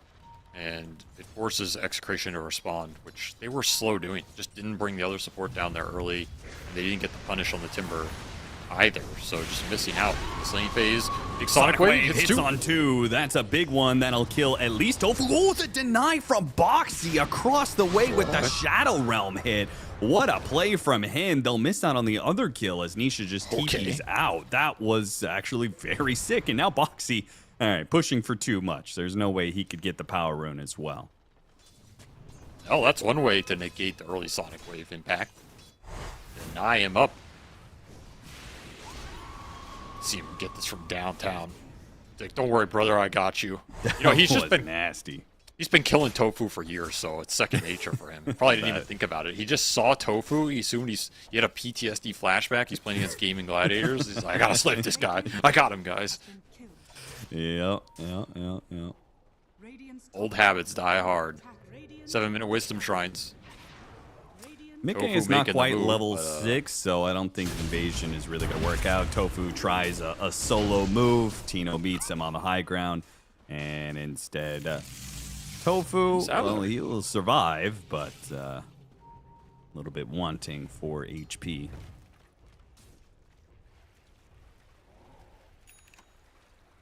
So who won this lane? I still think Execration won this lane, despite all of the tri-lane shenanigans, and you got the solo lane for the Timber. If you kill Palos here, it would be huge. No Bramble Latch. It's going to be rough. They needed that extra bit of damage. Shadow Realm, now Timber Chain. That'll finish him off in the end. How do they fare on the second part of the fight, though? Bob is here, got a telekinesis stop at the Timber Chain. TP out from Ace. Now the telekinesis is gone, and he judged it correctly. Got a successful Okay. TP out, left with very little HP. No mana, no Sonic Wave. Limited damage output from that Queen space for the Ember to get the rune? No. And damage for CML, and he's going to turn that damage onto Tofu here. Tino can hit him with a spear. It's not going to be enough. Doesn't even hit the spear. The Sonic Wave does land. That'll finish him off. Nisha, he gets the kill on the Pugna, or Boxy does, rather. Jumps away to his Remnant, and should be fine from here. So, trade-offs still happening, but Execration aren't really getting the better of the engagements. They're having to rotate heroes around, and I feel like Nisha, as a result, is making not a recovery by any means. He's even farther behind net worth-wise compared to the Quap, but he's at least getting his footing where he's now level 6. He can play Dota. You know, before he was not able to play Dota. Now he can at least play Dota. He's still far behind, though. This is a really poor Ember Spirit, and it's a really poor Ember for what was last pick. That's what's concerning. This was supposed to be a pick that had a little better of a game, at least. You know, it's okay to counterpick yourself if the game is really good for it, but it's going to be an uphill battle here. And that's going to create some opportunity for Execration in the fights.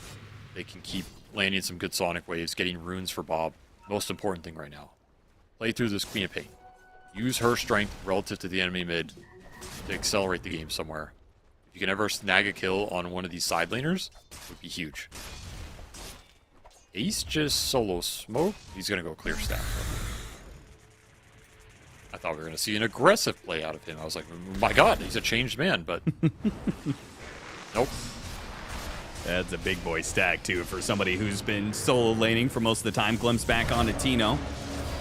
Mickey will spin to get through the arena walls to get on top of Tino. Can he do enough damage, though? Oh, we get to the other side of the wall. So the final tanky. couple of hits from the supports do not land, and it's Liquid who come out losing big time on that one. Palos, what a rotation from him. A double kill he picks up off of that, and they force the Mickey Juggernaut to teleport out. Gyro's really strong in this early game. There's a lot of HP to work with Tread's Falcon Blade. He has a secondary strike. His spells are really good against these cores in the early game if he doesn't get bursted down. So Liquid really need to be careful about overextending into the Gyro or the Mars rotation to either hero. Just really strong together. So much HP to work with. I mean, that Mars is so damn tanky. He's only level 6. He has 1500 HP.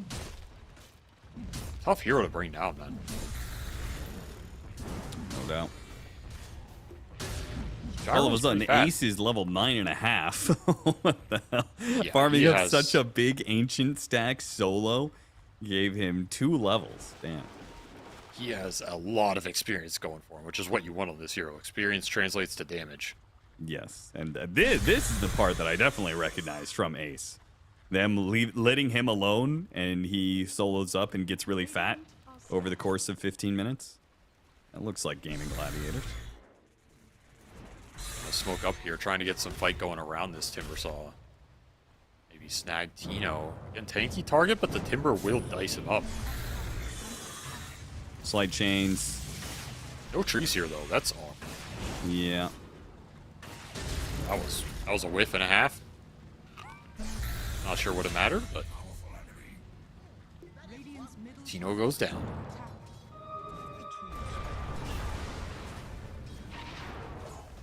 A little bit of damage on mid in the meanwhile.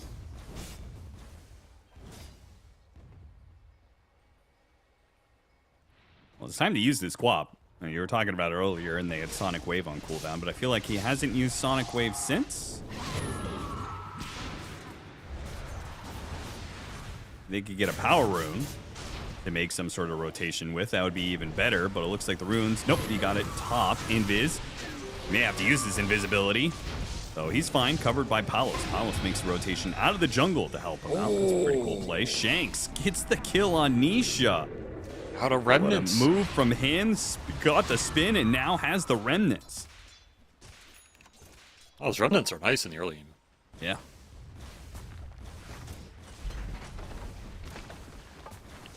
Not too expensive, some extra mobility. They look awesome. Have free TP back to base as well. Never hurts. Just get the power. Oh, jump away to his remnant. He almost died there to the burst damage from Ace. Instead, they'll catch CML. Still has a chance at Shanks, but nah. very back and forth game. It's just Nisha suffering because he went Urn, no kills for him. He's just sitting 0-1, no Urn charges. It's going to be a slow Vessel. He's the one core that really stands out of everybody in this game, but otherwise, just been back and forth. I do think you want to get another Sonic Wave or Arena connection here soon if you're Execration. You want to keep using these ults. They're your real damage source in this game. But otherwise, you're kind of okay letting the Gyro farm up right now. And put Pugna on tower duty. Start blasting away bottom. Can't really do too much about this Ember Spirit anymore. Thinking about targets of where you use this Sonic Wave, but until you get Blink Dagger on Mars, I don't think Nisha is really under any threat. So, time to go somewhere else. They go to the Juggernaut's lane. Another lane that's kind of hard to gank.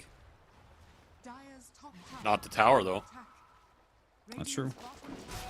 Towers get ganked. No CML. one's saving it. Pull the 0. Easy tower right there. Power up the Pugna. He does do a lot. Like, you don't want to drag... Like, he answers a bunch of spellcasters. He gets a bunch of survivability because of this facet, because the Nether Ward is so strong. Gives you tower pressure that supports typically do not do for you. It's an anti-physical damage dealing core hero because of the Decrepify as well. Gives you a bit of sustain. I'm with you on the Pugna train. Yeah, for the broken record, hero, is what man. I'm saying. Broken hero. Nether Good Ward against level magic, 1 does good too against much physical. damage. There's no way you should be doing 1-to-1 damage to mana ratio for a level 1 ward, in my opinion. Yeah, well, Especially there's no way... if you have a facet that allows Pugna to be tanky because of how much the Nether Ward is doing. Well, there's no way a skeleton can support such a large hat. But that's the world we live in, Austin, where the impossible is real, and the real is impossible.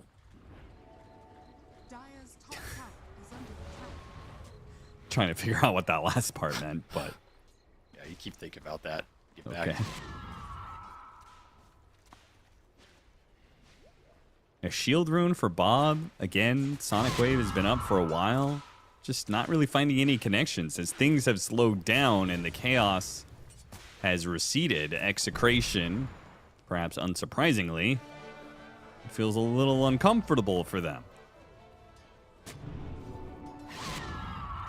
Just not really plays to make. Like you said, though, who are you trying to even go on at this point in the game? Kind of just have to play it slow. Or wait for Liquid to go into you and read the move. It's another option. I lose this deep ward. That would be quite sad. I mean, the counterplay was working out for them, but Liquid's just not making any moves anymore, so... Okay, well, he's dead. They got him good. Double ults used for that one. Another ult used top lane as Boxy and Nisha kill Shanks. Tofu has been the recipient of every Sonic Wave this game. Yeah. I think you're There's right 5 about that. deaths, and I think he's been Sonic Wave 4 times. So that sucks for him. One way to shut down a Disruptor's aggression is if he's never alive, he can't glimpse you. And welcome to playing 5 position, Tofu. It's not quite the same glamorous life that 4 is. Yeah, it really isn't. This is time for the Ember to recover. He's recovering faster than these other cores on the side of Execration are farming up. Good news for him. Juggernaut gets the spin.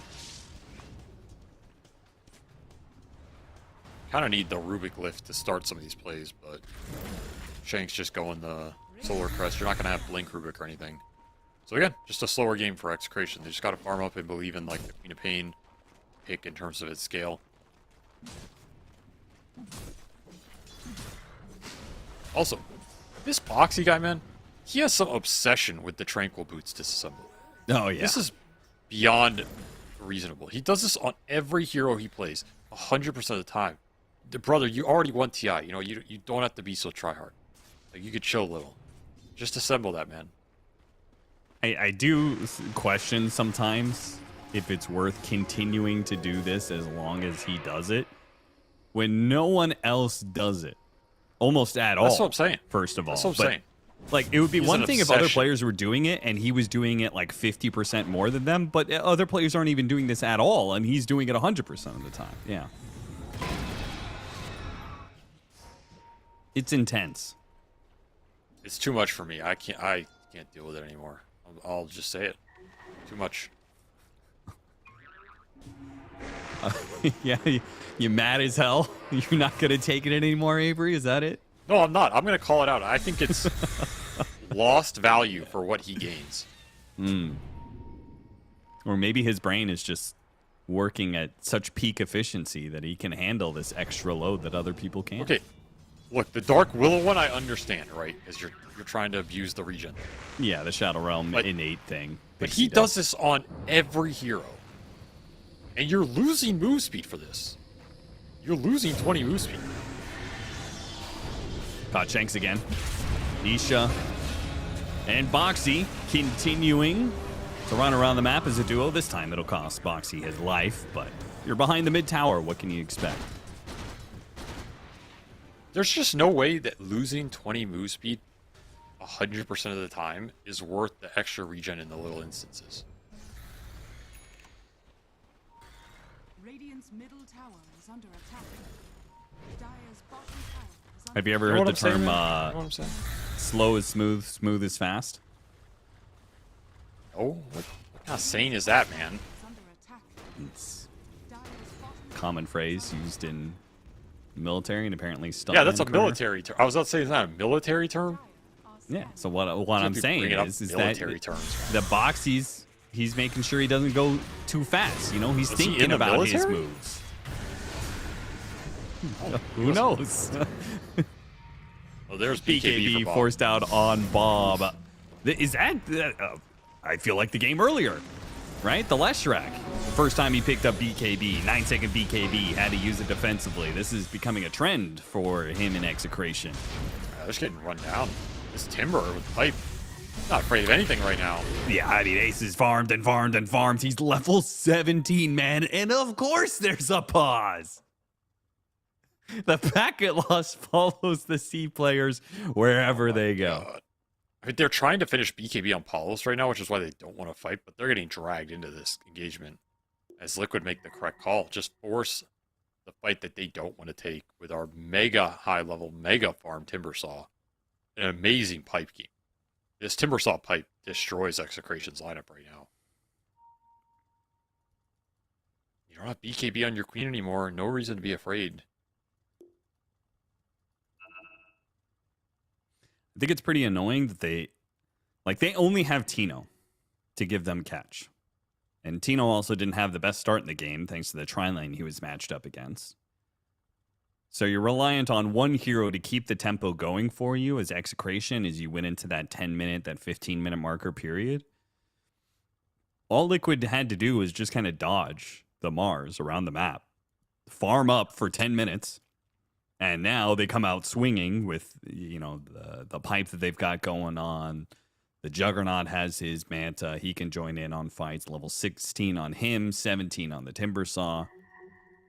This is a very awkward point for Execration. If they can overplay their situation right now and win some of these fights, they'll gain a lot of ground back, but it's going to be difficult. Especially if the fights happen like this. This is just not the setup that will work for them. This is Liquid setup. Yeah, One Gyrocopter down, the TP's glimpse into back. this fight is already lost. Yeah, it's just not the formation you want. You want to be able to enter with the Reno Sonic Wave, cohesive with all your cores, protect your two supports on the back line, get good spell steals, get a good Nether Ward out. When the Timbersaw's running you down, when you're getting glimpsed back, when your supports are out of position and dying first, it's always going to be a bad fight for you on the side of Execration. Liquid are always going to look for that and try and take advantage of it. And that's another type of engagement where Nisha can have super high impact because he will get a lot of spells off, even if his net worth is still suffering. So you don't really have advantages in this type of scenario at all. Especially if the Gyro's not willing to come in, which trying to finish his BKB, man, needs more time. Well, apparently Execration need more time as a whole. Need more bandwidth. It's true. Less pack, more. They need more packets, less ping. Packets. more time, less losses. That's a lot when you put it like that.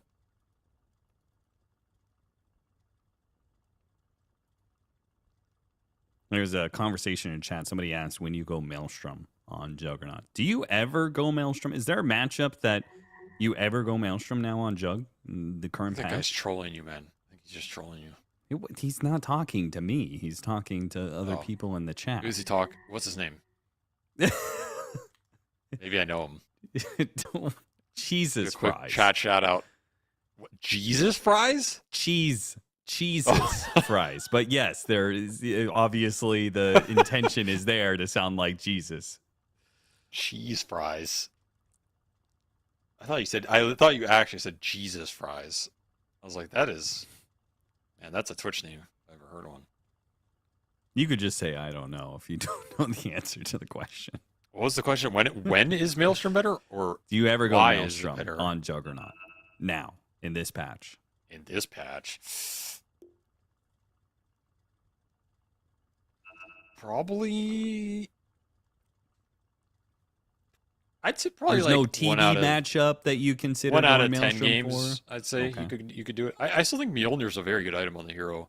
I don't think your farm rate's that much slower, but it is slower because Maelstrom's just not as good as it used to be. And you want the faster ancient clearing, right? That's the big thing.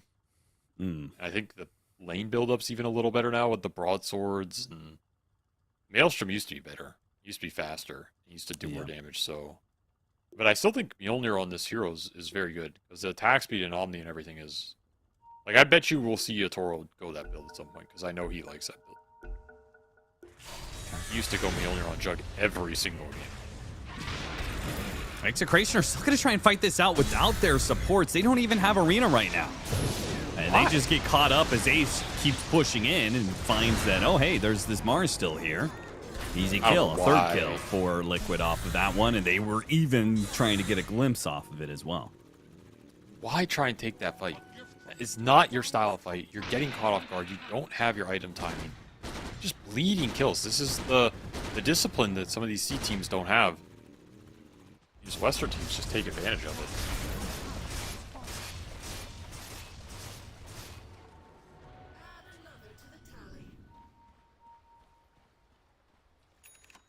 Alright, straight to Roche. This is an interesting call.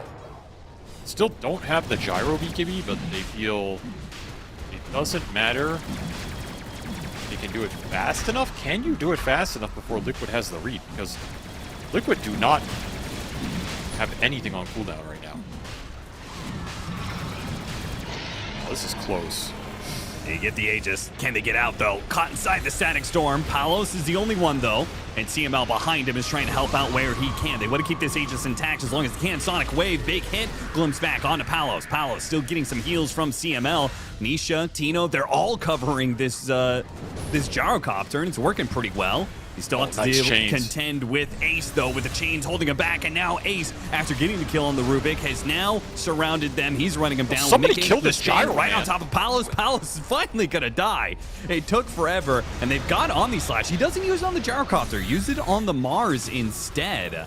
I thought they were just going to burst down Gyro on the second life, but now, with the Omni Slash down, it's going to be Ace and Mickey who have to retreat. They probably will both survive here. I don't know. There's a chance you can run him down here. He's out of mana. Tough kill to get, but if Tino can land this spear, he gets the spear. They have a chance. One more Timber Chain. Okay, they don't really have a chance. Too tanky, man. He's so tanky. 3,000 HP with a pipe. If you have Daedalus there on Gyro, maybe it's a different story. Or Homing Missile, but chase down's a bit limited. Still, that is a very good outcome for Execration. You get the Ember. You use the Aegis. You did not have to pop your 9-second BKB on the Gyro. You actually got to hold that the entire time because it got delivered late. Look at the damage, man. A lot from the Gyro, a lot from the Queen of Pain. Exactly what you want. Got some good sucks from the Pugna. Not a bad team fight at all, considering how I thought that might go. Them rushing the Roche like that. Just getting stuck in Static Storm. We are seeing one of the weaknesses of this Execration lineup, which is like the mid-game damage sustain, I want to say, is not that great. Because they just don't have that much physical to put into BKB targets, to put in pipe. the healing ward. What actually punches through healing ward pipe BKBs on these heroes? Not a lot, because your physical is very underwhelming. True. Yeah. Double Sonic Wave later on with the Refresher Queen with talents, sure. You know, Mars way later on, you can outlast BKBs, sure, but Gyro is just not that kind of hero, so it's very hard to take a straight up fight right now for Execration. Maybe why they wanted to force the Roche, take it away from Liquid, and not end up in a scenario where they're getting tempoed out, and give Paulos time to build damage, but he's considering Manta.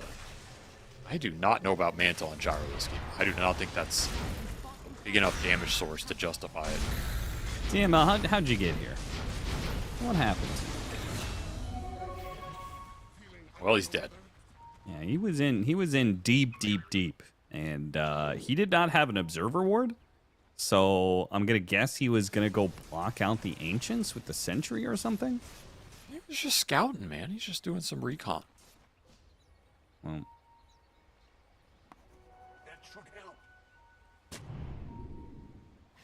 don't think you're supposed to engage with the enemy in your recon, but What would you know about reconnaissance? Nothing. well, that is true. I don't really know much about reconnaissance. Exactly. Stay in your lane, Austin, okay? Leave it to the experts. Leave it to the analyst, okay? Just do your play-by-play.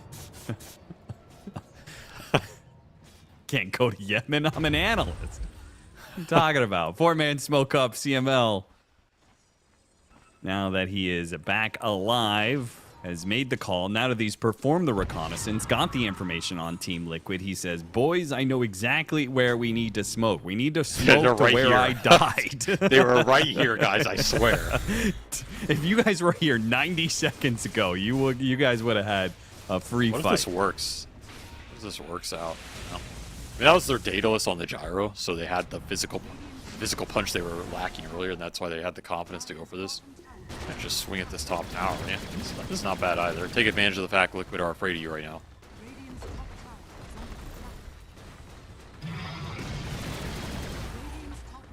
How much longer are they going to be afraid? We've almost got Shivas. Almost have... Well, you got Butterfly on Mickey. Almost have level 20 you're on ready both to of go. them. You're ready to go. I don't think they're dodging just got fights too much. Everything, right? Shiva's Butterfly BKB between your three cores, all done. Going on to Ace. Arena, Static Storm, everything they have to see if they can take out the offlaner of Need Team more crits. Liquid. They got him, They got him. No! They got the Timber Saw. And they even got the Disruptor damn. on top of that one.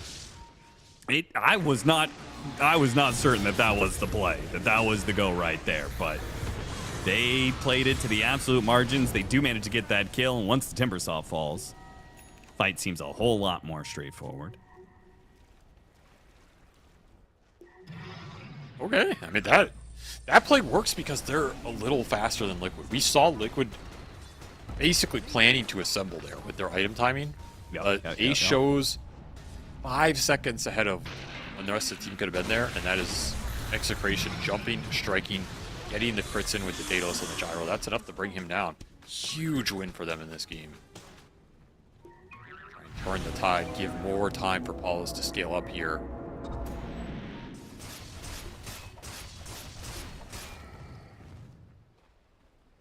Okay, another item question for Juggernaut. I've seen this conversation a lot. Chrysalis never goes Aghanim Scepter. A lot of people ask why. Why do you never go Aghanim Scepter? We saw Ame. He didn't go Aghanim Scepter in the TI finals. He also doesn't level up Blade Fury, which Mickey maxed out a Blade Fury. But what about the Ags? Why is he going Ags here, and why do other carries not go Ags on Jug? Radiant's bottom tower is under attack. I think you almost always go Ags. As in, you should. That's my interpretation. I think it's very rare you have a game you do not want the Ags. It depends on your item slots. You know, sometimes you want to like get it and eat it, but this hero wants the Ags. Swift Slash is very good.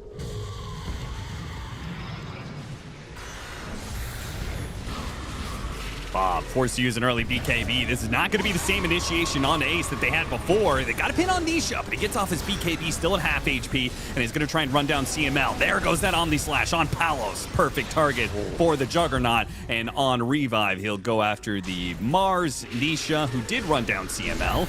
We'll also find the other support in Shanks, thanks to Boxy. Stop the teleport. We'll get a 4th kill out of that. 4 for nothing. Team Liquid completely rout Execration in that team fight. Not good enough target focusing from them. A lot of the damage got split.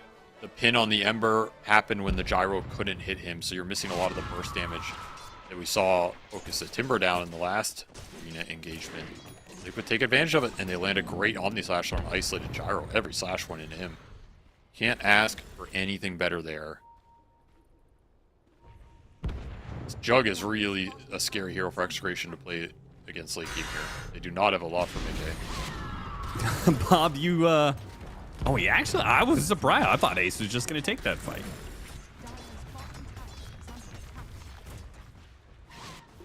I thought in a 1v1 where the Quap can't kite you, I thought Timbersaw would win.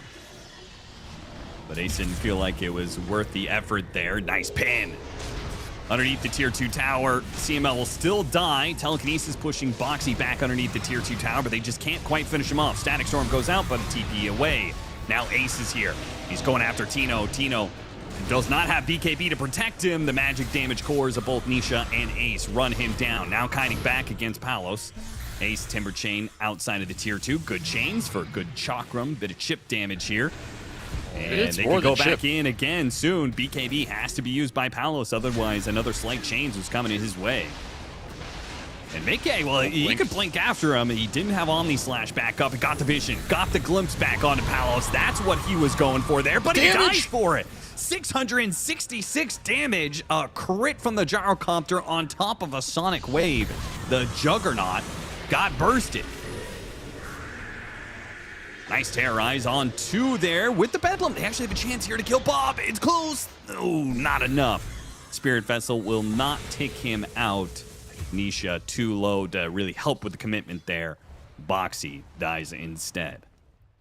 Man, so many heroes on under 100 HP. Multiple Liquid heroes get out of that Sonic Wave. But that Queen of Paint did some serious damage on the clump. And Omni Slash was 1 second off cooldown there. So close, yeah. I mean, Mickey really aggressively forced it with that cooldown coming up. He wanted the glimpse, he wants the gyro, but you pay a way bigger price. Juggernaut's worth a lot more than Palos is in this game. Need Satanic on this gyro, I think, if you're Execration. And Zags is coming out soon for Mickey. He's gonna be pretty kitted. You get Swift Blink, Ags, maybe even a late game MKB or Mjolnir or whatever your choice of extra damage is, and this hero just becomes an absolute monster.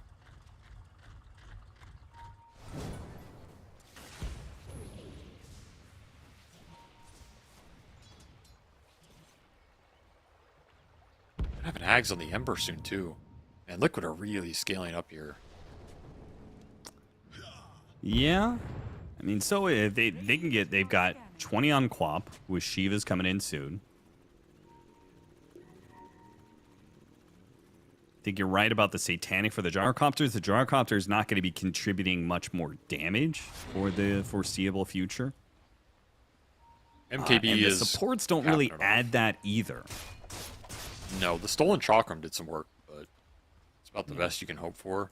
I do like CML trying to pick up a Lotus because Mars did not go Lotus. Lotus obviously is a very good answer against Juggernaut. If you can be clutch enough with it, what a counter it is. I guess they removed the Outworld Staff Omni interaction against Lotus too because of the Outworld chain trait.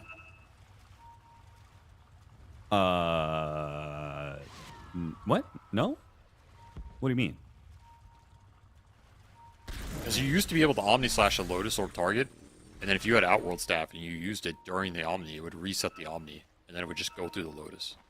Oh. But I guess that probably doesn't work anymore because it doesn't phase you out anymore. Yeah. Yeah. Reset the target. So the offensive option of that. Yeah, imagine if Ame had known that from TI, that would have finished. minute. We've seen this Ace before. all in on him again, and they got him again. Beautiful slight chains hitting the back line, though. Nisha now with his Aghanim Scepter, he does damage, that plus Omni. the Omni Slash on Bob. Bob, blink on cooldown, I guess. They're going to buy back on CML to try and help this gyrocopter. They will not have a quad for this one. Nisha's going to work still, and Mickey, well, he doesn't have the Omni Slash. Palos is low, and Palos doesn't really have a way out. He's stuck in this man fight. He has to turn. Hope he has enough damage to kill Mickey. Mickey, he swords away. Lets Nisha finish the job instead. Nisha is also low, though, out of remnants. Has one more slight. Tino, he'd have to land this spear, and even then, the Flame Guard, it probably saves him from the magic damage. Can anybody else help out here? It's only the Rubik. He stole Remnant, stole Spin. He's doing, look at him, he's running after Nisha. He got him in telekinesis. He got him with the Fate Bolt Shanks. He's up. You're so good. You're so damn good. And he's dead. He got his man. He got his man. I mean, that's huge.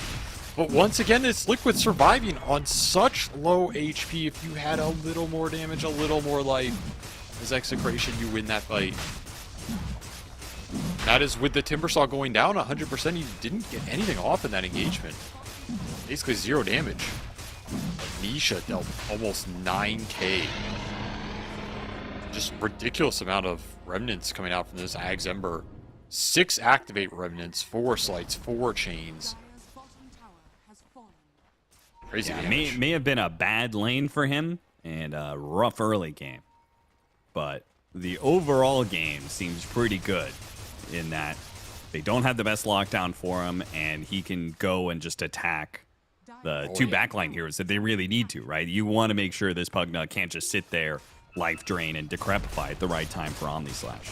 Great hero to assassinate this Pugna, or force him to decrep himself, or get a bad drain on. And now you have Disruptor Ags. So these goes onto the Timber are not as reliable anymore, because he did go hard. He is just playing the frontline tank. It takes a while to kill him. That's going to buy time to come in and Static Storm you. This Ag Static Storm is going to ruin your day.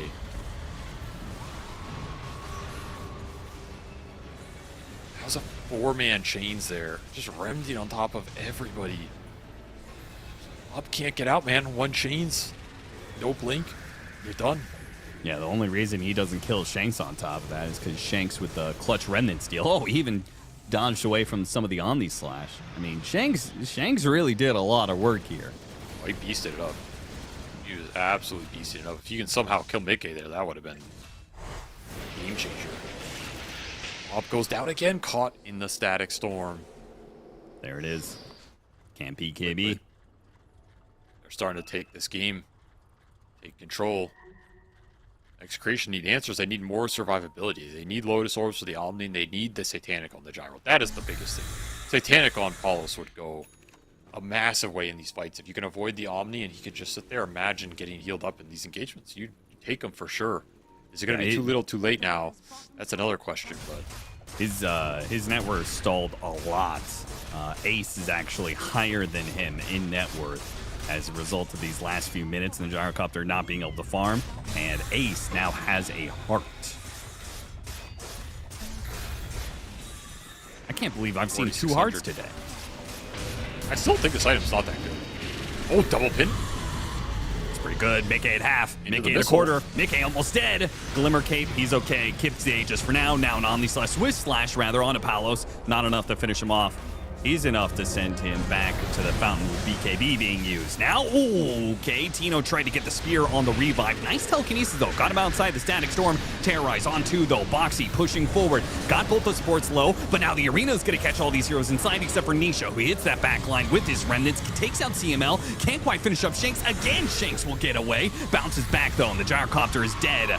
Mickey, too much damage. Bob comes in with a Sonic Wave, does what he can, takes out Nisha. Now the full Omni Slash is on him. He gets a blink off, though, before he dies. Otis saving his life. Did get the kill on Nisha. Did get the Aegis down. But no Satanic on that Gyro. Once again, he just cannot stand long enough in the fight. Bob having to do Such a some big heavy difference. lifting here. No more cores left, just him. He survives through the Omni Slash, immediately goes after the supports. Gets one in the Disruptor, and that's about the best you can ask for. The closer and closer he can get to that 25. If he can get another support kill, that might push him to 25, but not good enough. Yule Scepter goes out. Bob He will blink away, but Boxy joins him on that one. Sonic Wave trying to push him back, make sure that Boxy doesn't get any more disables on him. And he should be home free from here, unless Mickey lands a swift blink perfectly. But Bob being careful about it. He's cruising.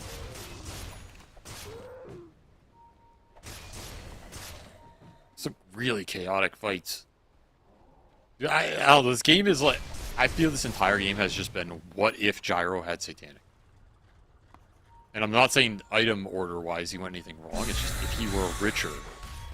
Sure, if the game just went a little bit better for Execration, could they have held that mid-game? He's so close. He's 700 off. Every one of these fights, if he has Satanic, it's so much different. Yeah. But he's been a little short every time. He had to go with MKB for the really fast butterfly here. And now by the time you get to Satanic, there could be a Scotty on this jug. You have the Vessel on the Ember. You have a Static Storm with Ags to deal with. Like, there are now answers to the Satanic by the time you get there. You might have missed the window. It will make the difference. True. Just such a close game for Execration to win these fights. Liquid have been on the edge time and time again. Dire are scanning. Dire's middle Oh, he got Zune Blood right too on that Disruptor. The Mega Storm. Ooh, yeah.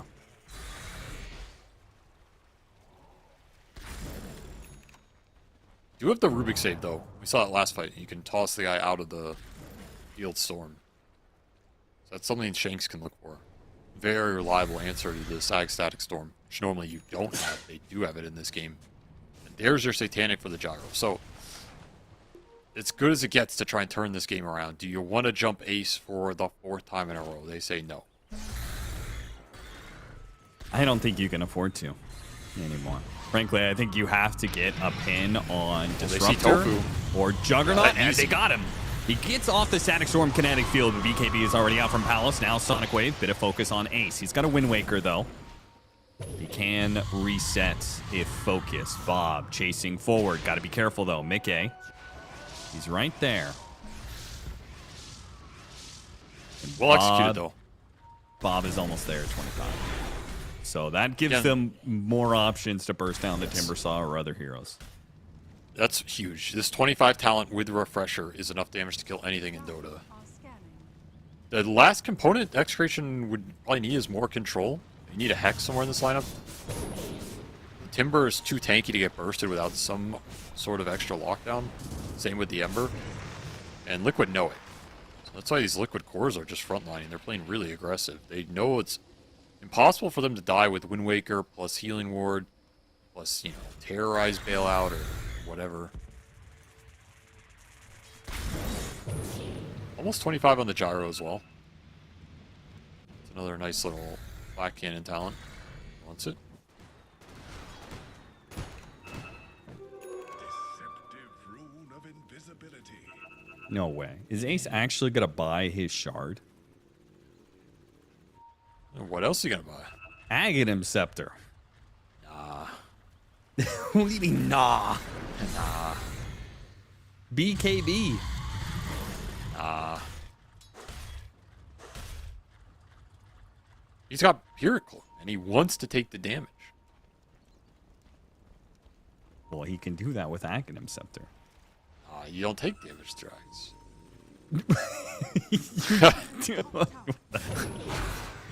In the context of Pyrrhic, There's the you Hex. do take the damage. Nice Hex. That's what they needed. Refresher online for Bob, Hex for Tino. This is Yep, right it's as an open game now. Right as you buy out Refresher on the Ember Spirit, they see that. You could probably know he doesn't have buyback. And Roche can spawn. What's going to be the timer here? Oh, it's fast. Oh, it's the that is fastest real Roshan fast. you could possibly hope for. It's so fast, Execration aren't even going to check the pit. If they have the timer, though, you have to check here for Execration. You have to check. Oh, CML knows. He checks it. He's like, what if it spawns in the first 10 seconds, guys? Oh my god, do it it. did. You do it here. This is an opening in this game. You're not going to get a lot of these. You might think the Ember has buy, but he doesn't.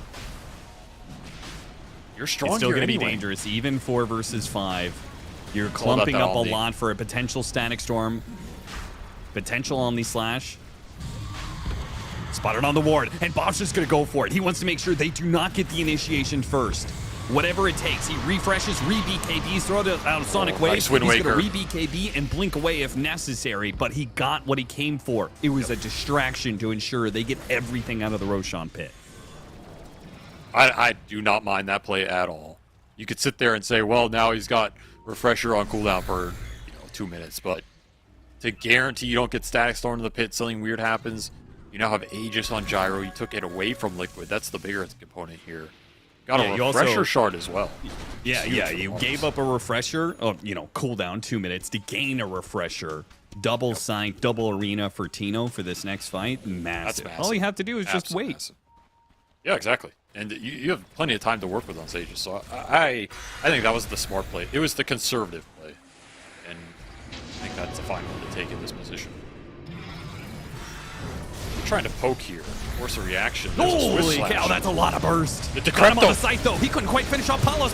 He's now turning. He's now healing. This is a problem for Liquid. Mickey, he's going to be site devices. He comes on down, gets him inside the arena. Still, not he's dead. trying to burst him down. He got a spin off, got off the healing ward. Oh, no, that's trouble. Shanks, he's trying to deal with a healing ward. He's not going to be good enough, and the Omni Slash is still up. Meanwhile, Tino's dealing with Ace. Ace at half HP. Palos fighting it out with Omni him, on trying to get him Bob. lower. Omni He's Slash, he's solo. got it on Bob. Telekinesis, and it's a Cripify save. They got him out with the blink. Oh, he's going to be chased down. No, with a Lotus Orb bounce back. He finally comes down, and Mickey finishes him off with the spin. Mickey now chasing after Tino, while Palos, he gets taken out. First life down. Ace, he's indomitable in the face of the enemy carry. He is standing on top of it, and he doesn't care about your damage. He's shrugging it off for the most part. Oh, perfect Wind Waker. Isolated a little bit, though. His team has I'll buy left him back. behind, and with Shanks having the Whirling Death and another Sonic Wave, there's some burst for you. That was an insane. I don't know how Liquid are surviving so long in these fights. It's insane. Like the fact Mickey gets out of there after being speared to arena wall under Gyro. He had Refresher Shard Hex for after it, and he gets out. There were 2 incredibly clutch Decrep saves on those Omni Slashes to keep the Gyro alive on the first life. Stalled that fight tremendously. Now he has Butterfly. That's going to help a lot too. Did cost them buybacks. Arena pay buyback and the Pugna buyback both significant here because they are really important to the fight. And it did cost them that Refresher Shard. Liquid did not expend any buybacks there. Nope. But they May don't have have Omni to for the base 45. defense. And Butterfly for the Gyro, that's a significant damage and survivability upgrade. Execration kind of doing it in this game, man. This is not an easy game for them to play. Where Liquid does have played the Execration fights go really from well. here? Oh, once again, Nisha. Straight to the 2 supports who are sitting clumped up together. Static Storm on Palos. Mickey working him down. Swift Palos Slash, not needs quite help. enough damage. There's another Decrepify. Is it enough to Lotus. save? Not this time. Bob, he'll blink back without his carry. Sonic Wave to push him back as he TPs away. He did not have BKB for the TP, though. The slight chain stops him. Now another BKB. A blink once. Trying to get a blink twice. Good interference with the arena. Telekinesis trying to toss him away. He is going to be stunned here. They know where he went. Oh, Ace knows Oh, that exactly timber where he chain. went. Straight to the tree that Bob was on. Blink and blink away. But now, Lotus Orb bouncing back to Yules, but Bob is still stalled up. He comes back down into the chain. Lotus Orb on the Swift Slash, though. Now a glimpse back. Where's he going? What Stuck inside the entangle. He finally goes down. That's a dieback for Bob. And Liquid, a massive lead now because, I mean, the Gyrocopter, during all of that, no matter how close the Quap came to the base, he didn't buy back. Liquid, I think they should know Gyrocopter doesn't have buyback. They know that Quap doesn't have buyback. That was a dime back from him. The base is free for the taking. They don't have a wave. Shanks got the waves out. He did. I don't think that buys enough time. If Liquid goes straight down mid, they have a chance to end it here. No, I mean, they could definitely, they'll have to fight up against the Gyrocopter for the Ancient, but it's still, he doesn't do it.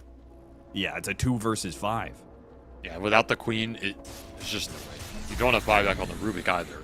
Oh, No Tino's buyback going to on cut the Pugna. next wave. If Gyrocopter can flat cannon this wave, There's one creep though. Tino kills this, maybe That's they lit. survive long enough that backdoor protection comes back up. Yeah, Oh, you have yeah, to even click here just to glyph. kill this creep. There's one creep. And they don't have Oh, they have Wind Yield Waker Scepter's for the it. creep! One more hit. Oh, it it died! Is that enough? That might be. That might be enough. The top wave is still pushing in, but it's a ways away. And Tino has they did now not dealt call with throne. 2 different waves. They have to go for just Megas. Yeah, this will keep the game alive. We will get Megas here. They get through backdoor protection on the Megas. With a little bit of interference here from Tino. Got a beautiful arena. He refreshes, but Static Storm. It caught him, so he's not going to be able to get a second arena off of this immediately, nor a second Scythe of Ice. Mickey, he'll be able to fight through this, get off, then on the slash onto Palos. Palos in serious trouble, and he can't hit anything for his Satanic. No buy there. Another death on Palos at the hands of Mickey. They did not need to go for that play either. They could have just waited to respawn. They could have. They could have. They really could have. If you're Liquid, you just go throne. Why not, right? Yeah, now you can. Now the top wave is pushed in. Nothing Tino can do about that. Execration 4 versus 4. But missing their high damage dealing carry. It's going to be rough. Scythe of Ice have to execute Mickey right away. Got beautiful. him. He does have buyback. Does he commit it, though? Are you Liquid. confident enough to buy back here? They got to get their heroes out of here. And how much will they reset? Wind Waker over the cliff. Timbersaw is away. Spotted Tofu. Spots Nisha. Got Nisha on the Yules into the spear. BKB has to be used by Nisha. Still as a refresher to work with as well. Bob, he spots one of the backliners. Goes after Tofu. Sonic Wave, TP out. Not good enough. Too much burst damage. Liquid crumbling right now. They are not buying the Jug. They're not. Their supports do not have buyback. A refresher committed from Bob at BKB. His second BKB for this fight. Refresher now from Nisha. Full out 5 remnants. A lot of burst damage.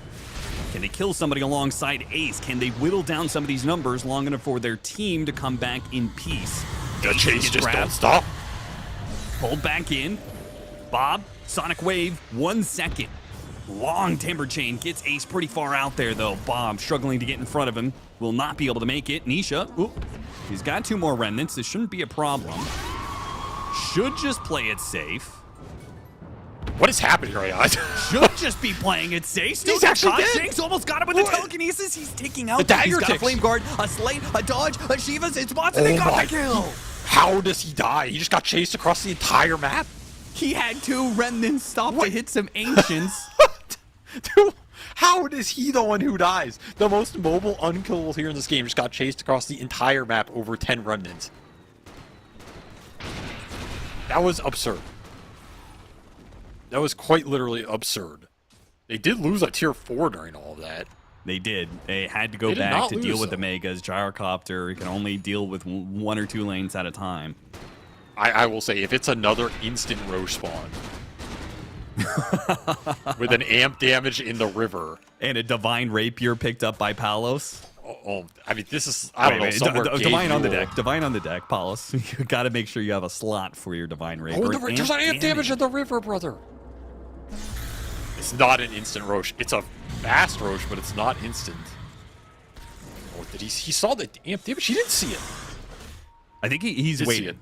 He's going to pick it up, but he's buying out his Aghanim's synth so he can free up the spot for his Chrysalis. Oh, man, this is... Are they just going to try and all in? Ace going to be the target. Oh, they've got damage.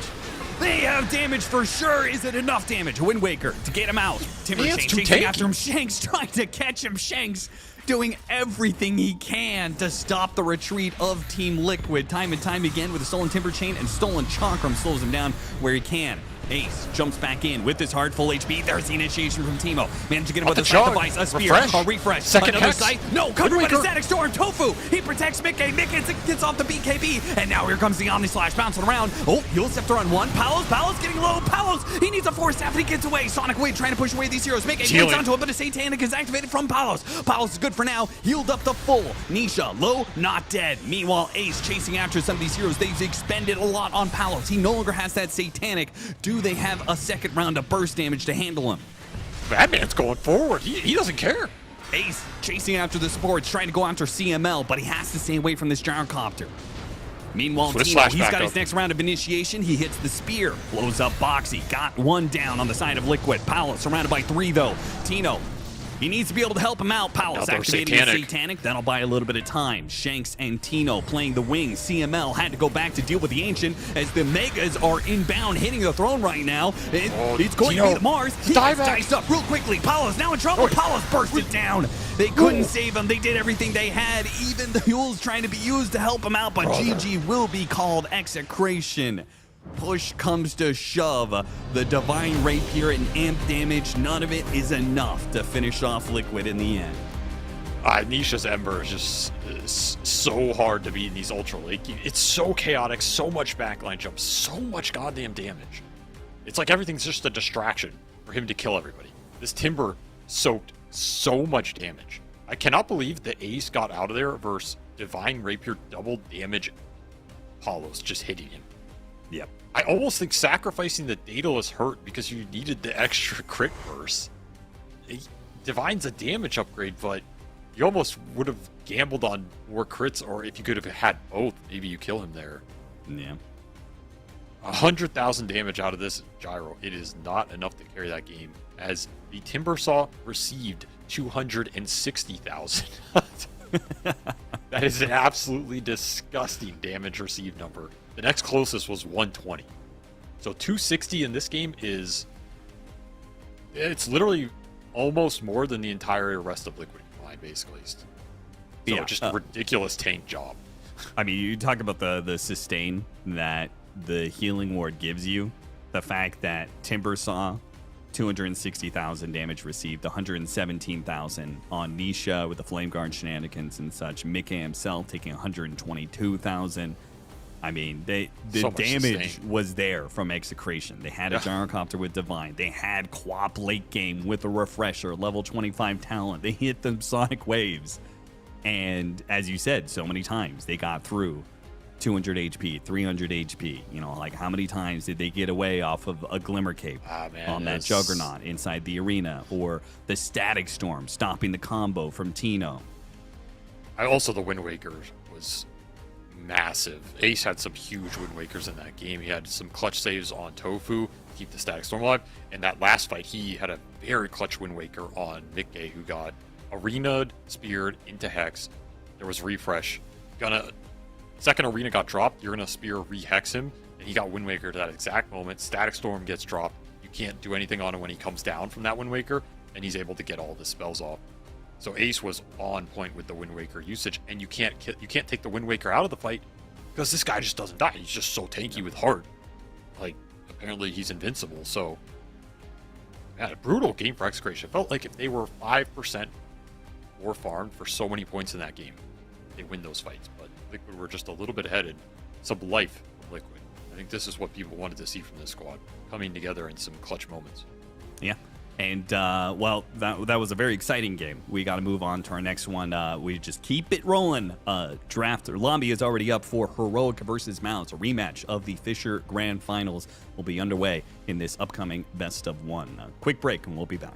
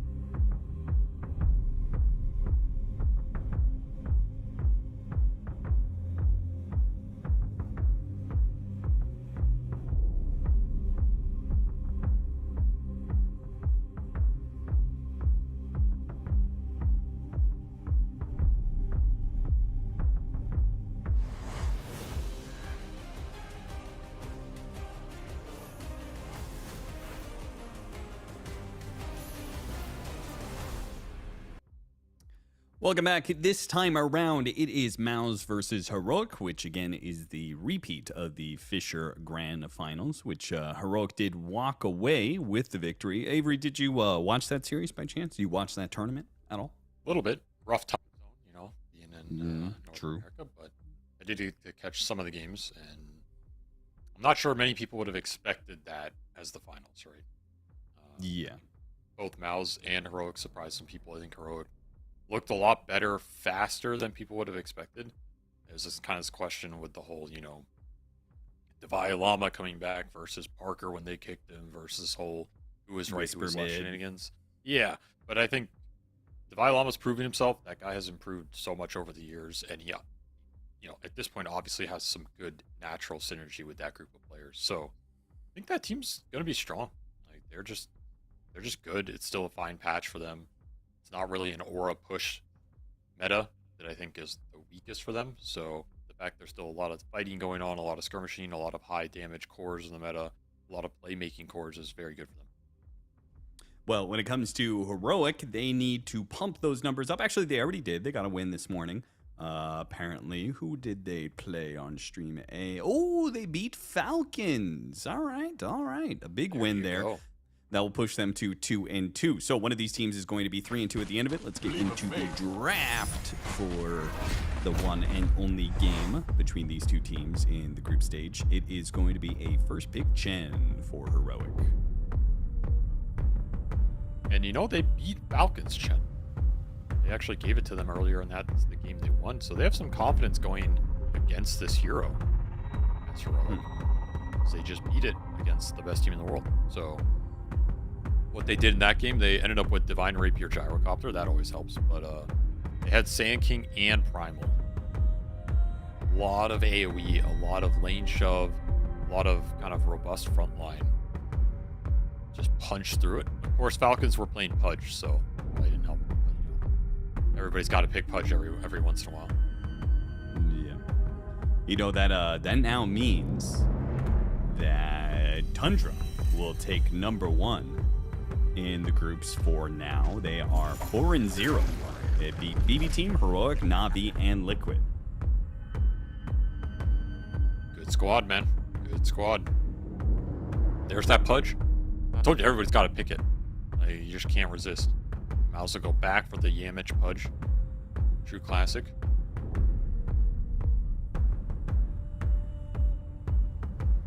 Pudge against Chen. Age-old counter. Yeah, you can pick off his creeps one by one. No, Chen's just... He's a very holy man, right? He's all about hand of God, penitence, all this biblical light stuff, and Pudge, he's just Pudge. You can't spread religion to Pudge, you know? He's just meat. So he's resistant to Chen's ways. I thought you were going to be saying that holy damage is extra effective against undead. That did used to be the case. You used to be able to smite him and he took double, right? What happened to those days? What?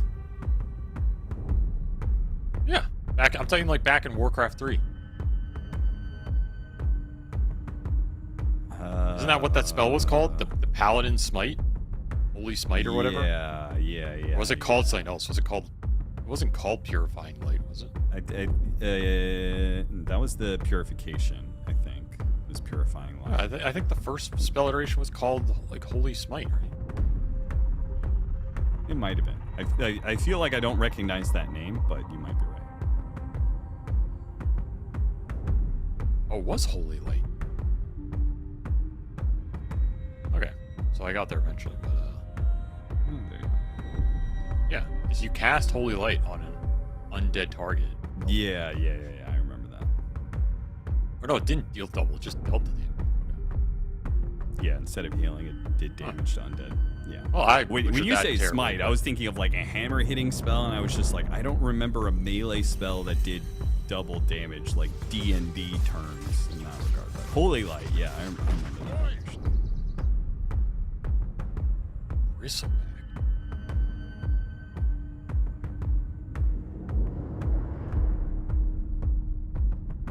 Okay, I can dig it. I mean, Bristleback is a good answer to Chen? Question mark. I mean, he's one of those heroes that stands in front of 5-man pushes really well. I think he's always been a good answer to Chen because Chen's laney is pretty bad against him. Nowadays, you get the guaranteed mana burn, so that's a little different. But over the years, it's been a pretty good answer. Back in the days, like, you used to buy Vanguard Bristle and then Chen wouldn't do anything. Nowadays, it's still a similar concept in terms of you're too tanky for Chen to burst. He lacks damage, and you build stacks. So stack heroes don't care as much about sustain because the stacks become overwhelming.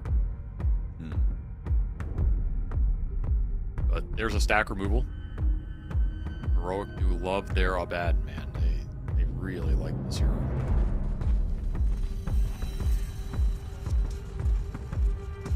I guess no chance of them being receiving the same treatment of the Undying core if you have Bristleback. I haven't seen too many carry Bristlebacks or mid Bristlebacks in a while.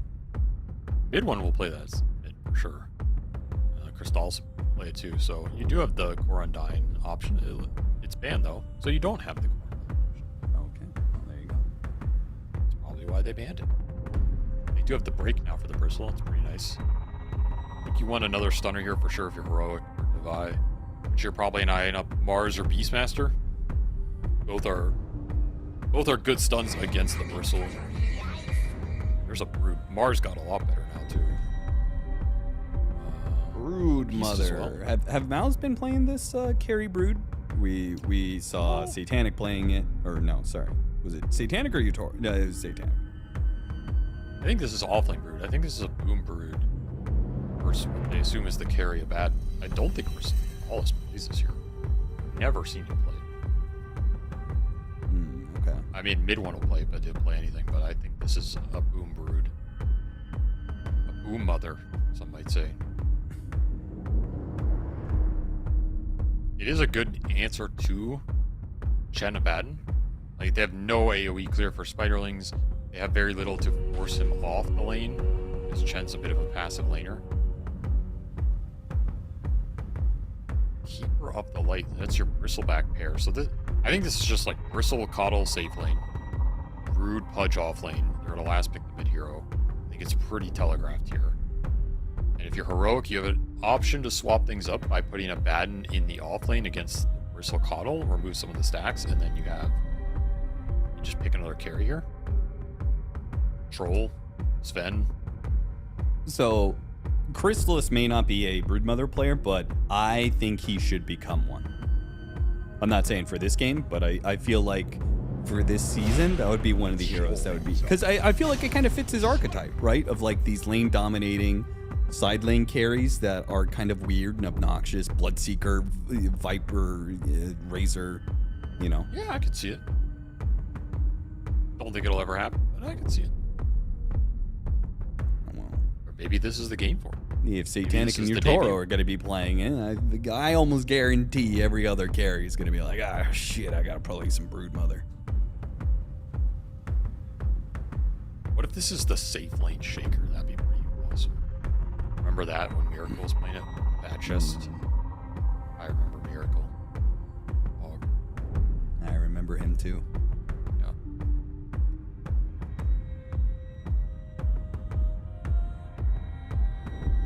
Enigma Galaxy did so well at TI. The question What is, happened? how much better would they have been if they hadn't had Miracle? Probably would have won the whole thing. I probably would have won 3 years in a row. I mean, I don't know. It's a lot of what ifs. All I know is, I don't know. I don't know anything. That's what I know. All I know is I don't know. That's right. That's all I know. All I know is I don't know what would have happened. That's sad. What happened to the game I love? True. It looks like he's in an earthquake or something, man. What's going on? He's probably one of those, are you a leg shaker? Maybe. What do you mean, maybe? Is that too much personal information to give out? Yeah, it's kind of a personal question to ask on a public stream, man. Okay, well. I think every Dota player is to some extent, right? Just Yes. ADHD symptoms. But probably not as much as some of these guys. Everyone's having a good time with this draft discussion.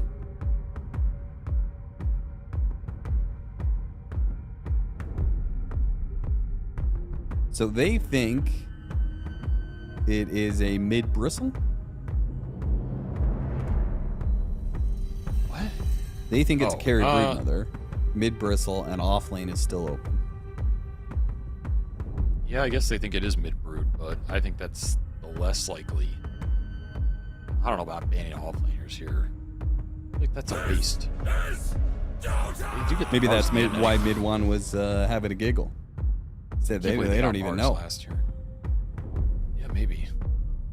The thing is, I just think, okay, like you banned Darkseer because it's a good matchup against the bad. But they put the Brood there. It's also a good matchup. So what are you really protecting?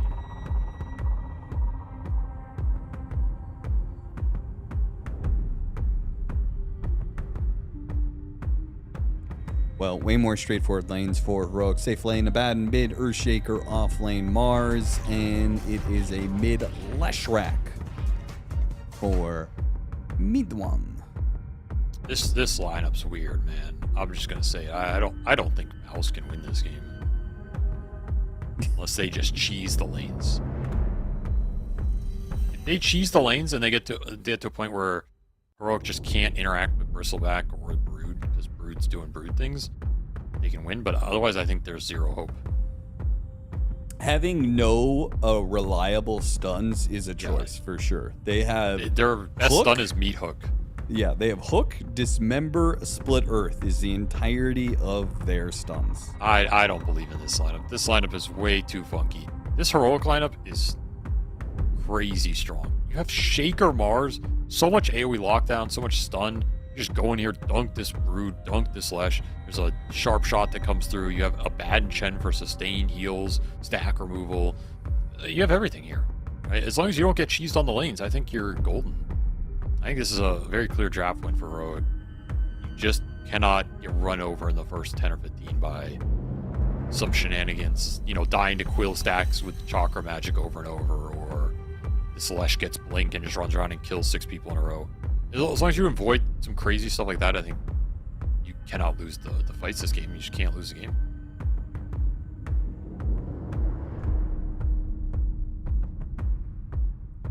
All right, Avery, who do you think has the better draft, Tundra or Liquid? What the hell's that got to do with anything? I don't know. That's what the conversation chat is having.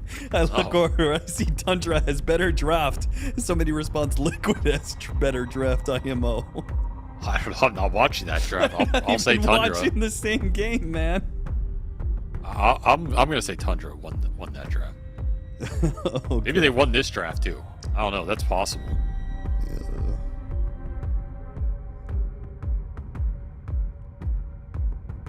No, but for real, Heroic and MOUZ, who do you think won the draft? I just went on a 30-second rant about how I think this draft is unplayable for MOUZ. So. Oh well. That is true. I felt like that answered it. I do remember that. What do you mean? How are you even remember asking that me now. that? You're watching the wrong game, brother. Pay attention to your I got distracted by the chat, man. Yeah, you did get distracted, and then you asked a dumbass question, and you got punished. Because Tundra and Liquid aren't even playing on Stream A, so I have no idea where this conversation came from. It's people trolling you. That's what's happening. They're not They're trolling falling me for because it. they're not talking to me. Well, they apparently were. Anyway, well, we'll see. They got to run over lanes. Is there any way they can itemize their way to disables? Like some sort of Rod of Atos Leshrac or something? That sounds not good. They do have Solar Bind. At least Celery took Solar Bind. Yeah. Which is significant here. Yeah. Like, that spell is quite good. I actually like that spell. Yeah, Coddle Lesh actually sounds pretty disgusting. Yes, the issue is it can be kind of hard to use sometimes, and it's really bad against Abaddon because he just dispels it. So that's kind of sad.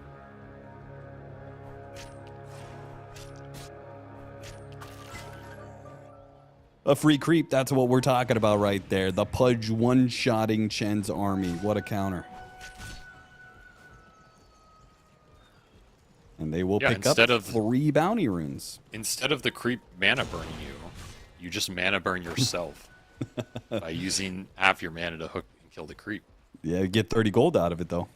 Yeah, that's plus 30 gold. And 22 Very experience.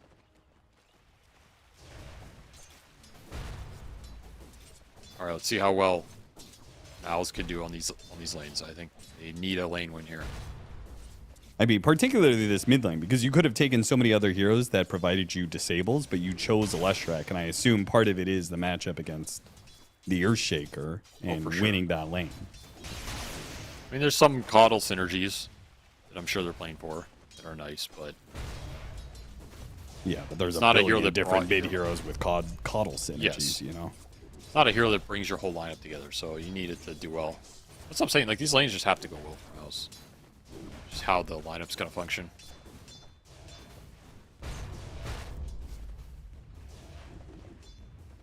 Oh, I missed that CS. Can't be missing CS like that.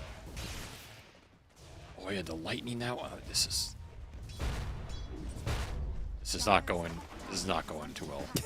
It's so funny how much damage you take off of Slugger. Your melee Some might versus say range it's- matchup, and you just are constantly getting pinged as creeps' corpses fly into you. Oh my god, KJ ran over the mana burn creep. Ooh, that's rough. That is rough. Is this where you run mid and chakram to counter it? There's an idea. It's the counter play.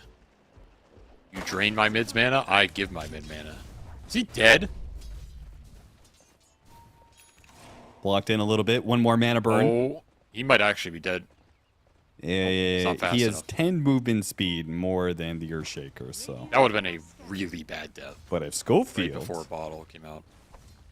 Bottle has come in, he's going to hit him with a blood grenade, try and do a bit of harassment damage. Don't think this really works for you. Dieball Kitty, he's got to be careful there. Oh, an enchant totem hit. This is not a he play. did not hit the aftershock, cannot commit for the kill. It would have been okay was- if maybe they traded out support for core, but now it's maybe looking at both support and core dying for this. Got inside the rot range, slows him down a little bit. Turns around, Fisher, he has to man up. He has to try and go after mid one, but he will be pulled back to his demise with the hook from Yamich. 2 hooks, 2 kills. I'm not gonna lie, that whole sequence just griefed Whisper so hard. It's insane how much that just griefed him. He was in control. He was in control of the lane. He was about to get both water runes. Instead, he goes for this terrible kill attempt. Like, Schofield could have just canceled Bottle and ran away, but they committed for the kill. Don't get the kill. Lose 2 heroes. Pudge gets enabled. Lesh gets tripped to base, comes back full, is now almost double the net worth, and got refills when the mana burn creep was wearing him down. Terrible sequence. Heroic. That's what MOUZ won in this laning phase. Some stuff going their way.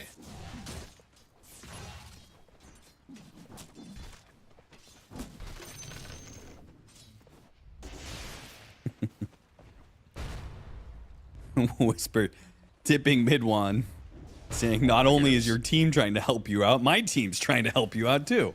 Smoke hook. Dirty. Dirty. You didn't get it. That would have been the final straw for Whisper in this mid lane. Still is not going to get the water runes, so still feels bad for him. Is that one of the dirtiest plays in Dota? The smoke hook mid. Yeah, That's one of those things we've all had done to us. yeah. And it's just one of those, come on, man. What do? You play the game, you know? Dishonest is what that is. That's a dishonest play. Go hit the hook like a man. You know what's smoke? Oh, I thought you were. I mean, I also feel like that corner body blocking shouldn't really be a thing either. Well, that's also a bunch of bullshit, but Yeah. I think it's a blow below the belt. You know what I'm saying? Little nut check. If somebody has to smoke hook me mid, it's almost disrespectful. Because it tells me that they don't think they can beat me straight up. They have to resort to these dirty tactics. You're throwing sand in someone's eyes. It's like, come on, man. Play the game. Don't do Isn't this. Dota just the sequences of sand being thrown in various faces? Has been killed. Yeah, it's terrible. It's a Blinded for terrible years. game. I don't recommend it. I mean, haven't you seen the Steam reviews? It's the guy with 30,000 hours. I do not recommend. It's like, that's Dota. Dota is the king of that Steam review.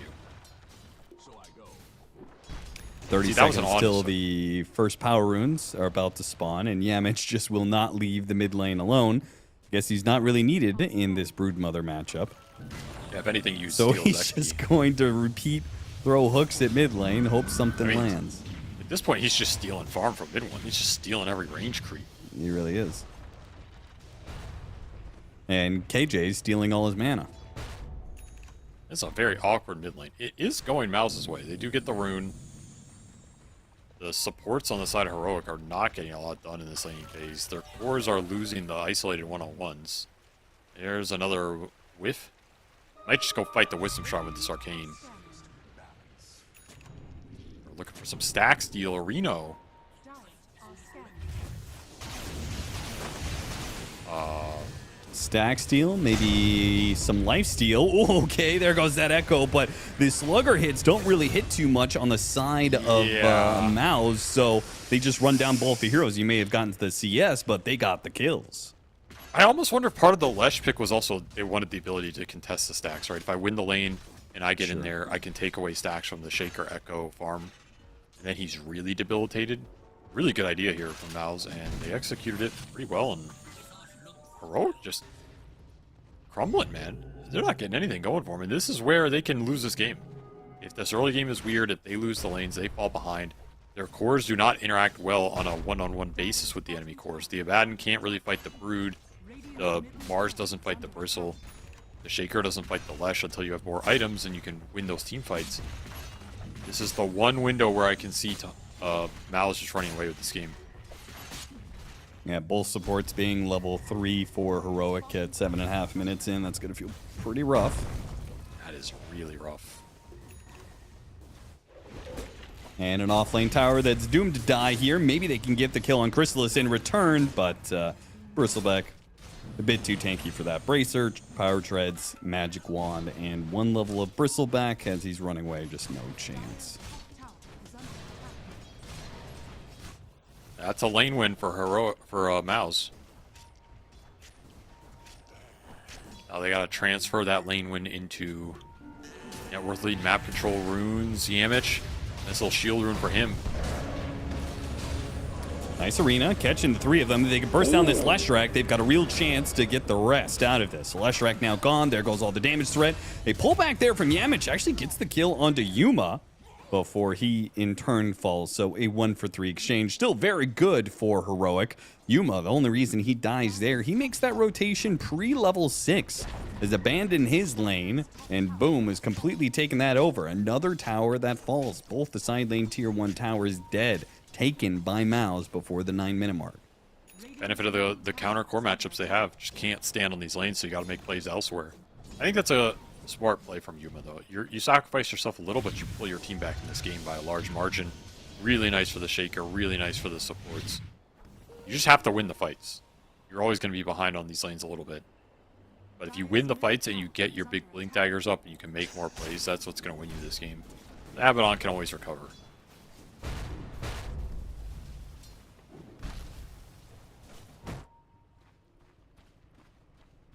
Man, there is a massive gap between this Leshrac, Bristleback, and the rest of the field. They're going Auras. Crimson safe lane Bristle and Pipe off lane Brood. At some point, you're just going to have to send it in this game, I think. If you're MOUZ, you mean? Just like with the auras, Yep. just all in Yeah, you for just- a high ground push? Just go. I don't know if it's going to work out, but you're going to have to because this is double aura itemization. Unless this is just casual Vanguard. He's eyeing up the Crimson. I think Maybe more Celery stacks has... to be stolen. I mean, at this rate, if they take all the stacks and they take the Wisdom Shrines, what's left for these heroic supports? Nothing. Yeah.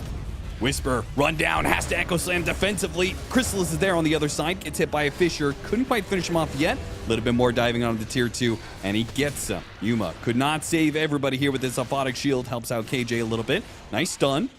Got it on Chrysalis. Chrysalis is in deep here, building up the stacks, though. Still has 12 Magic Wand charges.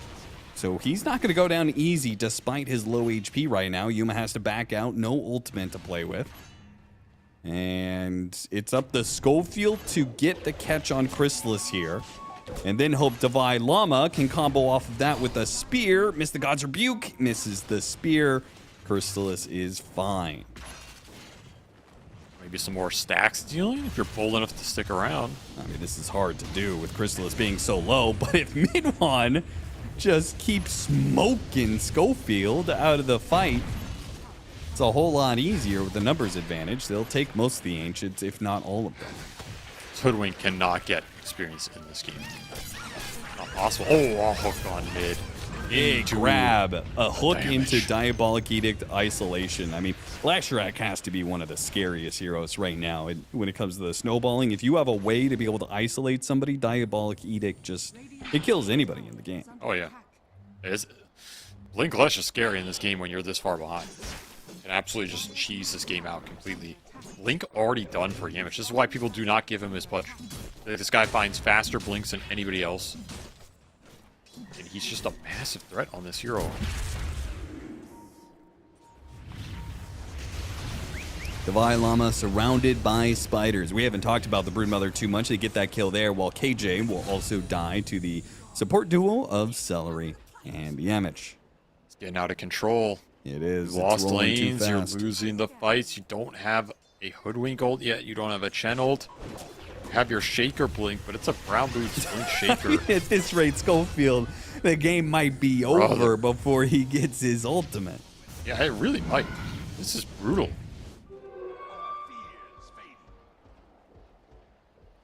And Pipe Crimson.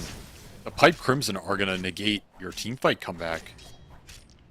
Because the lane in the early game was so strong, and Crimson's done. Pipe is closing in.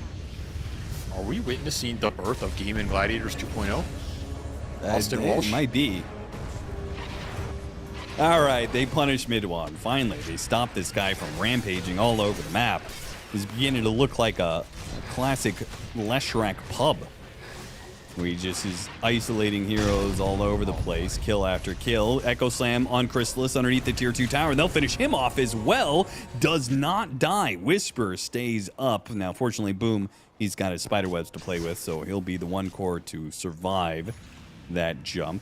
MOUZ up by so much net worth, but give a little back to Heroic, who now have their ultimates on both their supports. That dive was a little brazen. Yeah. And Crimson coming on the courier for the bristle, he never got it. Alesh was in super deep. You do a lot of damage, but you are not tanking up for a tier 2 12 minutes in the game. It felt as if that play was better designed to be for the next Wisdom Shrine. Don't fight under a tower, fight in an open area, take away more experience from them. Would have been a lot more successful, and you would have won a bigger objective. Could still go for it here, though. Definitely still available. Oh, look who it is.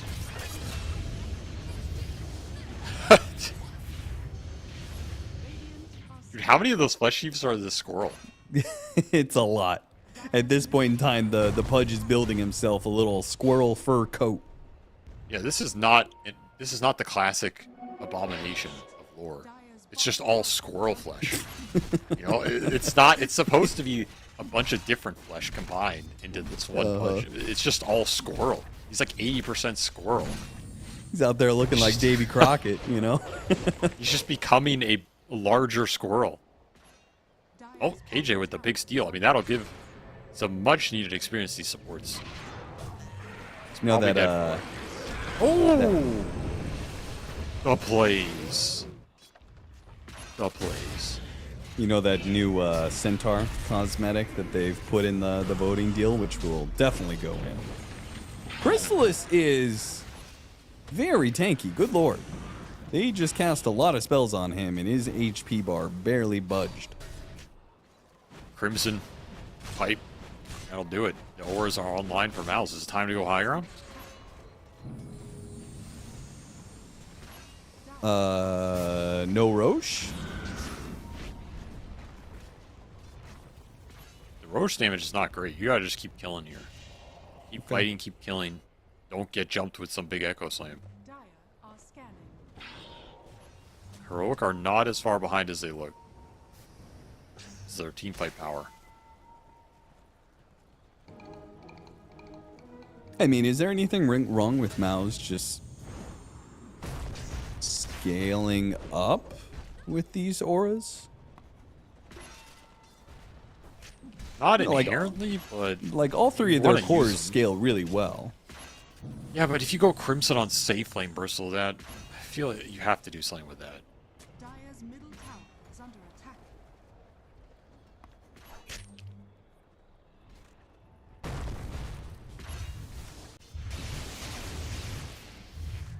Dire's structures are fortified. Dire's Finally, middle tower- Devi has his Blink Dagger. Radiant are scanning. So a bit of Good item. initiation for Heroic outside of Whisper goes a long ways, because these supports have just been swarmed over and over again by the Leshrac. Need More a initiation bad you have to Radiance, stop too. the Leshrac from making his jump, the better. If you can get Yuma to his item, then your team fight's fully online. They're eyeing him up here. Yuma doesn't. Can he get out of here? Hold Did the he hook stun, for that? he can't. Oh, he did not. I see. So he can't even just TP away. He'll be stopped by the hook. And the Radiance delayed a little bit longer. Radiant's bottom tower is under attack.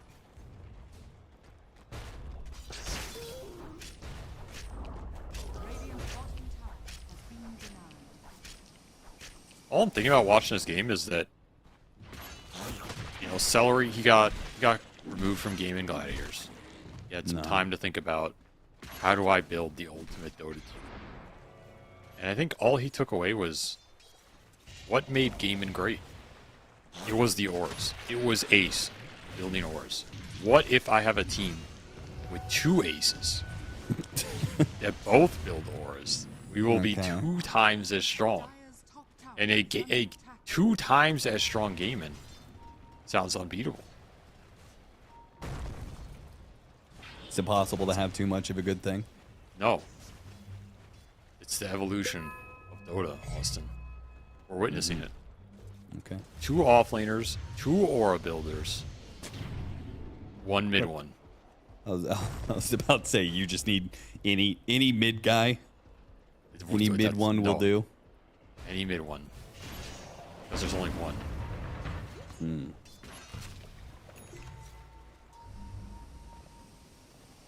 Despite the auras, still have not taken these tier 2s. Nobody wants to hit it. Tower I mean, is under attack. it's not that efficient. The Brood doesn't want to feed away spiders. The Lesh can't do it. It does mean they got to the Radiance. Radiant's bottom tower is Yep. under attack. Heroic does look incredibly poor, though. Blink Dagger only on Whisper. Radiance at 18.5 minutes for Yuma. It's pretty sad out here. Yeah, it's a little broke. I'm beginning to wonder that... Like, I know their team fight is superior, but at this point, it's becoming too large of a network deficit that even if they do get that team fight, What a hook. they're not going to He's get it. going for Yamit's the just 2. too good with this Pudge, and he's going to catch Schofield as well. Double for the big man. The 2-for-1er. The boy's a beast. This is why you don't give him the Pudge. 6-1 and 8. You thought you had a plan for it. Guess what? You didn't. Many have tried, even going so far as the draft train protector. Yeah, that did not work. Yeah, but You can't just ask found another anything one, more. man. He just doesn't stop. You don't have enough time to see the replays of this guy. If he hooks him here, I'm leaving the game. Yeah, Mitch almost soloed Devi. The only reason Devi got out, the rest of the team was doing Roshan. If anybody teleported to the tier 2 to help out Yamich, they would have killed Devi as well. That's the thing. This Pudge is just solo threatening cores off the map. That is so much value, so much net worth addition. He's so fat. 11 flesh heaps, full glimmer cape, almost level 12. The hand of God. I mean, you talk doing much. about crutches. Maybe the Pudge is the actual crutch Could for be. MOUZ. I mean, think about it. They drafted no stuns, and they're just reliant on Pudge hitting hooks, and Yamich is delivering. All this is showing now is that they can be greedier and greedier with their lack of disables. He's just catching everything. Yeah, he's getting them all. Yeah, you don't need stuns. This guy is the best catch killer in Dota 2 right now. That's what it looks like to me. He is setting these things up beautifully. How did Nigma Galaxy let this guy go? That's all I have to say.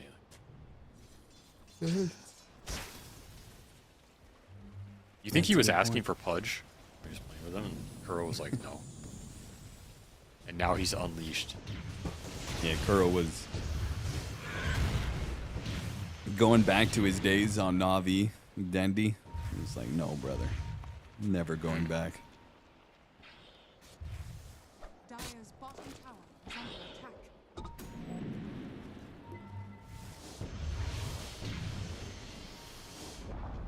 Dire's middle tower is under attack.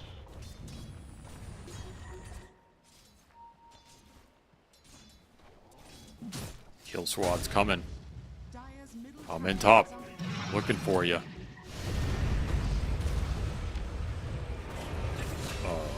Easily run down.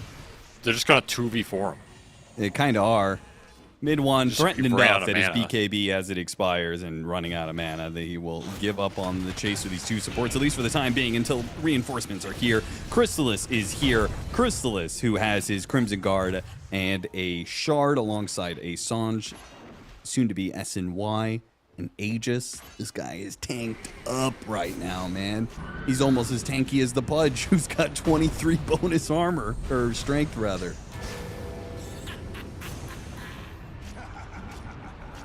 And all this alongside a uncontested Broodmother. Like, don't forget, Boom is totally free-farmed most of this game. This game just could not afford to lose the lanes like that. They collapsed mid, they debilitated the Shaker, and Aurora just could not recover.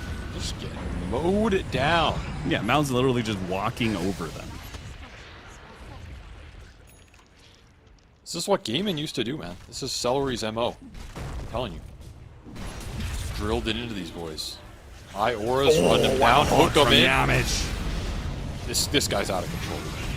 He is too good with it, It's man. over, dude. I just It's tap over. out Heroic. This this is done. was Yamich is too hot right now.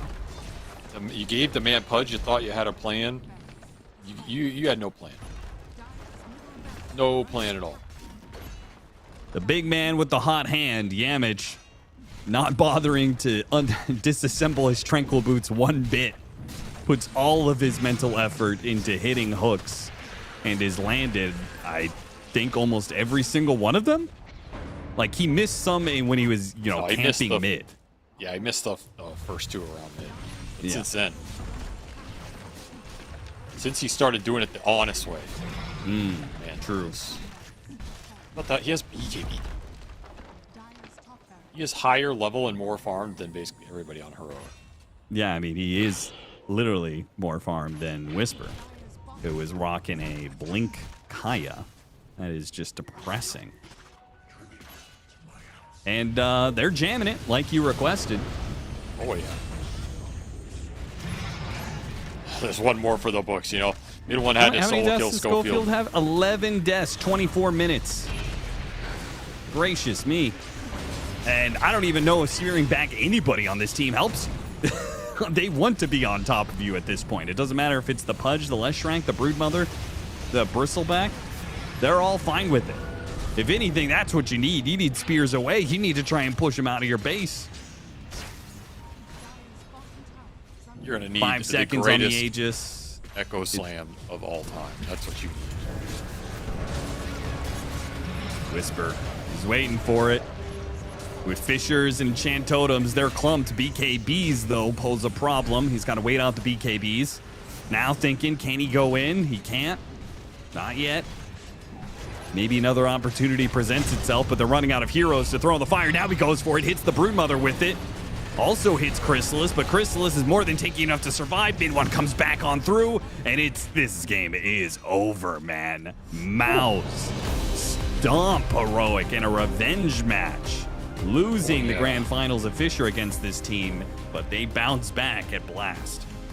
This team is pretty scary when they get the ball rolling. Because they'll just kind of play anything. They'll jumble these drafts together and then just build auras and run you over. Your draft integrity doesn't matter if you're willing to play this fast in terms of aura itemization, right? If your carry is willing to buy first item Crimson, your draft doesn't matter. Because you're just going to push. And then it's just a 5-on-5. You don't need catch. You don't need stuns. You got the pudge anyway. They have to fight you. They have to fight you at the 20 to 25 because you're just ending the game. You don't even have an Aegis for like that last fight. It expires. You're just sitting there. Dare them to go on you. Triple Essence Ring, Coddle, Heal, Solar Crest, Double Glimmer, Triple BKB, Pipe, Crimson. Every item in this lineup is designed to end the game at that exact point in time, and Heroic could not stem the bleeding. Like, the lane phase was way too bad. Schofield got completely annihilated. The stacks got stolen. Very sacrificial in the lane. Chen is not good in these kind of games where you're getting out tempoed and just running at. All right. And, well, I mean, the pudge, the big man. Yep, the big man too strong. We gotta keep things going though. We have yet another matchup. It is going to be Aurora versus Tundra. So break time. We'll come back with that.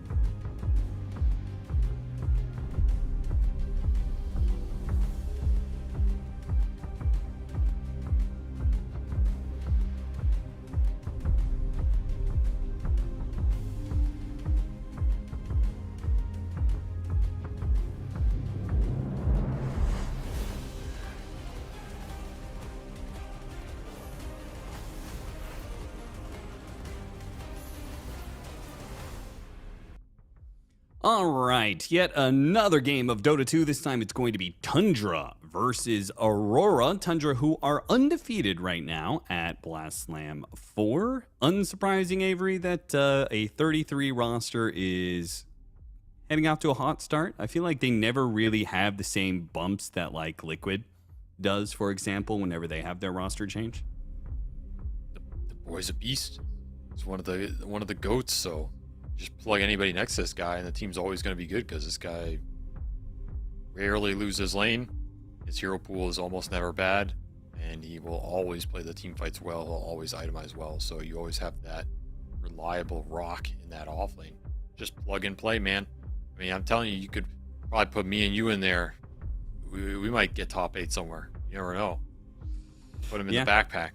I do feel like their lineup, something about the way they play, is just more figured out strategically, which therefore requires the team to not have to be on as high of an execution ceiling.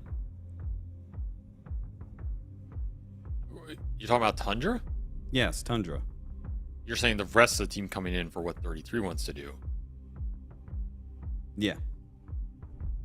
Okay, I mean, I can kind of see that. I guess that's just. I just feel like Tundra, like they have an extremely high floor because the foundation of their strategy is figured out. So like every single game, they're just gonna come in and, in a way, kind of almost like Falcons, they skill check you. You know, do you have things figured out enough? Do you have the meta figured out? Are you executing well? If you don't, you all just automatically lose to Tundra. That's probably a fair assessment. 33 is. He's probably a skill check in his own, you know. So give credit where credit's due. All right, going into draft for this matchup against Aurora. Stylistically speaking, what are you expecting out of these two teams in this matchup? Well, Tundra's playing with a lot of confidence right now. They have some players that you can kind of expect consistent heroes on, like the Ari Hoodwink. You know 33's hero pool by now. Kind of know Whitemon's hero pool, but I also think Pure and BZM are a lot more unpredictable in terms of what they will play. They'll play pretty much anything, especially Pure. And I think that's a big difference between this Tundra squad and some of the previous iterations, is particularly with Crystallis, they were very predictable as a draft team. I think now they have a lot more unpredictability. They have a lot more flexibility. You can kind of give anything to Pure and he'll play it. And I think that helps a lot because some of their other players are more predictable. The hero pools have been known. They're not going to change drastically. They're going to play what they're going to play. I think when it comes to Aurora, they're just trying to figure out what the hell's going on right now because this roster is brand new. It's a mix of regions. It's got some crazy synergies going on. So I could see them go any direction. But generally, this team likes to get Nightfall's hero later on. They like to play around him being the ultimate scaler and the ultimate damage dealer. And Toronto Tokyo is going to be some sort of, distraction, setup, control for that damage to go to work in the late game. And the thing is, Makoto is kind of the X factor here because I think he also likes to play that kind of style from the mid lane. So is he going to have to be the piece that adjusts around Nightfall, taking a lot of the farm and damage priority and play more playmakers? Or are you just going to have 2 heavy farm cores? And I think that's the big concern a lot of people have with this roster is if you just have 2 AFK farm cores, you're probably not going to win a lot of games in modern Dota. Well, apparently, Aurora may have forgotten about the Naga Siren in their matchup against Aureus, and now it is in the very front part of their brains. They will first pick Naga Siren. I have to imagine much more likely to be support in this instance, but it is pretty funny that they went from Aureus getting a last pick Naga Siren on them that won the game, and now in turn first picking this hero. And Abaddon as a response is interesting. This is an Abaddon that will be played either by 33 or Pure. They have very good Abaddon players. Not the greatest hero against Naga in general. It's good on the lane. If you end up with the 3 Abaddon against the 5 Naga, it's basically an auto free lane. And so that puts pressure on them. But this can be a core Naga, in which case the matchup's very good for the core Naga. And even if it's support, you are showing this core Abaddon pretty early. That's something that Aurora can play around, and of course Naga is always Naga. His hero will always give you some good teamfight stability. So it's not the worst trade-off to see a core early and show only this 5 that, yeah, it got lane countered, but you can build some strong lanes with the Naga. Anyway, you can get a ranged core, against the offlane of Baden and still be fine there. They have some decent options, I think. I don't think this trade was that scary for them. In terms of, you know, you're drafting against 33. If you see his hero early, you're almost always going to see it early. But if it's not one of those that instills fear into you, that can be a win in itself.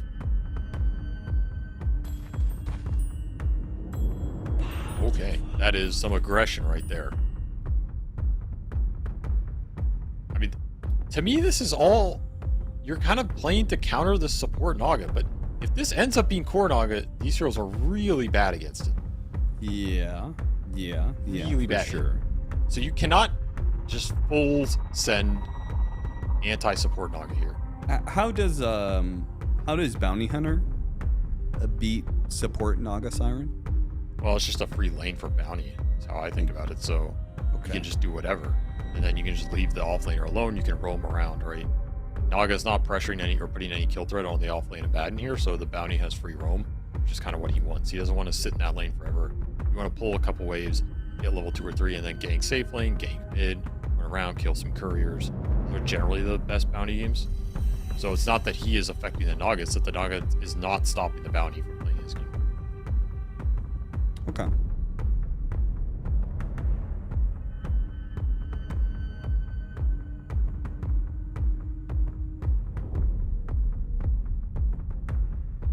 Aurora using a lot of time here.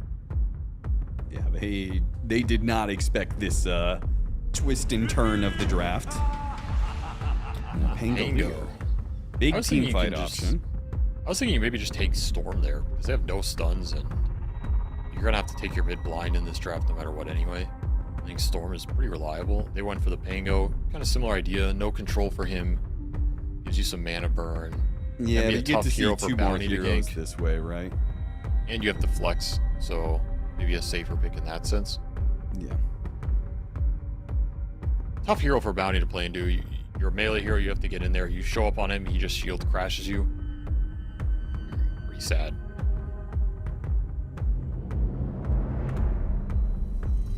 Need some more damage here, though. Hoodwink was going to be my suggestion, as if you need a ranged damage dealer, this is the go-to. It's funny how this hero went away during the regular season of last year. Came back just in time for TI for Crit to Rocket. Now everybody's rocking the Hoodwink again. You always want some backline catch against this guy, too. I would actually like the Storm for Tundra here now. I think Storm or Ember both look pretty solid. You could just Storm or Ember plus Keeper of the Light. We just saw the Keeper of the Light. Sounds pretty good. Like a little bit of control, but I think the fact your mid is so enabled and playing against so little, you make up for that. Sand King. Now that hero's still pretty good. Alright, there's your catch with Disruptor. And this is a nice pairing with the Bounty. So you get the rundown, the tracks, the vision for the glimpses. So very reliable catch here between the support duo when they're combining around the map. And now you get your AoE clear with the Sand King against the potential core Naga, right? This covers you against that threat. If that was going to be an option for Aurora. And of course you can always just put it mid against the Pango. Totally fine as well. Are you still good with going, like, now that you have a bunch of lockdown, are you still thinking about that Storm? Push the Pango to offlane? Nah, duo? I think you took one of the two. Tusa. Yeah, that's a Nightfall pick right there for sure. Not the worst Tusa game. It's fine here. Like, the supports They're are not going to really have bad any mana against burn. They have no real single target threat. The only way they're going to be able to have that is through the carry last pick, which you ban away Animage and what, Ursa? Or Ursa's already banned. Jug? Yeah, maybe Jug. I'd be fine with that. The issue is you end up with some weak lanes here. Like, you're gonna farm, but they don't do anything. Naga Medusa lane is so passive. If this Pango gets put in the off lane, it's going to be weak. If it gets put mid against the Sand King, he's not winning that lane. There's just very little activity. I just don't like Naga Dusa together that much. Very powerful if you get items and farm and you get to that late game, but I think your chances of getting there in a decent position are a little rough. You're kind of assuming Tundra do nothing. If Tundra do nothing in this game, then yeah, these picks will work out. But look at their lineup right now. It is not a do nothing lineup. It is a do everything lineup. It is a we're gonna run at you and not give you time to farm. That's what the lineup's designed to do. So you pick Dusa into that. That's a big risk in my mind. I mean, it'll auto win you the game if it's mega farm, but there's a very high chance this hero never gets there because it cannot contribute anything for the first 20 or 25 minutes. And that is when Tundra's lineup wants to strike the hardest. They're just going to run you over right now. Who's holding the line?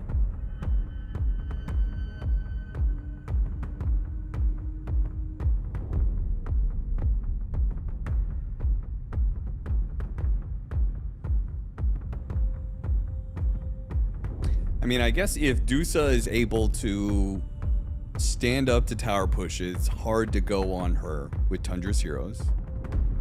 They force it, you get one of those defensive rolling thunders underneath tower. That feels really good. Hoodwink's well set up for that. Like, I think that Aurora's lineup doesn't do very much offensively, but at the same time, they are hard heroes to, like, kill. And that means that less kills, less track kills. Like, what's the point of Bounty Hunter in that regard? They also left Undying. They banned Tide. They did not ban this offlane Undying, which is a Toronto Tokyo classic. He loves that hero. And it looks quite good here against Tundra because then you can just play that defensive run at me style. Then you have Song Tombstone, you have Stone Gaze, you have Rolling Thunder, so much defensive capability, and you're playing this Undying is going to give you the extra damage amp against these melee heroes. Like triple melee lineup against Undying. Sounds rough, dude. I cannot believe they left this pick. I think this was a huge win for Aurora to get this here. It is not even close to Tide. I think the Tide ban was irrelevant. Like, you had Static Storm anyway.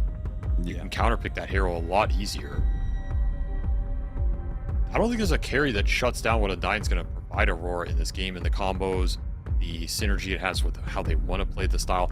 It's a very good hero to play against these lineups that just want to run at you because Undying thrives on that, right? If you're going to run Bounty Hunter or Sand King at me, I'm just going to start decaying 2 or 3 heroes. I'm going to drop Tombstone. I'm always going to be ready to fight. Even if I die, I instantly come back up off the innate. Like, he loves that kind of stuff. This is the exact kind of hero they needed.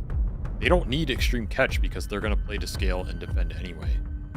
Yeah, he was already good against that. It is going to be the BZM Invoker. So they're sticking with the safe lane of Abaddon against the Undying, which is tough.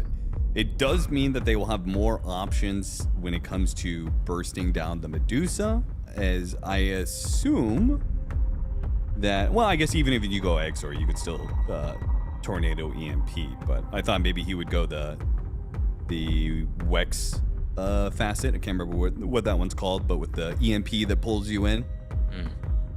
I mean, the Invoker is a very good pick here. Free Invoker game. It takes advantage of the fact that Aurora were very defensive, and this Undying is not a catch hero, which means there's nobody in this game to really jump and kill the Invoker. You can maybe Pango roll on him, but there's no follow-up. So he's going to have a very good time on this Invoker in the mid and late game, and it is a very good matchup against the Dusa. It gives you a Dusa answer, so Tundra are a lot more comfortable scaling here. It's a BZM Invoker. They always feel confident they can win any game with it, and I think it makes sense here. But man, I just cannot believe they gave him the offlane Undying when they were planning to go carry Abba over just some like useless Tide or something. Very tough matchup for this carry Abaddon. We saw it earlier and how much work this Undying can do. So all eyes on Toronto Tokyo and all eyes on BZM. To me, these last picks really define this draft, and both teams need to get a lot of value out of them. One's on the offlane, one's on the mid. They're both signature heroes for these players. Pretty cool to see. Just matter of who can find the impact faster and more. And 2 very different style drafts. A lot of aggression and run at you out of Tundra, and a lot of defense and playing under towers from Aurora. Yeah. I also think that with this switch, like maybe I'm wrong here, but I feel like I would rather have a Baden against Dusa Naga Siren if my support is Bounty Hunter.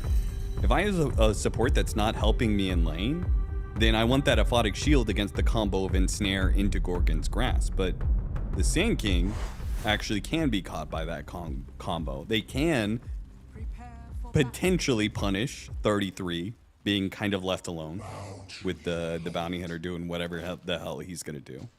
I don't know. I think there are a lot of issues that ended up happening at the end of this draft. I agree. I did not like how Tundra finished this one. They did get this really good Invoker pick, but I think they could have made it even better. I think the fact they let the Undying through, the fact they ended up with the Abaddon on the safe lane instead of versus the Naga, these small things I think switched it a lot, even with this great Invoker pick. So I think they are still in a very good spot, but I think this game is a lot more 50-50 than it was going to be with how that draft started. Yeah. Well, that's kind of interesting. It'll come down to some execution here from these two players on the last picks, and I could still see Aurora just kind of fall apart in this game because they are pretty low damage, and sometimes these lineups just don't function. Especially if the Bounty Hunter starts getting some kills and picking up some steam, I could see them just fall apart. They start getting kills. The Pango has a bad game in some regard, then you are severely lacking in damage. Oh yeah, oh yeah. Undying can only do so much for you here. Well, triple bounty rune for Aurora. Already a good start.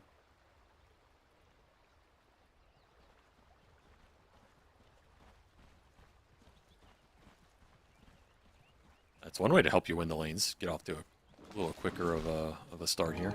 Yeah, faster bottle for Makoto as a result. Faster null talisman for Toronto Tokyo, who wants to be spamming out decays in this lane. Safe lane's not going to need a whole lot of help, though.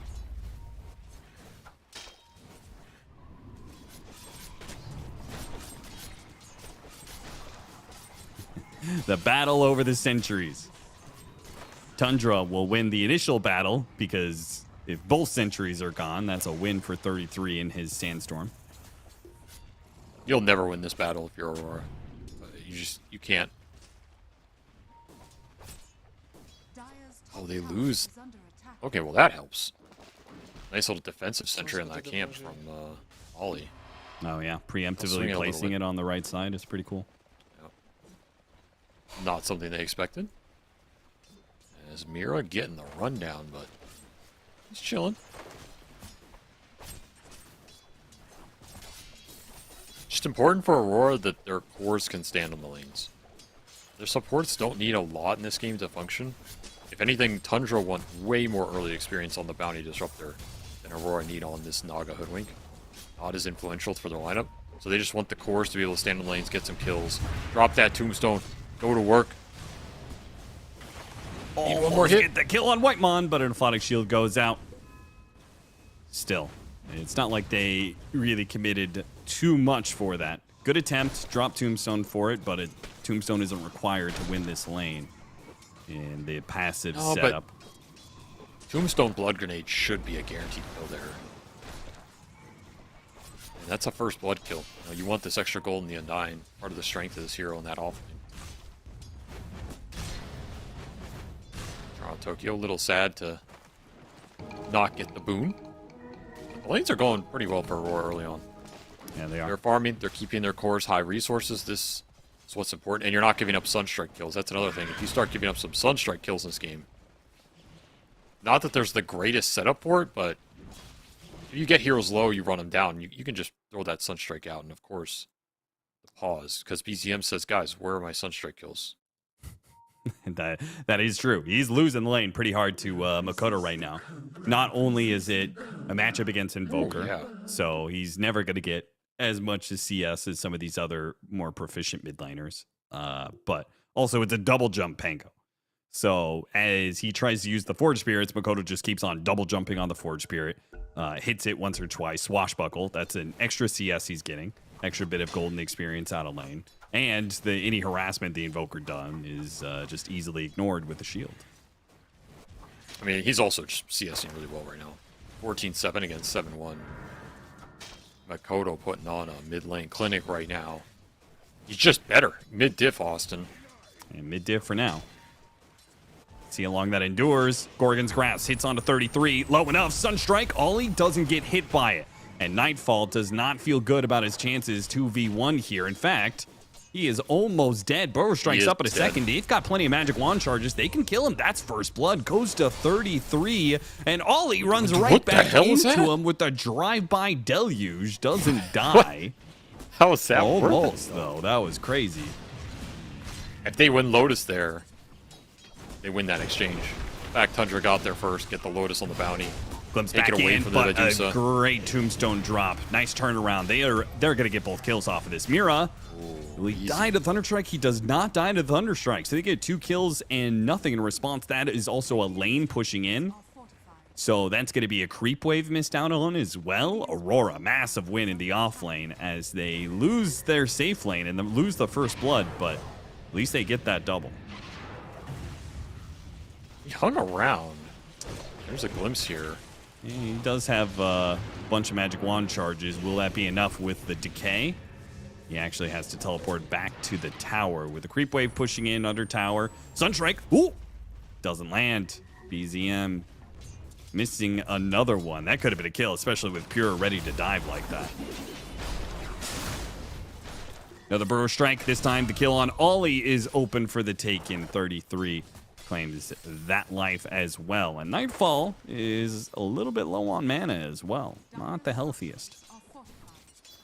Top lane we knew was going to be the rough one for Aurora. Just not that much synergy. They almost won it if they'd gotten that Lotus, but Tundra eke it out, and they're getting some decent XP for this bounty hunter up there. That's the important part. Always have the extra Sunstrike to play with, which EZM is definitely losing mid and getting harassed, so it's a little more difficult for him. There's always that threat. And this is where I was saying, like, I think that Tide ban, there's no way Tide Hunter is abusing this Abaddon as much as this Undying already is. It's just impossible. So Tundra have to be okay with this Undying having a game down here. Threatening another tombstone drop. The thinks better of it. Now has to drop it, but that's because Ari has made his rotation over. Now he's out of mana for decays.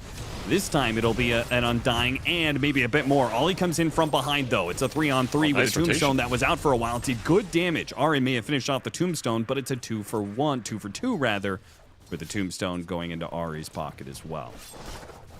That's okay for Aurora because the Undying gets the full resource refill. He was not having fun sitting in that lane on half. The Abaddon also did not get a lot of the XP out of that, but great for Ari. Bounty Hunter's in very good position. And this is a snowball hero. Like, you want him getting a lot of early XP here, so 2-0 2-star for him. It also means he's in position to get the Lotus for the next round of fights, so Toronto Tokyo may have gotten the refill, but extra resources for the Tundra safe lane. Bushwhack, Gorgon's Grasp. Ooh, it got him, but 33 got the Burrow Strike away, so a lot of right-click damage dodged by that play. He rushed Vanguard. Yeah. Vanguard, Raindrop, Lotus, full Magic Wand. Good luck taking this Sankey down. This is a build to be independent and let the bounty hunter roam. It's also a very good Crimson game against Pango Dusa. Oh, yeah. And actually Acorn shot from the Hoodwink as well. Toronto Tokyo needs some help. Has to drop another tombstone defensively here. Has the magic wand. He's not going to be hit by the Sunstrike, and he keeps pushing forward. Another decay. Up to an extra 20 strength here. And he's got 10 magic wand charges, so. No kill off that tombstone, though. Look at Rolling mid. Thunder on mid. Bigger kill. Yeah, they had the dust for it, too. Hit him with the tornado. Makoto comes out of that tornado, though, ready to go. Has a swat. Oh, he got him on the shield crash. That was on the edge of the AoE. Yeah, but that was sus. I thought he was going to miss it, honestly. I don't know about that one. That was sus, dude. I don't even know how that did enough damage to kill him. That was extremely close. Yeah, that's the power of the double jump there. I guess so. Always underestimate that. That's Pangolier for you. He's not a real hero. So. That's true. That's true. Toronto, Tokyo. I can't believe how much they're pressuring this Undying, considering he's an Undying. There's He another decay, dies you here. get it. He'll instantly come back to life, though. So I don't even know if this works for Pure. Oh, yeah, because he's now coming back in. he's just going to teleport right back in. Pure, he's got to get out. Yo, But what's he's up, going to dog? be dead Nice on the kill. other side. Mira hits him with a bushwhack, and Toronto, Tokyo gets the last laugh. Are scanning. That's kind of worth it for us. I think so, I don't too. know if they're playing this lane as well as they could be. The way they're using the resources and everything, but there has been Bounty Hunter roam, there's been Sunstrikes. You will get 6 here. That's kind of the important part. Like, he out-leveled this bad, and it's a pretty big threat on him. Nightfall, you are running into... Nightfall doesn't have the Stone Gaze here. So this Epicenter, it's gonna kill him, I think. Ollie tries to come in and help out. Too much burst, and now Ollie's in trouble. So much AoE damage from the burst of the Dusa. Nice bushwhack, though, from Mira. I mean, he lands He's that. in That's trouble as cool. well. Now he's dead. Dire's middle tower is under attack. With track up on Ari, dude, this is the last thing you want to be giving up here. I mean, they're doing a good job at the safe lane. They are taking out another double kill for Toronto, Tokyo. Just feels like things should naturally be going for Aurora, but Tundra is putting them in such an awkward position over the course of these lanes that they're still getting an even trade-off. Dusa was the weakness in this lineup, for sure. It pays off later, but in this early game, it's just dead weight. Tundra are abusing it. That said, this Abaddon is getting abused maybe equally as hard. I mean, 4 deaths on Pure. Just can't enter bottom. Who's getting the better exchange here? BZM takes mid. Feels like Aurora are getting a little better of it overall. Yeah, I guess thinking about it, like the Not trade-off of much. Abaddon versus Dusa being shut down, if Abaddon doesn't get recovery gold from the track, then shared Sunstrike damage keeps Makoto alive and able to buy his Diffusal Blade. That's big. That's big. He lives, he gets Diffusal, you can make a play, Rolling Thunder up in 25. That used all the mana on BZM. So he's kind of dead on the map. Doesn't have his Midas yet either. This Midas getting delayed because he did not get that kill. Hasn't gotten any of the kills, right? There's not a Sunstrike kill that he's gotten out of this? No. 0-1-0. No assists, no kills. Very slow Invoker game. Makoto put in work on that mid. He manhandled him. Middle tower is under attack. And he's got some stacks, too. He is going to be really far ahead at this rate. Oh, yeah. Like, he's already up 1,100, but he takes the stacks. He could very easily be soon, like, 2K up on BZM. And this is a good Pango game. What stops the Pango in the fight? Nothing, really. Yeah, pretty much it's you have to initiate first. Burrow Strike, Static Storm. That's your only option. The upside for Tundra is what happened in this offlane. So you have a very farm Sand King, who's going to be pretty strong in the fight. And you have a very high-level Bounty Hunter. The track already online. You can start getting some more kills. You start feeding away more kills. He's going to hit 33. Whoa! I mean, all the experience on the Bounty Hunter goes both ways. You're playing out on the map, scouting out heroes. You're walking into Centuries. You're a high-level support hero. That's a whole lot different. Smoke up, and they're heading to the triangle. They know 33. This could be 33 good. always has stacks. You know he's got the stacks. Can you stop him from claiming those stacks, though? Makoto, he's certainly going to try. Hit him with the dust. Does not get him on the stun immediately, but will follow him all the way back, almost to the tier 2. Static Storm's going to be dropped over Makoto. Makoto in some trouble. Meteor, it doesn't quite land, but the damage out from 33 is good enough. Okay. A song comes too late from Ollie, who is now tracked up, almost hit by the tornado. 33, Burrow Strike is just outside range. Can he close that gap? No, the Phase Boots activation Not might fast just get him enough. there. Oh, he is. Oh, he's not. No glimpse. Glimpse not high level enough for that cooldown. There's something. I mean, this Sand King is omega strong right now. There's just not the target you want to find, and you don't have the damage follow-up to go that deep. Overextension there. Now he's going to take your stacks. Uh-oh. One stack was not enough. He needs more. The man's appetite knows no bounds here. Mira pick up on BZM now. The Pango and the Hoodwink are going to cut across. And if Toronto, Tokyo is a part of this fight, very different. They would certainly have a lot more damage. Oh, yeah. But, of course, hard for Toronto Tokyo to get into that position in the first place most of the time. He's working towards a pipe. No Echo Saber, no Blink Dagger, nothing like that. Very good pipe game. Basically allows you to win any fight for 20, 30 minutes until Invoker scale starts to kick in. And this Invoker scale is a long way away. I mean, he's about to be behind his own bounty hunter here. He's just not finding anything.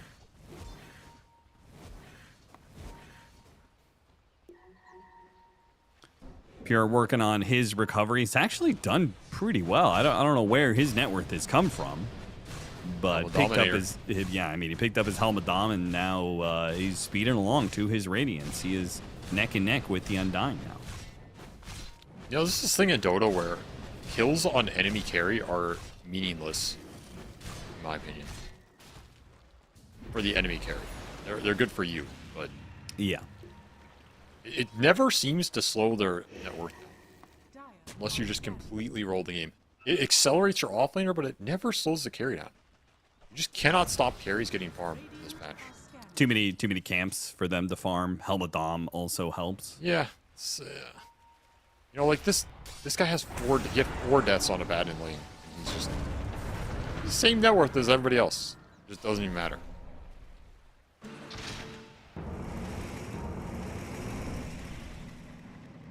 Rolling Thunder, he really felt like he was under the gun there. Saw 33 and Whitemon both with long-range catch. Did not want to risk it. Risk another death. He's having such a great game. So, defense of Rolling Thunder, that's going to be on cooldown for a bit as he farms up neutrals to work his way towards a Blink Dagger. Pipe is needs a bit more time to cook for Toronto Tokyo. And of course, it's a Deuce lineup, so you're always down to sit back and farm. But are you out farming Tundra, especially with 33 taking your triangle over time and time again? I like the aggressive positioning from Tundra, but I do think they want to be getting more out of this period where the bounty disruptor are super strong. You can run it Aurora. You can abuse the fact that Deuce is never going to come to fights. You have a numbers advantage. You have a strength advantage. You want to be finding kills right now. A lanes problem to deal with, though, going after Toronto Tokyo. And they'll catch him with Ceaseless Dirge on cooldown as well. So he's off the map for a bit. But I was going to say that Aurora's lineup is really good at ghost shoving. They've got Hoodwink, and they've got 2 illusion heroes to push out lanes. That's true. It can stall this game, which is another reason you want to start finding these kills in the early game where it's not as bad. Before the Deuce of Manta comes out, before Naga starts being able to kill waves on her own, before Hoodwink has extra levels. This is kind of your time to play with some extra map control you won't have later. You got to get some value out of it. Because Nightfall's free farming while all this is happening. And your strongest hero is 33. Did go the Crimson. Super strong right now. Nice pick up on the Bounty Hunter. Oh, yeah. Little Those are traps laid mega out value. for him around the way. That's how you do it. Gotta put those traps down. Limit his movement, limit his scouting.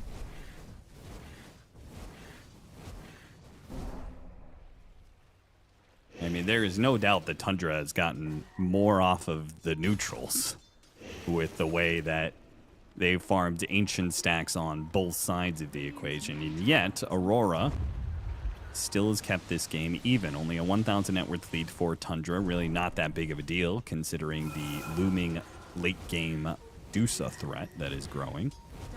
And they only just now hit their Manta timing. So some of that Ghost Shove is going to come to fruition. So is a gank on BZM. Little smoke play from Aurora, bringing the fresh pipe to the equation. They were willing to take a team fight, but they will suffice with just a pick off on the Invoker and perhaps the mid tower.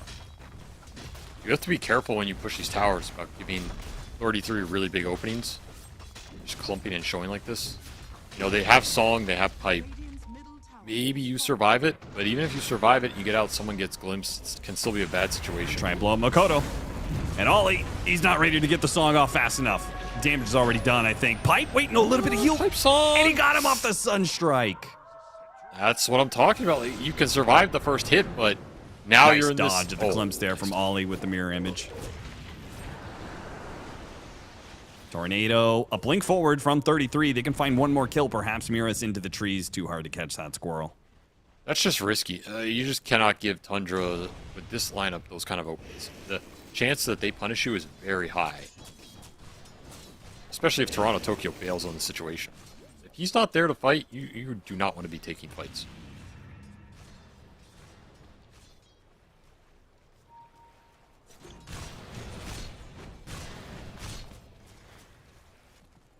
We three kings of Disorient.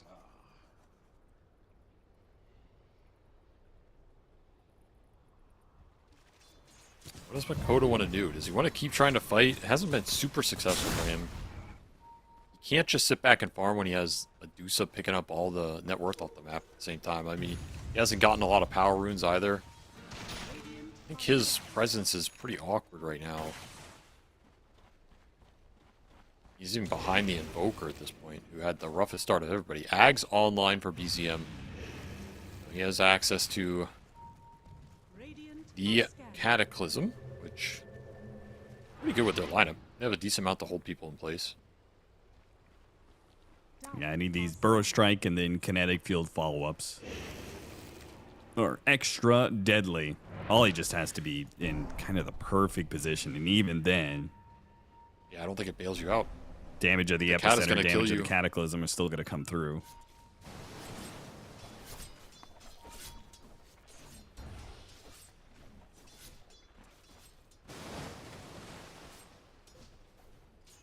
Vision battle right now. The real Trying to Naga scout. Siren is right here. Hard to tell, though.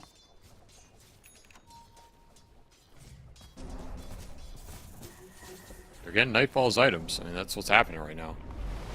Usa powering up. Dire's bottom tower is under attack. Tundra feel it. They're going to make the move. Bring 33 into it. Look for the track kills. Look for the aggressive jump. Can you catch anybody on this map? Going to be matched by Aurora's smoke. And clashing on the low ground. Breaks on the bounty hunter. Quick Static Storm does not actually kill Mira. He's going to be glimpsed back. Attempt to pull him back into the Static Storm. Not good enough. They drop with the Rolling Thunder and the Tombstone.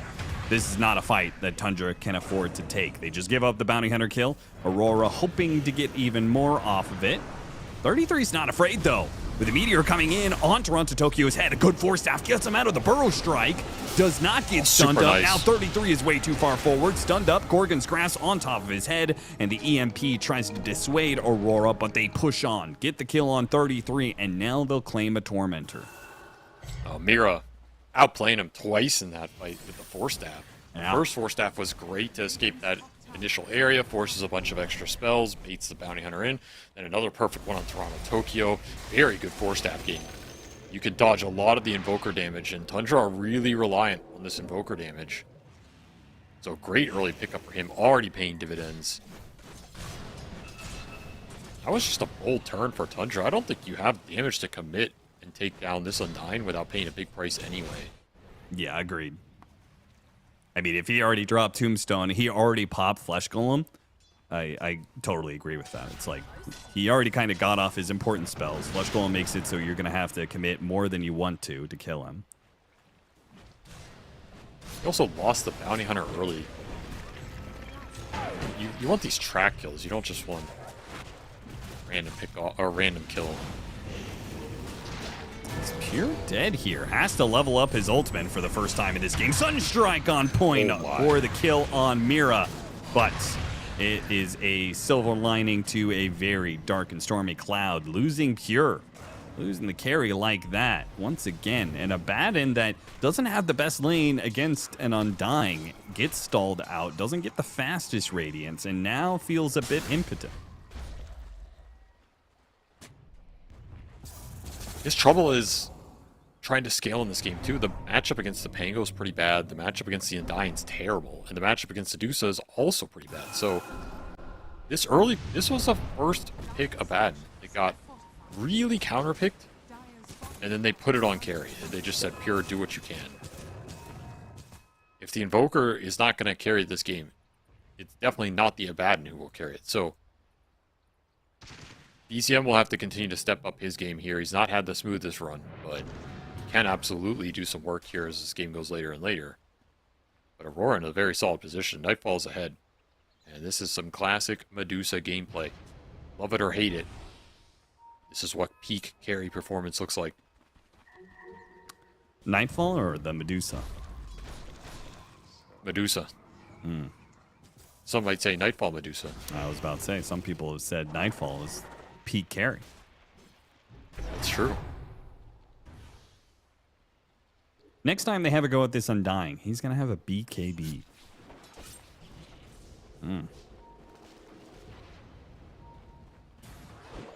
Whitemon caught on the other side. Quick push from Miro and Makoto. Radiant's courier. Nice bit of synergy between the 4 and mid. We're playing some hunting games. We've seen plenty of duos do this before, but this is a new duo, seeing as they have never played on a team together or even in the same region before.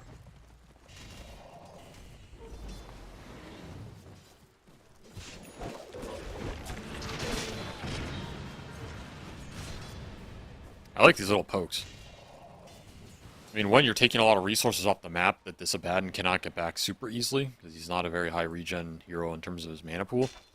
But it just, maybe you get a TP out of the Bounty Hunter, maybe you force some reaction out of Tundra. It's all space and time for Dusa to hit her items here.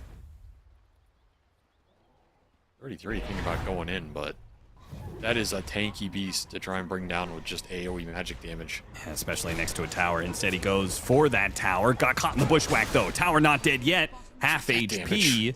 And Nightfall got the deny off his illusions. Radiant are scanning. Mira's doing some work in this game. A lot of setups. Force staff has been great. Boomerang online.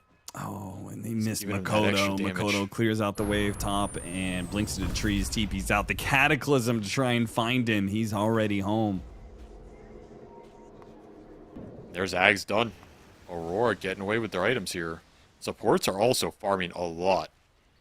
This Naga Hoodwink are cleaning up the waves compared to this Bounty Disruptor.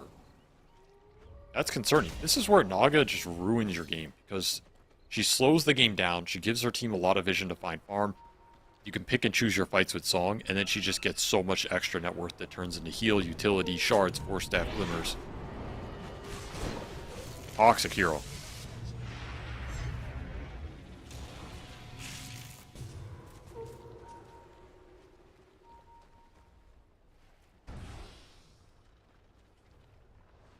Also very nice with the Dusa. That is the one synergy. I don't like the lane synergy that much, but the shard mana regen per second with Dusa is very nice. Yeah, that is actually kind of broken on that hero. It really is.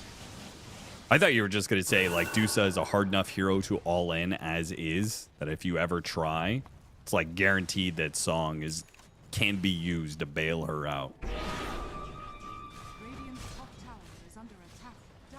Well, that too, but not only do you bail her out, you heal her up. Yeah. Scaling heal as well. So you finish this Scotty, it becomes even better. Get that bonus in, it becomes even better.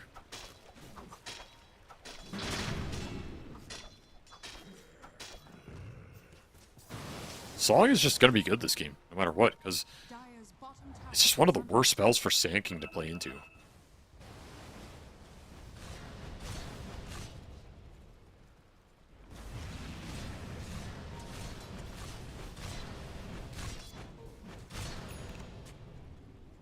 Game has really slowed down for Tundra. They wanted a fast pace, they wanted a lot of skirmishing, they wanted track kills, and they are stuck in Naga Siren Land. Ollie is putting them to sleep right now. I was about to say, that sounds like a thoroughly boring theme park to go to. It is, but it's working for Aurora. I mean, this is what their lineup's designed to do. Mira sneaking in. Like, even just this, them TPing back, searching for him. I mean, how much time has Tundra spent looking for heroes, looking for Makoto, looking for Mira, looking for the real Ollie? Can't find anything in this game. 33 might just walk into him here. With the Scotty He's freshly playing done so on Nightfall. aggressive. I Just wants think to you're behind lane. almost at the point that Aurora can start thinking about team fighting. You got the Scotty done. Oh, yeah. What else are you waiting for besides even more items on Naga? No, you don't need anything else really. Like this is you're playing for the Deuce's timings. This is one of her big timings. Nightfall says, "I'm done farming. Time to fight, guys. Good job. You stalled the game." They're going. Sure, he might be the victim. Illusions are not okay. He does get the heads up, blinks away. Really quick reaction from him. So the smoke is not going to find. Well, maybe Illusion spots Whitemon and Makoto goes after him, whiffs on the roll in, but still cornered. Whitemon will die. Tombstone him. They dropped a lot for that. They wanted that kill by any means, because any pickoff should lead them to try Roche. You don't know where the turnaround is either. It's a pretty scary part of Tundra's lineup. If Saiyan King and Invoker are waiting in some tree line and you clump for support, you don't drop spells, Yeah. you pay a massive price. Fair enough. So I think some of it's the safety, but makes the Roche a little less tempting here. Ain't no 33's walking into him. This is... Holy cow. Mira, another quick force staff. 33 with a burrow strike yet again. Ollie, gonna be bailed out. Good Gorgon's grasp. Epicenter chasing after Mira. Oop, the shot away. Mira, he kind of got himself stuck there. Goes for the kill onto Ari. The song frees him. Okay, they managed to get that kill. 33 burrow strike on Ollie now, but there's so many heroes behind Ollie at this point. Nice tornado EMP trying to help 33 out here, but he's got no mana. Been burned out of that one. Gets a little bit of help from Magic Wand. The Euphonic Shield gets a burrow strike off. Coverage even further from PZM with the Ice Wall, and he is away. Somehow, Tundra managed to limit their losses in that. Really good damage control, for sure. Awkward engagement. Showing the strength of this Invoker, though. There's really no one who can find BCM anymore in this game. And he is going to be really problematic. As much as this Dusa is an incredible carry here, this Invoker might just be the trump card. Very rough start, but you look at this lineup and nobody is catching this guy. So he should have free reign in a lot of these fights to output some serious damage.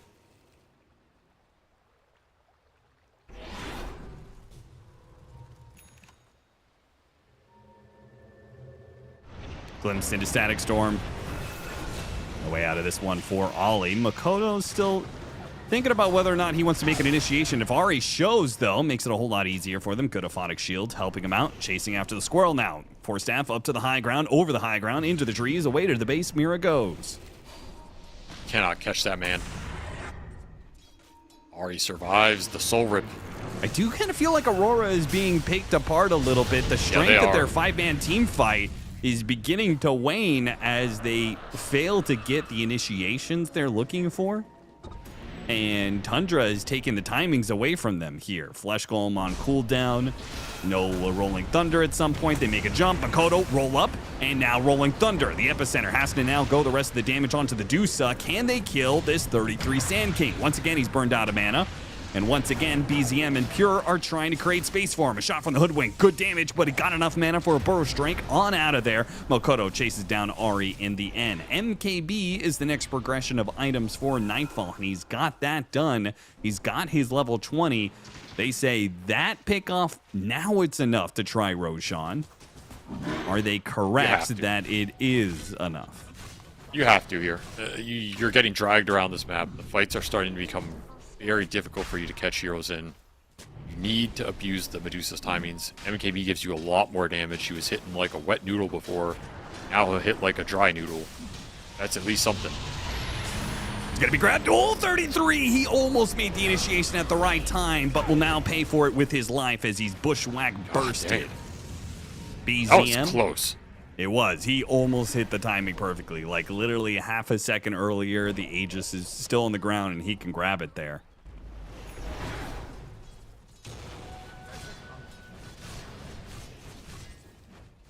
That's a big win for Aurora. The fact Nightfall had MKB going into that sequence really ups his damage output. And now you have a lot more to play with. Part of why Tundra were able to pick them apart in the last 10 minutes is Dusa was not hitting hard enough that she's a real threat. You're able to get the Sand King out. You're able to skirt around the edge of the fight, play around his lack of mobility. But if he can do serious damage, Aurora do have stuns to connect with. They do have a Tombstone to keep people in some area. You get Swift Blink on this Dusa, and this game really changes back the other way. Might even be able to find Invoker at some point.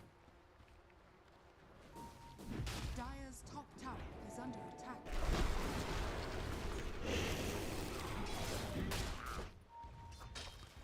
Toronto Tokyo just keeps on scaling up. Drop of the Tombstone to farm some triangle here. He wants his Blink Dagger, which I can understand that. They struggle to actually get their hands on Tundra a lot of the times in these fights. If he can Flesh Golem and Blink right on top of some of these heroes, it'll do a lot of work for him.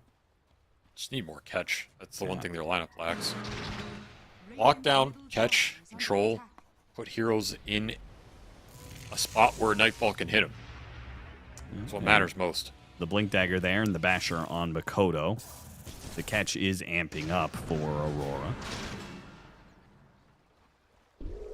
Add a Scythe of Ice for Mira, who he's going from Force Staff to Scythe of Ice. Still a ways to go for that one, but if he can get to it with the Go Nuts facet, the extra cast range he gets off of that, it's pretty potent.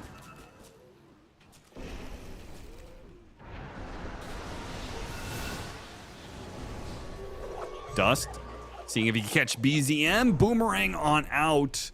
Doesn't find BZM and is scared to push up into that high ground. Does not know what's waiting for him up there. Hex on this Invoker makes these plays a lot more dangerous. Big threat around the map. 2 minutes left on Sages. Nightfall wants to push his advantage. Very tough to go high ground against this lineup. Rather take the fight. He went BKB, huh? He's debating Swift Blink, but he wants BKB on Medusa just for this Invoker matchup. Ignore some of the Sand King damage. I mean, it might be tough to go high ground, but I also don't feel like Tundra wants to be in a position where they're defending high ground. They're doing everything they can to to draw the fight away from them. I think Aurora should go for it. You put Nightfall up on that high ground with an Aegis. Yeah, you just sit everybody behind him. I don't think Tundra wins that.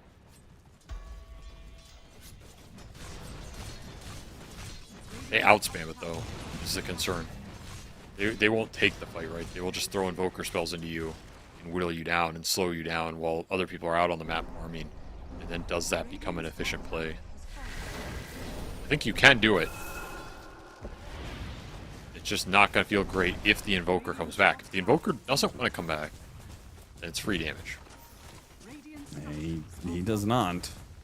He's going to try and catch another wave. They've done what they can between cutting the waves and the glyph. That'll take it out. Backdoor protection should go up in a second. Nightfall doing what last little bit of damage he can before the backdoor protection. He actually got the full tower. And midwave is back to push again. So backdoor protection is only going to go up for a couple of seconds here. 33 thinking, can I deal with this mid-wave? Spotted by the Boomerang. Actually hit Broken as he burrow strikes into Nightfall here. Bit dangerous. Here comes that EMP, though. Nightfall burned out of most of his mana. Still strong enough with the Aegis to keep it going. Now the Tombstone is behind him with the Rolling Thunder as well. They finish off this lane of barracks. Can they get any kills? Looks like Ari caught in the corner here against the Rolling Thunder. They'll get that much for them. But Aurora is running low on resources here. No mana on Nightfall. 20 seconds left on the Aegis. Sticking around is a dangerous play. They finish off the range barracks and now start retreating. Glimpse, no good. Aurora get back up to the high ground. Will not be punished on the Aegis respawn. Nice little push for them. Free tower, free barracks, free kill. Paid nothing for it. Get the full regen on the Dusa. Slots in the BKB. Almost a Swift Blink. They are scaling. They have Gem for the bounty. They have BKBs. I mean, they are hitting their stride right now. What are you waiting for if you're Tundra in a sense of just more damage? You know, refresher Octarine territory on Invoker.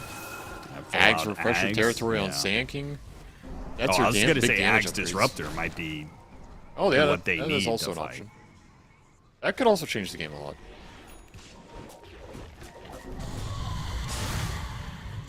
Jumping after them. Dude, But this guy's again, forced out. dude, Mira is just too fast, man. He's red is this 33 every single time. It's crazy. And now he's pulled back in by the Vincere, but the Rolling Thunder deals with everybody else. Pure is just not moving between the Rolling Thunder and now the Stone Gaze. He's trapped up, blinks up to the high ground, goes for a teleport away, but gets bashed, gets Gorgon's Grasp. Everything that Aurora has stops him. 2 cores dead, a BKB unused by Nightfall. This is another high ground push. That felt like a reach. I don't really know what prompted Tundra to say, okay, this is our moment to fight. I'm going to burrow strike this guy under tier 3, where the follow-up damage isn't that great. Maybe he just wanted to go for burrow kata, get out. But Mira's a monster, dude. This guy's 4-staffs this game. I don't think I've ever seen a better 4-staff game from a single player. Yeah. He's just a monster. You know, 33, he's like, I'm a 2-time TI winner. Watch me stun this guy. He forgot this guy's also a 2-time TI winner, so you got to have some respect. You know, you can't be going for that kind of loose play when you got the same amount of rings. That's all I'm saying. True. Bottom lane pushed into the tier 2. Mid lane pushed into the tier 3. Nightfall has arrived. And he's not even level 25 yet, but they've got 25 seconds till the enemy carry. Batten is back up. Swift blink done. He's up east right now. Bull kitted. Got the initiation. Great scythe jump there from Mira. Nightfall follows it up with a swift blink of his own. Sick play from Mira. That extra cast range going a long ways, and the fallout of that is 33 almost going down. Keeps the BKB intact. Toronto Tokyo has to use his here. And a song to reset things from Ollie. Did not manage to get the mid lane of barracks just yet, and Ollie's not even out. Good 4-staff from Mira. Will help get a little gap between him and the Abaddon, and away they go. Aurora up 15k. Did not manage to get a second lane of barracks from that team fight earlier, but did do some serious economic damage. It's a pretty disciplined exit. I think some teams would have stayed there. Because you didn't really use anything, but you're losing Tombstone, you're losing Flesh Golem, you pop some BKBs, so they just do not want to take a fight without the Tombstone up, giving some of the extra AoE control and vision. It's a really strong tool against the Abaddon and the Sand King, so you can't blame him. That was a very disciplined exit. We'll give up some smoke space. Smoke expires, but all these heroes are invis thanks to the bounty shard. So Tundra can make some pseudo-smoke plays around these maps. Level 25 and a shard, so you know, have the cold-blooded snake, which, you know, whether it's a glimpse or track or maybe burrow strike, it's not the most amazing thing unless it gets the burrow strike. If 33 burrow strikes onto Nightfall, then is instantly stoned. And that might be a problem for him. If he doesn't realize that and BKB first, then it's stone into a Scythe of Ice into 100 to 0.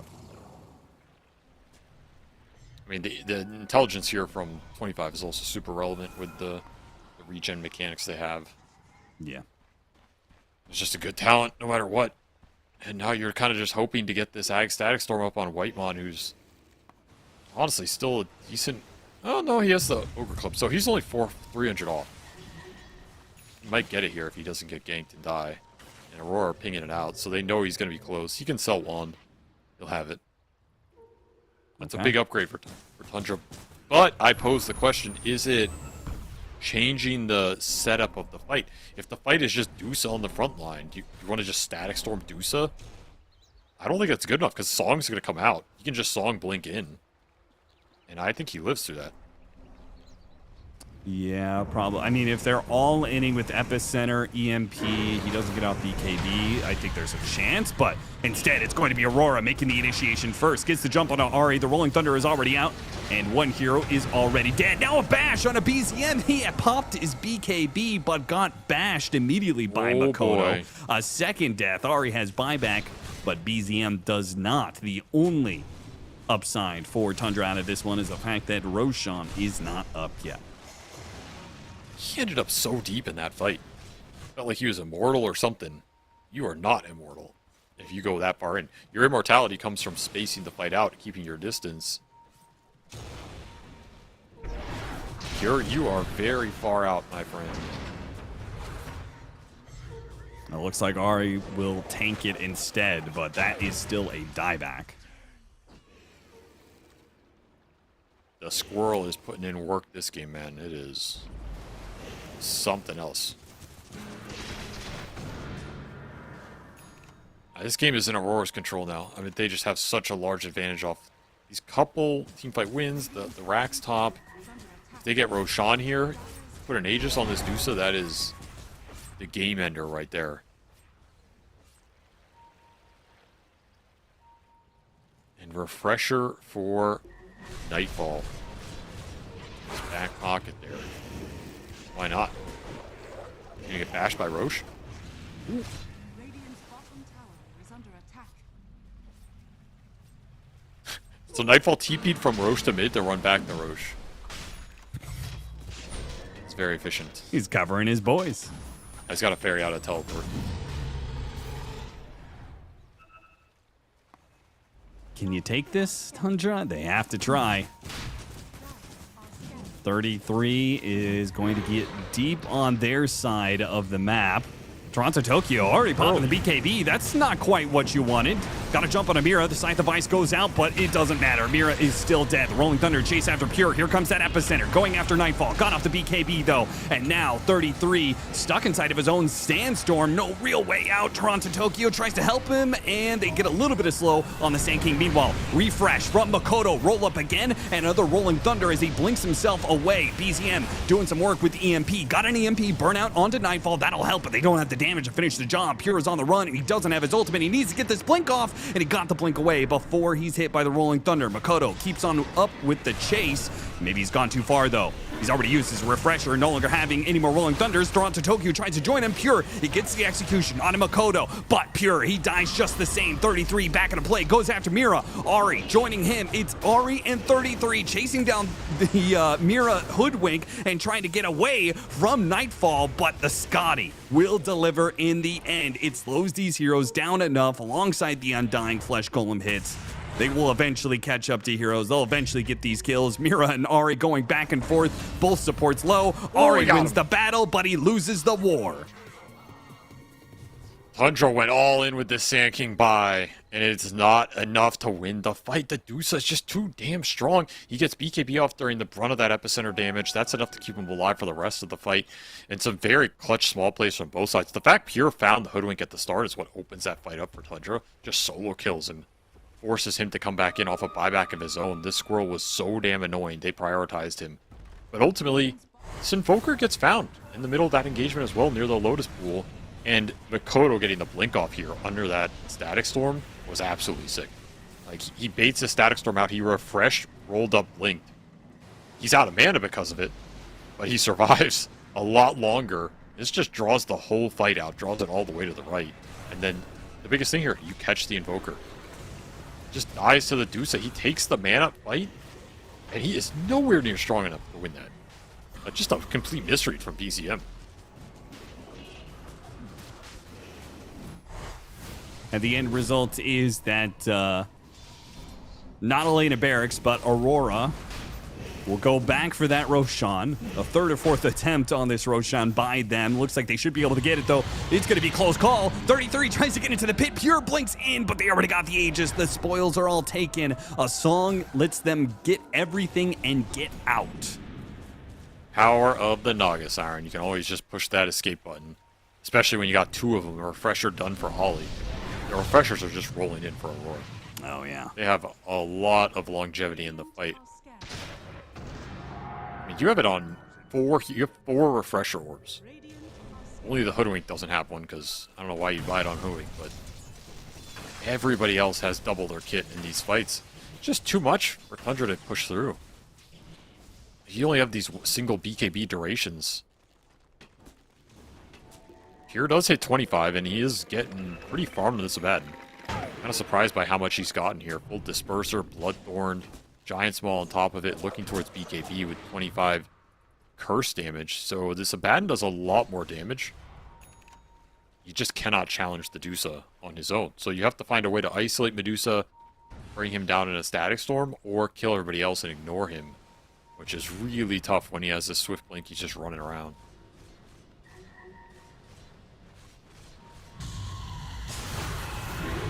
Tundra trying to make the fights as chaotic as possible. Got a good static storm out on 2 different cores. Toronto Tokyo in some trouble here, but he does have the ceaseless dirge, and he didn't even die the first time thanks to the song reset, the heals that went out. Now it's Tundra stuck underneath a tombstone, not looking good for either Pure or 33. Both may die. 33 got off the BKB, making a run for it here. And burrow strike up to the high ground. No, Nightfall follows him with the swift blink. They get both the cores that they jumped in. Only one of them has a buyback. Pure is going to use his already. Mira Hex broke the Abaddon. No ult pop. Got bursted down instantly. Makoto refresh, roll up. Once again, the refresher saves his life. Clutch what again. A sick reaction from him, and all the worse for Tundra. He's going to go back in with this Rolling Thunder and stun up BZM, potentially to his doom. There's Nightfall. There's the damage. Where's the vision? Detection? No detection. Mira, he's going to try and shoot him. Misses. That was actually pretty close over. It was close. Line shot. So the thing is, you still have 2 minutes on this Aegis. Yeah, they have infinite lives. They used 1 buyback earlier on Mira. They still have this Aegis life. And like Tundra's doing everything they can to make things weird, but the unit of Aurora is just becoming stronger and stronger as time goes on. Pure now tries to jump on a Mira, trying to get the one hero that would die back off of this one. He does manage to get it, and this time his ultimate will go off thanks to the BKB. Static Storm, again, catching 2 heroes inside of it. Can Pure kill the heroes while this Nightfall Dusa is disabled? Got off the Tornado.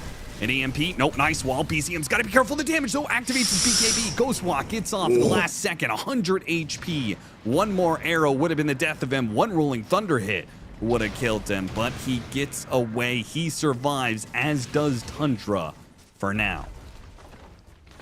Can Aurora push? Seems like the answer's no. I can't believe they can't push right now. Like, I don't. They still have an Aegis Medusa. It's kind of crazy. You don't have the confidence, but they really want this Hoodwink alive. He's so much of their control, and they're missing a lot of refreshers across all their heroes. They probably feel like, why take the risk of fighting without the refreshers are more valuable than the Aegis here. Sure. Tundra hold. Somehow they hold. And Abaddon's doing some DPS now, though. That's a little scary, your Aurora. You cannot let Pure just destroy your backline for free and get out. And he can almost reliably get out every time with Ult Blink. The only thing that threatened him was the Hex break from the Hoodwink. So if he jumps the Hoodwink, there's no turnaround potential. That said, Mira did buy Aeon Disc. So that option is now gone away. Because if you jump Bloodthorn this guy, the Aeon procs, he turns around, Hex breaks you, you're in that trouble. Again, the refresher's back. Still have 25 seconds left on the Aegis. Nightfall. He'll push the issue. Rolling Thunder to follow it in. Pure does not get broken this time around. And still has BKB, still has his ultimate, though the fact that he is taking so much damage and doing very little back. Borrow time goes off. Can he get the blink away? Got songed up, got stunned up. He's not going anywhere. He's not going to be able to get his borrow time blink away. Now activates the BKB and makes a run for it, but the physical damage will fall. Wait, no, the static storm and a burst strike initiation with the cataclysm coming in. Big damage. Will it be enough? It's going to be the Pangolier perhaps saying, nope, Makoto gets a heal. Big heal out from Toronto Tokyo. 33, that huge combo, not a single kill out of it. That had to have been as good as it gets for Tundra, and it's not enough. That has to be so demoralizing. What do you say after that fight that can go better for you in terms of the combo? Obviously, your Abaddon's running array. That was not great. But yeah, you hit Static Storm, Cataclysm, Meteor, Epicenter on everybody stuck in it. And they just walk it off, man. They just walk it off. Song number 2, Electric Boogaloo. Too powerful. That's all I have to say, man. Like, this hero is just stupid. This is why no one wants to play against it. Because it doesn't matter what happens. You just press this button, and everybody gets bailed out. The heal is insane. EHP, because you're all piped up, you have all these auras, you have Medusa. It's just ridiculous. I mean, I'll say one thing. We still don't have Ags on 33 Sand King. Well, yeah, because he had the buyback. He's got ruined in the fights, right? Yeah, His I'm just item saying when progression's you lacking. ask the question of like what more can go right for Tundra, if they can get 33 to 25 with an Aghanim Scepter like that, there is still some growth Sure, yeah. for this combination. It's just he's so far away from it. I mean, you do have refreshers now. You have refresher, invoker, refresher, Abaddon. Oh, double burrow strike. One. Once again, the Static Storm on the Dusa Undying. This combination of heroes just keeps and getting caught on it. Refresh from Pure in order to get the Bloodthorn out onto Nightfall. Nightfall gets off his BKB and has enough mana for the Stone Gaze, so they have to ignore him for now, and that's going to kill on Disruptor. The initiation, once again, does not go right for Tundra. 33 comes back down from his Yules, tries to dodge, gets hit by the Rolling Thunder. 2 dead, Nightfall out one of of them mana. already buying back. Nightfall almost out of mana here. Not quite good enough. Can they chase after him in any way? It's not looking good. They play the margins, play with the track, play on the edges of the team fight, hitting them with their tornadoes, trying to isolate them one by one. Pure going back in, doesn't have an extra ultimate here. Already used the refresher, already used both borrowed times. He's got to be careful with this one. Toronto comes right in the middle of him with a refresh on the BKB. He is massive. He has a ton of strength. He is decays going off nonstop. A high ground tombstone. It is a Undying's dream team fight. Just double strength Blink with all this strength. They can't move. Slow is way too massive. And once more, Aurora just have too much in the tank. Tundra are executing these fights pretty damn well, but there is so much to get through. You got through all the Dusa's mana, but you cannot finish him off. You got through all these lives, but it's too many lives to finish off. You have to get through the Undying passive as well if it comes to it.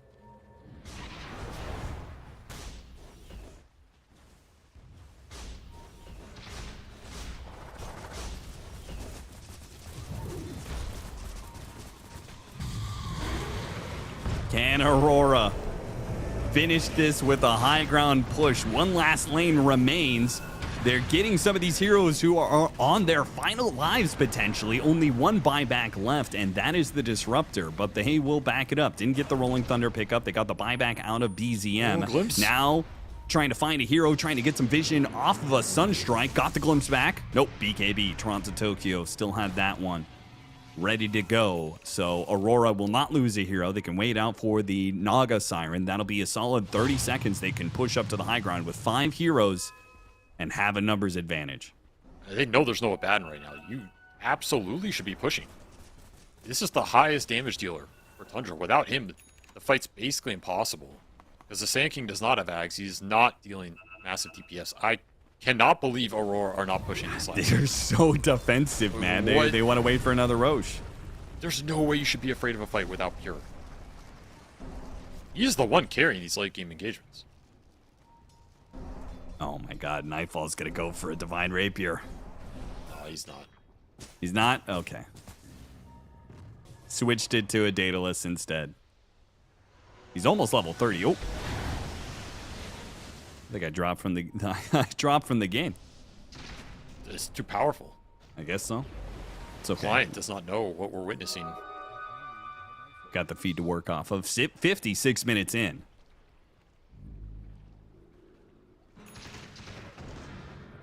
There's that Daedalus. Let's have the Ags eat, so...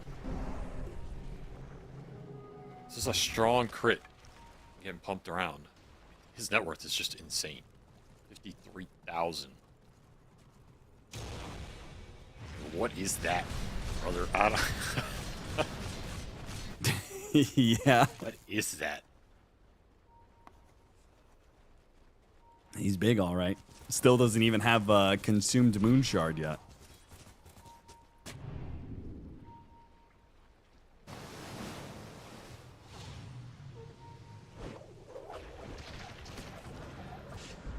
Roshan, 10 seconds.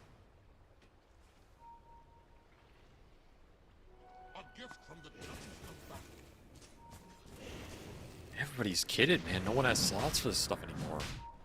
Trying to get a nullifier on the Pango, that would be nice. I still think if you can get this break Hex on the Abaddon, that's the best way for Aurora to deal with Pure. Otherwise, goes he's that got 2 ults nullifier. to play with. It's tough. Yeah, no nullifier for you. Roshan TP in roars, this the outpost. TP's coming in. They blink out of the TP on the outpost. It could be a risky Roche for Aurora to go for it. They can always song it, but it does clump your heroes around that pit. It That does. is what Tundra won. And we've seen time and time again, Whitemon's been able to deliver with some Blink Static Storm. 33 finds Mira. A really good pick if they can get him. Got inside the Static Storm, so even with this Aeon Disc, he's still in some trouble. nice The song dodge. heals him out, though. They're going to continue to chase after him with the BKB. Pure is just putting everything they have. They want all of these supports dead and gone. Another Epicenter going out. Ollie in some trouble here. Refreshes. Can he get another song reset? He doesn't even need it. Pure's chasing after him now. They're putting so much work into killing these supports. Will they have anything left with the cores when the time comes? It is taken so long to kill Mira, but they do get him a dieback. 2 kills on the Squirrel, 1 on the Naga Siren. And they're still rolling around, still trying to catch Pure. Pure making a run for it down the river. Has BKB, but he can't. He has to get away from Mokoto. There's just no way. He's going to get bashed if he tries to do this. Immediately the bash happens. Now he's hoping to get a blink on the end of the borrowed time. The borrowed time, it doesn't last long enough. He got tagged by damage. Didn't even have a prayer to get off the blink. A buyback immediately. Tier 4's under assault. Has to defend the base. Not even against mega creeps, but just against a large force of super creeps pushing in through the top and mid lane. Double buyback forced. Out of Tundra here. They are running out of lives. That's a Divine Rapier on the Dusa. He wants Aegis. He wants Divine. He has the Daedalus crit with a level 30 Talons. He has not taken yet. Nobody knows why.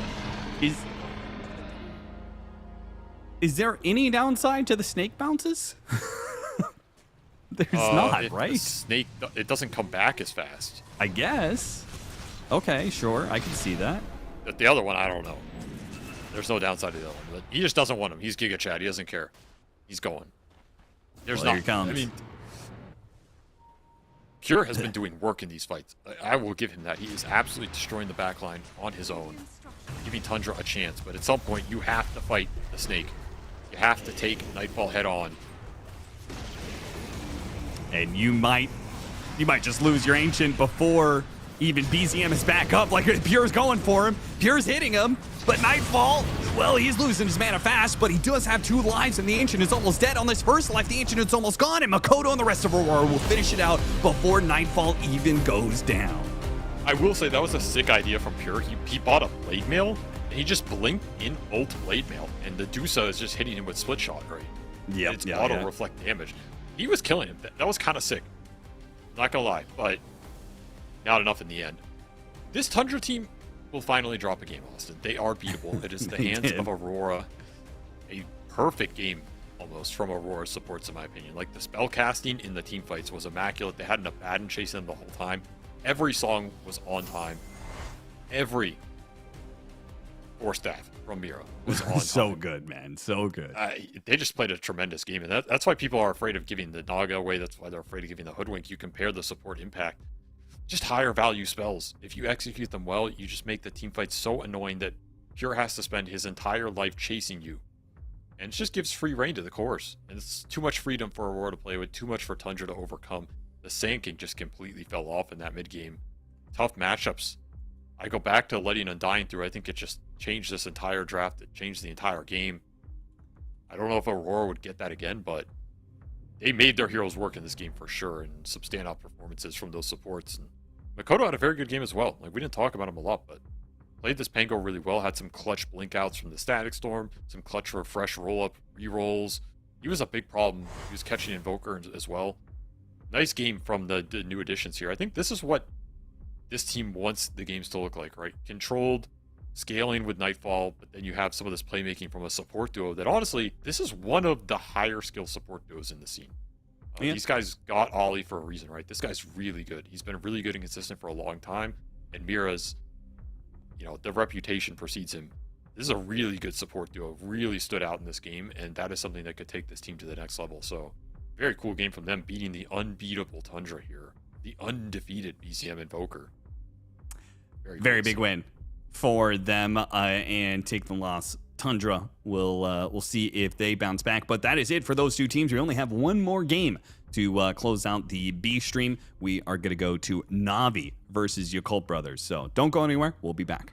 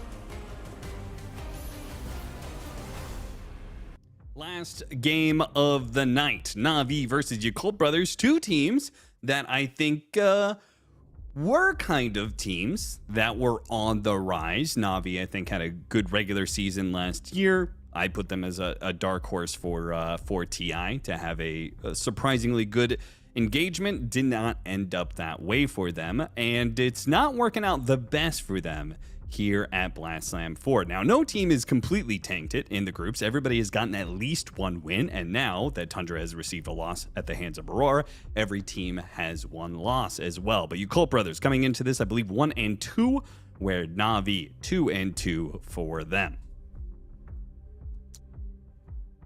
I'd say Navi's definitely looked a little stronger, though they haven't been able to keep that performance up in the playoffs of a lot of the big tournaments they've been into, right? It peters off at some point. Probably just a very young squad, need more experience.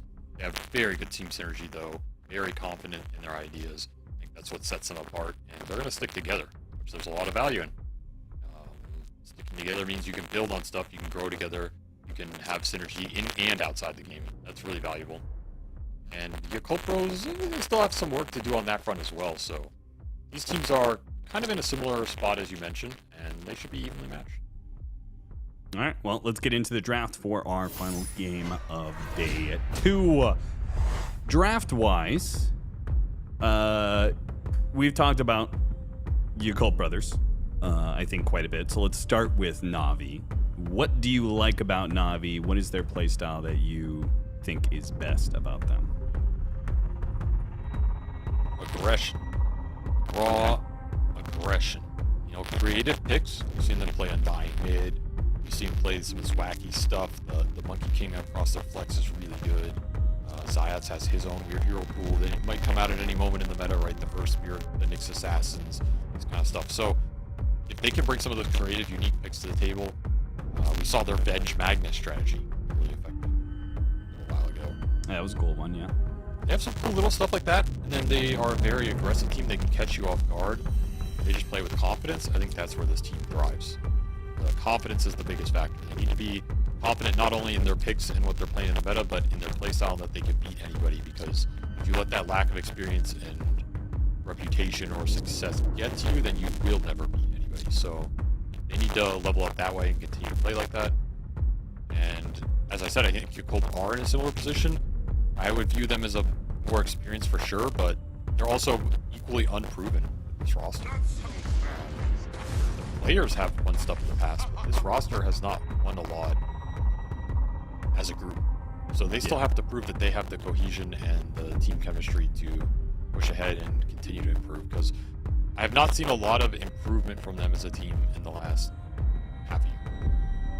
I feel like we're still seeing the same kind of hit or miss chaotic Yakult Bros, which I enjoy watching and I think is super fun, but does not yield the best results.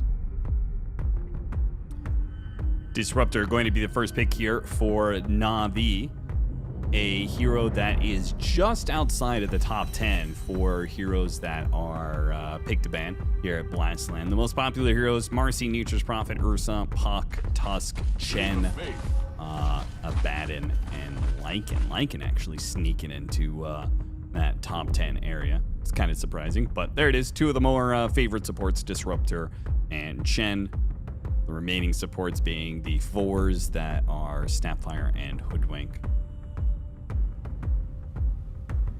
It's funny, Naga Siren actually only been picked one time. Was it that game? Is Dota Buff counting that game? No, it's been picked twice now. So it was Aureus versus Aurora. Oh, right. The two games that we've casted today. The only 2 games that Naga Siren has been featured in, despite that, has been banned 16 times. Yeah, and the 2 times it's been left through, it absolutely dominated the game, so I would not expect to see it a lot here. All the other premier supports will get through as a result. So it's something to think about in all of these trades. You know, some of these bans are guaranteed. What do you want to let through? What do you want to get in the exchange? And I would up my priority down the Hoodwink.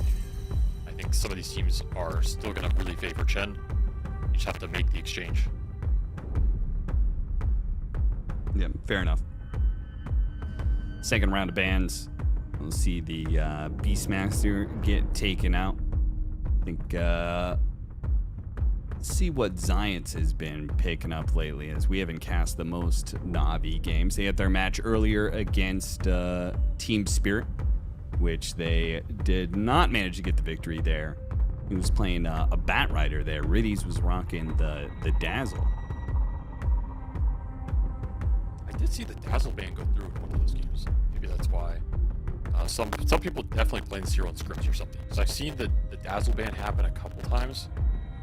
I haven't seen it really been effective in pro play. So I'm not sure where that's coming from. Like if it's just a scrim thing or pub thing or what, or if it's just certain specialized players. I have to wait and see how that develops over the course of the meta.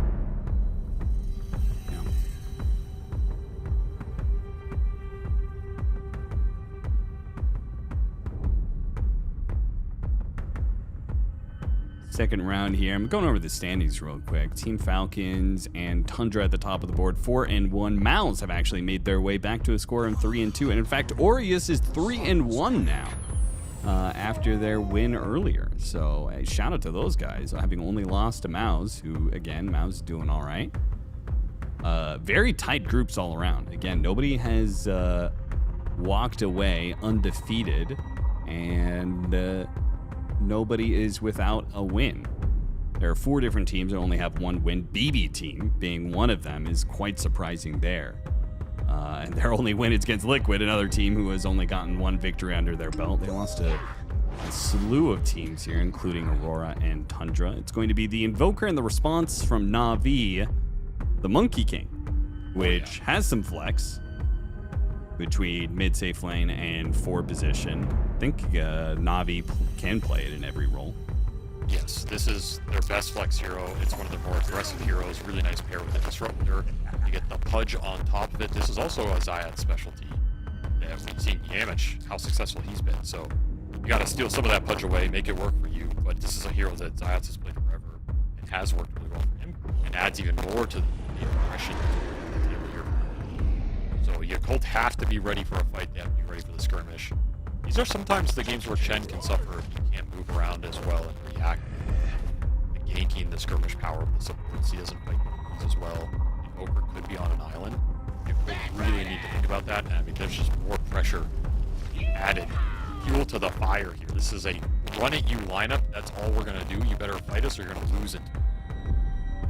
Yeah, this is crazy. Bat Rider and Pudge on the same lineup, which again, a lot of flex potential here, but from what we've been seeing, mostly Pudge supports. So is this Bat Rider now going to be the mid matchup against the Invoker? Safe lane Monkey King is, I guess, the assumption.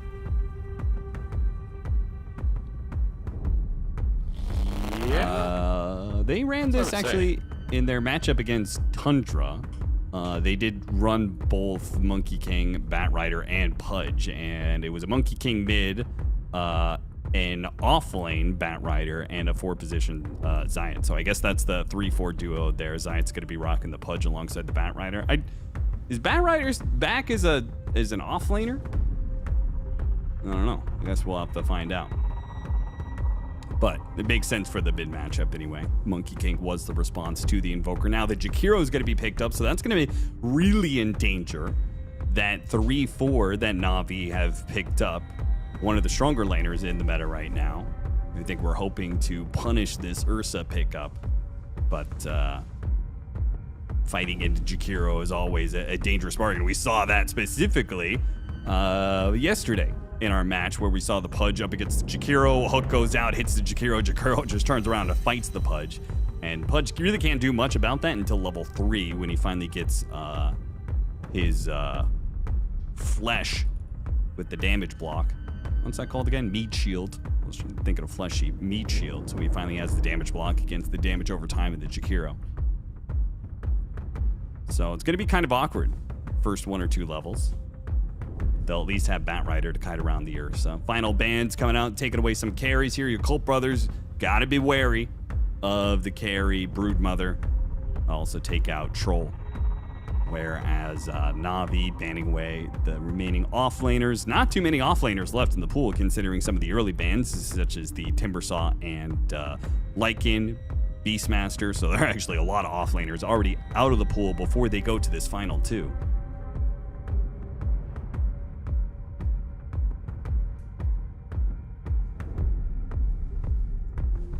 Start off with a Tide ban and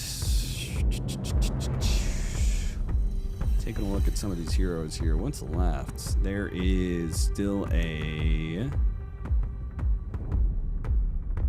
Mars that could be picked up for you, Colt Brothers. They just need some sort of frontline initiator at this point.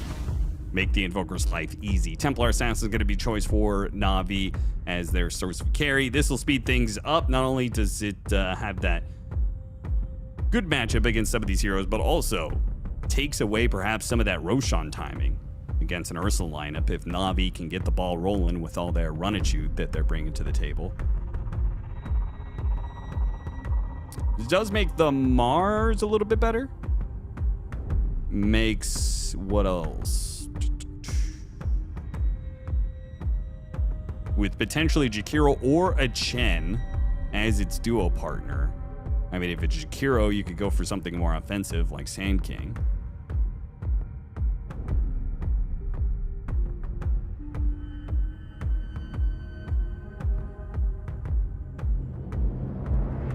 Avery, quick prediction. Offlaner for your Colt Brothers. Lock it in. Mars. Oh, well, you heard it. That's cheating. It's not cheating. That's predictive power, Austin. And I predicted what I was going to hear. Sure it was. All right, it's a Mars. Nice. There you go. Round it out. Get the control for all the damage. Just pump it out. We've seen the Mars Invoker combo be pretty effective today. So this could be another game. It just wins out. And we saw how good Emo was on this Invoker in one of those other games. I mean, I don't think he got punished as hard as he could have. And I think this is another game where the raw aggression could catch him off guard. But if you let him play his Invoker game, he will do some serious damage. Yeah. It's I quite like this because it's a decent matchup against the Templar Assassin, good combo with the Invoker, and it also can really mess with the Monkey King. Hard to play the trees when you never know when a Blink Arena is just going to clear like a whole forest out of a team fight. Oh yeah, there's some catch for him here. I mean, even just a lot of their spells are kind of annoying. I don't think the matchups are inherently bad, but you have to play through all these Invoker spells that are super annoying, right? The Tornadoes, the Dispels, the Disarms, the Mars Arena Spear that can cut you, that can debilitate you in the fight. You're a little BKB dependent here, which might be the concern for the hero in this game. But that said, if you're Na'Vi and you just buy BKBs and you just run at them and you grab and kill this Invoker, does that kind of fix a lot of the problems you have? Yeah, maybe. Or if the guy just gets hooked. You know, there's a lot of displacement in this game between Bat Rider displacement, Pudge displacement, Glimpse displacement. Glimpse, yeah. And then you have Monkey to scout for it, TA traps to scout for all of this. So there's vision mechanisms with triple displacement and jump. That can be tough for heroes like Invoker to play into. So I do think Na'Vi addressed the hero to a decent extent if they can execute. And I do like their draft. It's just you have to, you have to line these things up. You have to land the hooks, the glimpses, the lassos, and get in there and get it done. Otherwise, this Invoker will run away with the fights. Zeal, good luck, Niku. Niku just says thank you. He doesn't wish him good luck back. He just says thanks, bud. I'll take the good luck. Very I could polite. use a win right now. I think the audience will take that, over all the ATF trash talk. Just a nice, polite exchange, wishing each other good greetings, good tidings, an honorable Pudge match. Have you ever all chatted in a match outside of like pause and reason for pause? In a professional game? Yeah. I don't think so. Other than maybe some quick banner at the start, If I knew Okay. the NA matches, sure, but I'm not an all chatter, man. I'm gonna mute everybody and don't talk. Yeah, you are. Man just wants to be in isolation. Look, I had to If he play could against. solo cast, he would, but unfortunately, the Avery play-by-play isn't up to snuff. So I wouldn't say that's the reason. I think it's just job security for other people. I don't want to. sure, I don't want to sure, ruin sure. careers. I'm not a career ender. I'll also say if you had to play against Prime OG, you would also have everybody muted. So Yeah, that's fair. They were what do you want? the first team to really hammer in the meta of you have to ignore your team, your opponents rather. that's the thing. Nowadays, everyone's used to it. Back then, nobody did it. So it was incredibly annoying because relative to the baseline, it was super high, right? Nowadays, Yeah. they'd just be like another Falcons or something. But back then, you had to mute that shit. Get it out of my game. I can't focus. Can't play. Well, we're seeing that Jakiro Pudge matchup. And Jakiro is just chasing around Zayats, but that just means that Batrider is able to play a 1v1 against Ursa. It's not the worst thing in the world. Meanwhile, we have the mid matchup, Emo versus Niku. Niku is going to be getting some early CS advantage over Emo's Invoker, but we do have to keep an eye on Sunstrikes, just like we did last game for BZM. BZM failed to get any of those Sunstrike kills for the first, 20 minutes of the game. See if Emo has better luck. Once again, does not have the best setup, but he has better than what we saw last game, probably. At least you have a spear up top, and you have some slows down bottom. And you have enough slows with stacking some Earthshock plus Jakiro. So it's very doable here.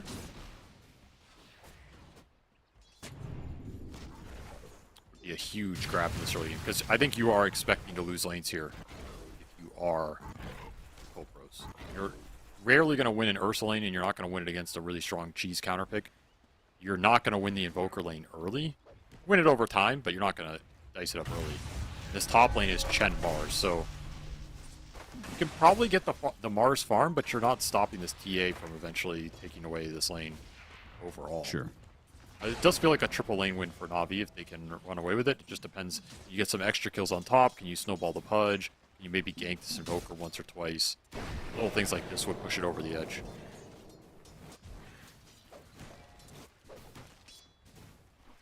Losen is doing a good job of putting as much pressure on the Batrider as possible. The Pudge can't really get too aggressive for fear of fighting into an Ursa. Got the hook back. Ursa jumping onto Zayats. Got to be careful, though. PMA choosing to go after Pelosin a little bit. Now has to turn, fight Flyfly instead. Flyfly fighting for the kill. Gets the first blood. And the Lotus. Yeah, that's an exchange for him right there. The Pudge's worst enemy in life is the bear. Because bears eat meat. Well, they don't eat rotting carcasses. Yeah, they do. That's exactly what they eat. Bear will eat anything. Bear will eat other bear. Bear will eat other bear. Because bears just eat everything. They're omnivores. They don't care. Okay, you might So be right about that. even if Pudge kills the bear and takes his meat, and Pudge is part bear meat, the bear will still eat the Pudge bear meat. That's why the bear is the ultimate counter. Pudge. I see. Ice Frog cares a lot about this lore. That's why he designed certain things to be this way. Listen, I'm down to give Ice Frog a lot of credit. Lore is not one of them. Hidden lore, though. Hidden lore. That's where he shines. Yeah, well, we'll just wait till we see what Bard Frog does. That should be his magnum opus, right? You would think so. But it probably has nothing to do with him. Yeah, I actually don't think that I don't think Ice Frog is behind that hero in any way. I feel like doubt that's somebody else at Valve made a hero for him. Because if you were going to put yourself in the game, you would have done it like 15 years ago, you know? Yeah, but that's just a level of hubris that... Who would do that, you know? Niku is killing it in the mid lane matchup. 25-9. Na'Vi are walking away with a CS victory in all three lanes, even as they gave first blood up in bottom. Oh, they're winning all right. That's what this team likes to do. Win lanes, put yourself in a position where you can kill enemies and just kill them forever. Suffocate the map. You have some decent scale going for you across your tricore. We'll be interested to see what the item build is for this offlane bat. We saw mid one play at mid. He went Boots of Bearing Lotus Orb on a route, which is something. Strike, it's on point. It does not get the kill on Zions, but it helps Flyfly get the kill. And Pelosin is taking the fight against PMA. He almost won it. The damage over time comes in from both the Jakiro and the creep wave that was chasing PMA. They get 2 kills out of the lane. I don't know, Avery. You beginning to put some respect on Jakiro's name or what? I think Na'Vi just never got the lane equilibrium back, which is the biggest thing for this. Like, I think they could have just pulled the wave early, reset equilibrium, and they would have had a way better time down here. Instead, they're having to play up in front of Flyfly's tower, getting run down the lane, and the Pudge is pretty much useless in that situation. I think this lane could have been played better. That said, yeah, Shakiro's putting in some work up here. He's going to TP top now. Look for another kill up top with potential Sunstrike addition. Spear back on Got the Juice. Did not latch onto the tree. Zeal did it under duress as he was getting pressured. Niku, though, shows up, gets his stacks on Baboka. Not enough to get a kill anywhere out of this. So Emo gets a bit of recovery time with no punish on the sidelines. Now Paulson, he's going to go off map. You can stay up here and still look for the kill in the TA, or you can just go back bottom, because Ursa is free-farming down here. He's chilling. That is not pressuring him a lot. This counterpick has not worked out so far early in the game. And again, what itemization is going to go to try and scale? Do you go with Boots of Travel? You go the Boots of Bearing? Do you go early Blink Dagger and just look for the aggressive kills? Do you die again? Trying to push him off, but he's walking into a Sunstrike. Emo gets the first one of the game. Big kill for him. Push up this Helmet Dominator timing. Yes, sir. And still get Flyflies. As the double supports rotate over, Radies took a lot of damage for it, but ultimately they get that kill, and they have to protect this side of the map the way things are going. An invasion into the Wisdom Shrine was possible. You needed something for this Pudge, man. You don't want to go the 0 flesh heaps for 20 minutes like Box here out. You got to get some early, just for your mentality's sake. Yeah. Especially with how much this Ursa was getting up the lane. Flyfly was running away with this down here. Unacceptable. You are Na'Vi. Even bring Niku down here. Trying to anticipate the return of the Ursa. Maybe snag a quick Jakiro kill with a glimpse, but unsuccessful on both fronts. This is space for Emo. He loves this. Monkey off the lane. He's just chilling. Get into his helm. Life. Solo XP. No ganks going into him. Feels like people just don't gank Invoker anymore. Dire's middle tower is under attack. Radiant's bottom tower is under attack.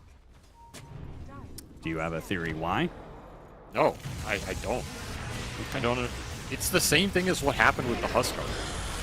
I felt like for a year, I was saying, why don't people just gank, tri-lane, dual lane this Huskar? The hero becomes way worse. People just sit there and watch the 1v1 vacuum happen. And then there was that one game where somebody did it. Just straight up dual lane him mid. I don't remember who it was. It was like Nigma Galaxy or something. Do you remember the game I'm talking about? I don't. Okay, well, we casted some game. They just straight dual laned the Huskar mid, and he got absolutely dumpstered. It was like, okay, you can just do that. One of these things, nobody does. Teleport in. Radies, do you want to complete that teleport? Surrounded by Chen creeps, blocked in. He dies immediately. It does help get the kill on Emo. With Zions coming up the side. Baboka found a haste rune, though. And now with Zeal hitting the arena, hitting the spear onto Nico. They're going to all in for the mid laner. And they've got him, too. Too many creeps. Zion's going to be left for last here. What a win for Yakult brothers. Zeal, I mean, there's just too many heroes being brought to this whole engagement. He gets the spear. He goes for the kill on a PMA. He almost gets it, too. Is Zeal not even dead? Baboka got level 6 off of that, so the Hand of God goes out. 200 heal plus another 20 HP per second for 10 seconds means that Zeal is too tanky. I don't think I've ever seen a mid engagement where Chen did the most damage. Like, what on earth was that, dude? He got multiple penitences. He had the Ripper Slash with the extra creeps. Forge Spirit's going in, and he gets a haste room. He's just running kids down. This Chen is level 6.5. Like, what in God's name is happening? This is the greatest game I've ever seen from Baboka.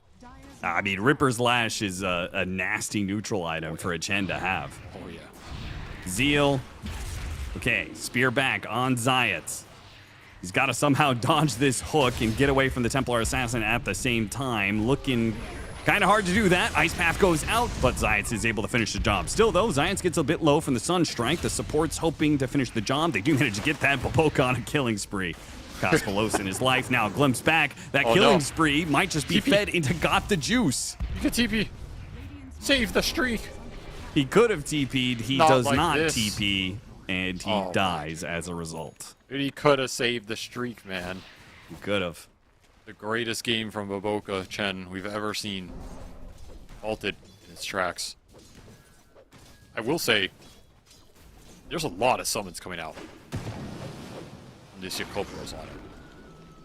Between the Chen, the Forge Spirits, Helm of Dominator on the Mars, Helm of Dominator on the Invoker. That's a lot of extra units in this game for you to try and hook through, or just burning refraction, maybe random purge creeps for the bat, some random ice armor. It adds up. A lot of extra lane shove as well, which is nice in this game because if you can push out the waves without showing, you're not going to have the glimpses, you're not going to have the hooks, you're not going to have the lassos, so...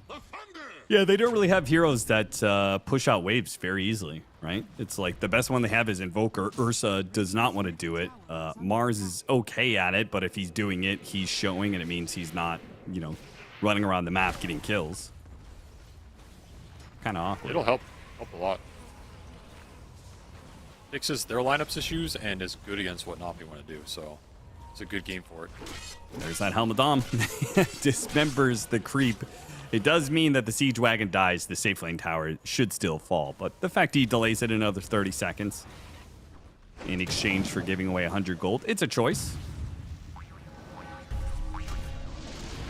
Baboka's back. He is, and Look he's at the got damage. rid. He's surrounded with the Ice Path and Sunstrike. Emo being fed some kills here. Second kill of the game for him. He already has his Helmet Dom, and now, thanks to the tower kills coming out from Baboka alongside the Sunstrike kills, he is speeding along to his Hand of Midas. He is second in net worth, and he hasn't even finished his farming items yet. Feels like that other Invoker game we saw where the early lane was an issue, but he finds the Sunstrikes, you get the Midas, and then you're just getting out of control. We know what Emo can do with levels on this hero. As Baboka's rampage continues, nobody can stop this Chen. Yeah, good luck hooking anybody in this game, brother, because you've got like 10 creeps to go through and double Doms and Forge Spirits. There's a lot of trash in the way. This Chen is fat.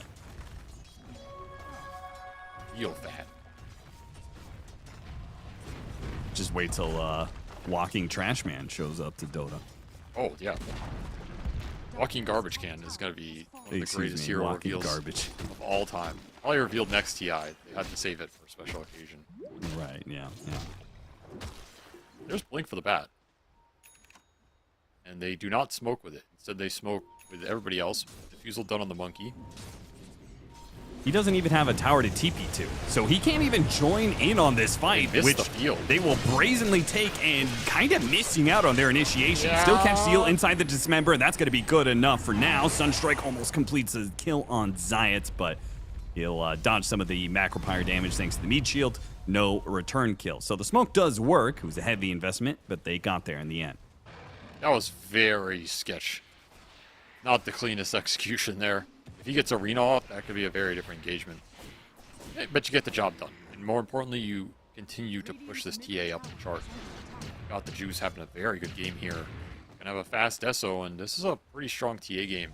You can get in on top of these cores and just start dealing with DPS.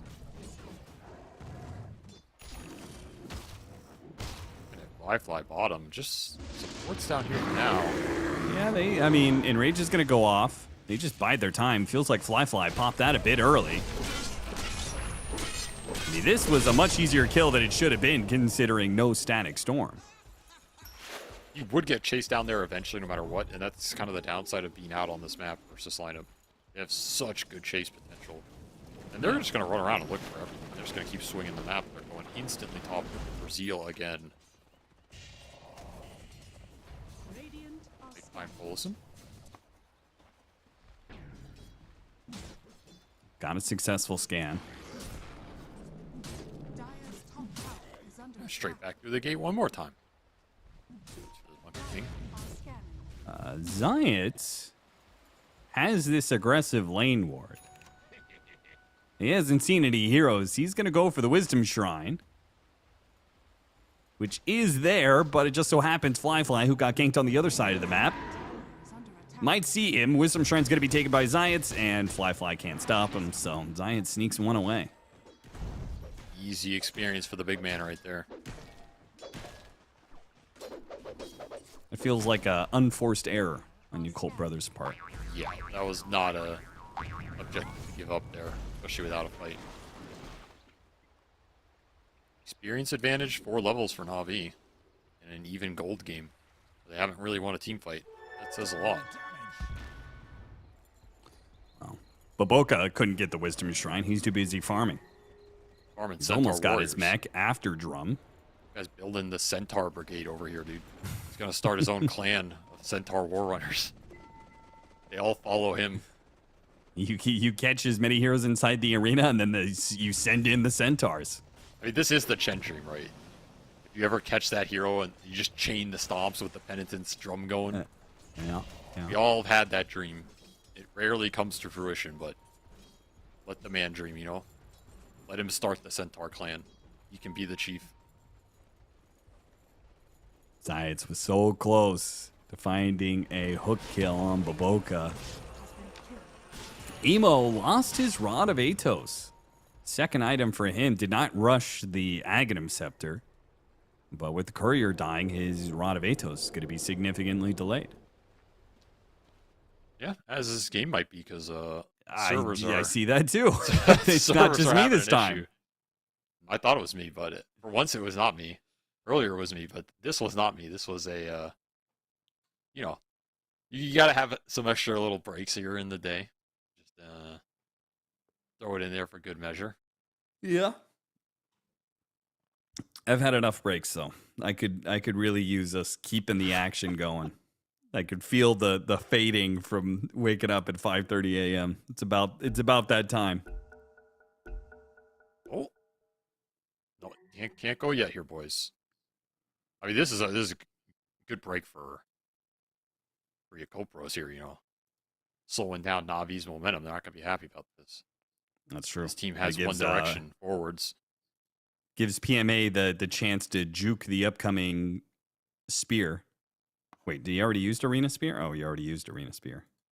Yeah, it's already gone. He's disappeared. I was about to say, where's the arena? Yeah, where's the arena? Where's the spear right now? No, I think the arena is coming up. No, I think he's pinned already. Okay, yeah, he's definitely pinned. Yeah, he's pinned. It just, he got There we pinned go. during the thing. Well, at least it didn't bug out on him. That's good. True. Oh, he also has a Apparently they- Centaur. Yeah, they're really farming the Centaur clan. Oh, Emo killed a Centaur. They're not going to be happy about that one. He did not get the MO.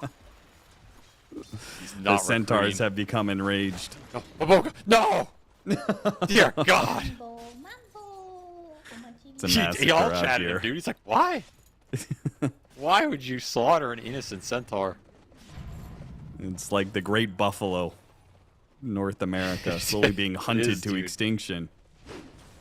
Zayat, he does not care for the Centaur. Bobica relies on this buffalo. It's his Oh, way of no. life. He needs them No. all, but they're all gonna be slaughter. slaughtered. Oh, God. Not like this. This team has no mercy for the wild Centaur, Austin. They do not care for its presence.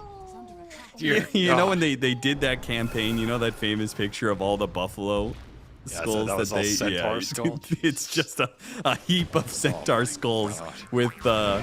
with God the Juice standing in front of it. Pelosin. Oh, managed to get a good disarm. Still, Zeal, thanks to Lasso, is going to be stuck in the midst of all this. Fly joining in on the fight. Oh, but there's a centaur. The Zeal. Centaur hero! And the neutral centaur comes into play as well. He avenged his brothers. He He witnessed the did. slaughter. He said, no, not on my watch. The last great white centaur. He does it. He does You, it. The you battle dare to the slay finish. my clan. Oh, man. Sometimes Got the Dota's juice, refusing to back down. tells a story of its own. You know, there's supposed to be a story told, but sometimes we get the one we don't deserve, but the one that's better. True. That was a great story arc. I actually enjoyed that thoroughly. Oh, we got another one though. He's straight back to it. This guy just does not Repopulating the quit. clan. He will stun somebody in this game. It does not What matter. is this replay? We want to see the centaurs. I think we're getting to that. We're getting that. You know, there's a team fight here. Nice spellcasting from Emo. He's just not strong enough to finish the job yet. Yeah. But he's hitting everything. He's on point today. Zeal, boom, and then the neutral centaurs. Easy. Boom. Oh my. I mean, this live is not doing it justice, but Zayash, he just got baited by a centaur. Paid the ultimate centaur price. And Arena Dorities will end up going down for it. 2 supports dead with an Ursa lineup. This is Roshan time. See, Baboka, he threw the one centaur in there. Zayats, he's like, I've dealt with this. I can take him down. He had the team backing him up. Easy bait. Baboka's completely in their head this game. The centaur psyops warfare. I have not seen it in some time. Navi are just not ready for this. Yeah, I mean, Na'Vi, they have a ward outside the pit, but they want to be able to stop this. They can't really do it without their supports. They're going to try anyway. Wukong's command, but a nice path on 2. Nice grab there with the lasso on Fly. That'll take away the Aegis. A really nice grab. He's going to be stuck in it too. Bumping back in with the he flame has a- break. Has to enrage. And now Can't pushed play. away. Got the juice. Can he get it after the efficient? enrage? If he gets the high ground hits, maybe there's a chance. Any of these hit, it's only the meld hit that He missed, ends like, up landing in the end. 2 or 3 of those. Yeah, that was bad luck for Got the Juice, that's for sure. He did have Sister Shroud too, so some of that might have been Sister Shroud. Oh, yeah, you're right. You know, it wasn't all bad luck, just a bullshit item. Yeah. Bullshit item. They've got 2 Very of those. good item. Wilson's got 1 too. Very good item against TA as well. Oh, yeah. Dude, TA just does not get neutral item love. There's been a lot of neutral items like the Osmer Cave, Sister Shroud that just screw this hero. And I can't remember one that was really good. Yeah? Where's like Desolator 0.5? Yeah, I was going to Get it, say, the like, only item that 5 is minutes. actually good for him, her, is tier 5 neutral. Exactly. So. Who cares about that, you know? I want Stygian 0.5. I want a tier 1 Stygian that produces like 4 armor. Why, one of the neutral items didn't, it did minus armor. It was a tier 1 neutral item, right? Maybe. Either way, Baboka, he'll be the recipient of the shard pickup. Once again, Na'Vi trying to punish as Yakult brothers take objectives, and Nico going straight in for it. Hits a boundless strike on a fly, but a spear from across the screen catches him. He will not be able to get the kill on this Ursa. It's full retreat out from Yakult brothers. As many heroes as they can get out as possible. Only 2 will survive the slaughter. Oh my. Baboka just TPing out. He's like, see ya, nerd. Just gets glimpsed back into Wukong. Doesn't move. Just accepts his fate. Oh, that was entertaining, actually. Now the question is, what is he going to do with his new shard? I was saying, Because he's almost got level 2 Hand of God. He can pick up 2 different ancients instead of centaurs. But it's useless on him because he just wants the centaurs. So it's a wasted shard. Wasted network. And look at the clutch Man TP from yearns Baboka. for the centaur. It's like, you should have TP too, bro. And then just... This setback doesn't move. This is my fate now. I accept it.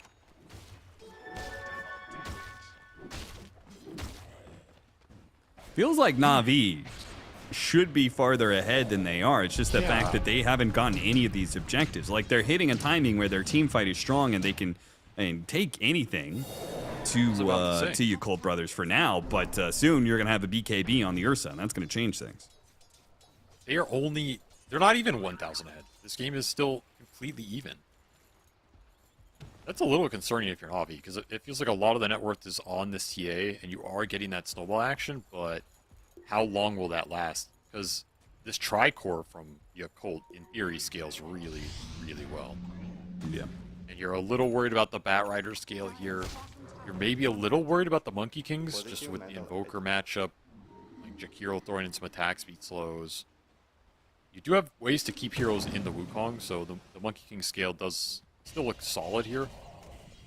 But I don't know. I mean, it's emo invokers. It's spooky. Especially if Yakult keep getting objectives. At some point, you need to get an Aegis on this TA. Take it away from the Ursa. That's where you're going to start to take control of this game.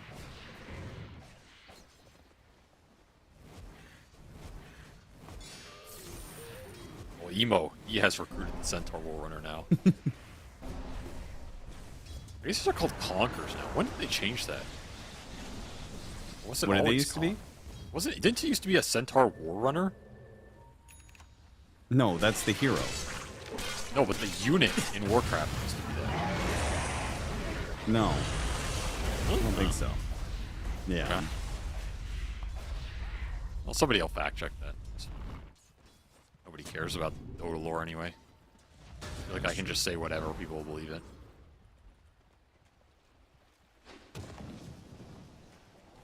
Centaur Warrunner.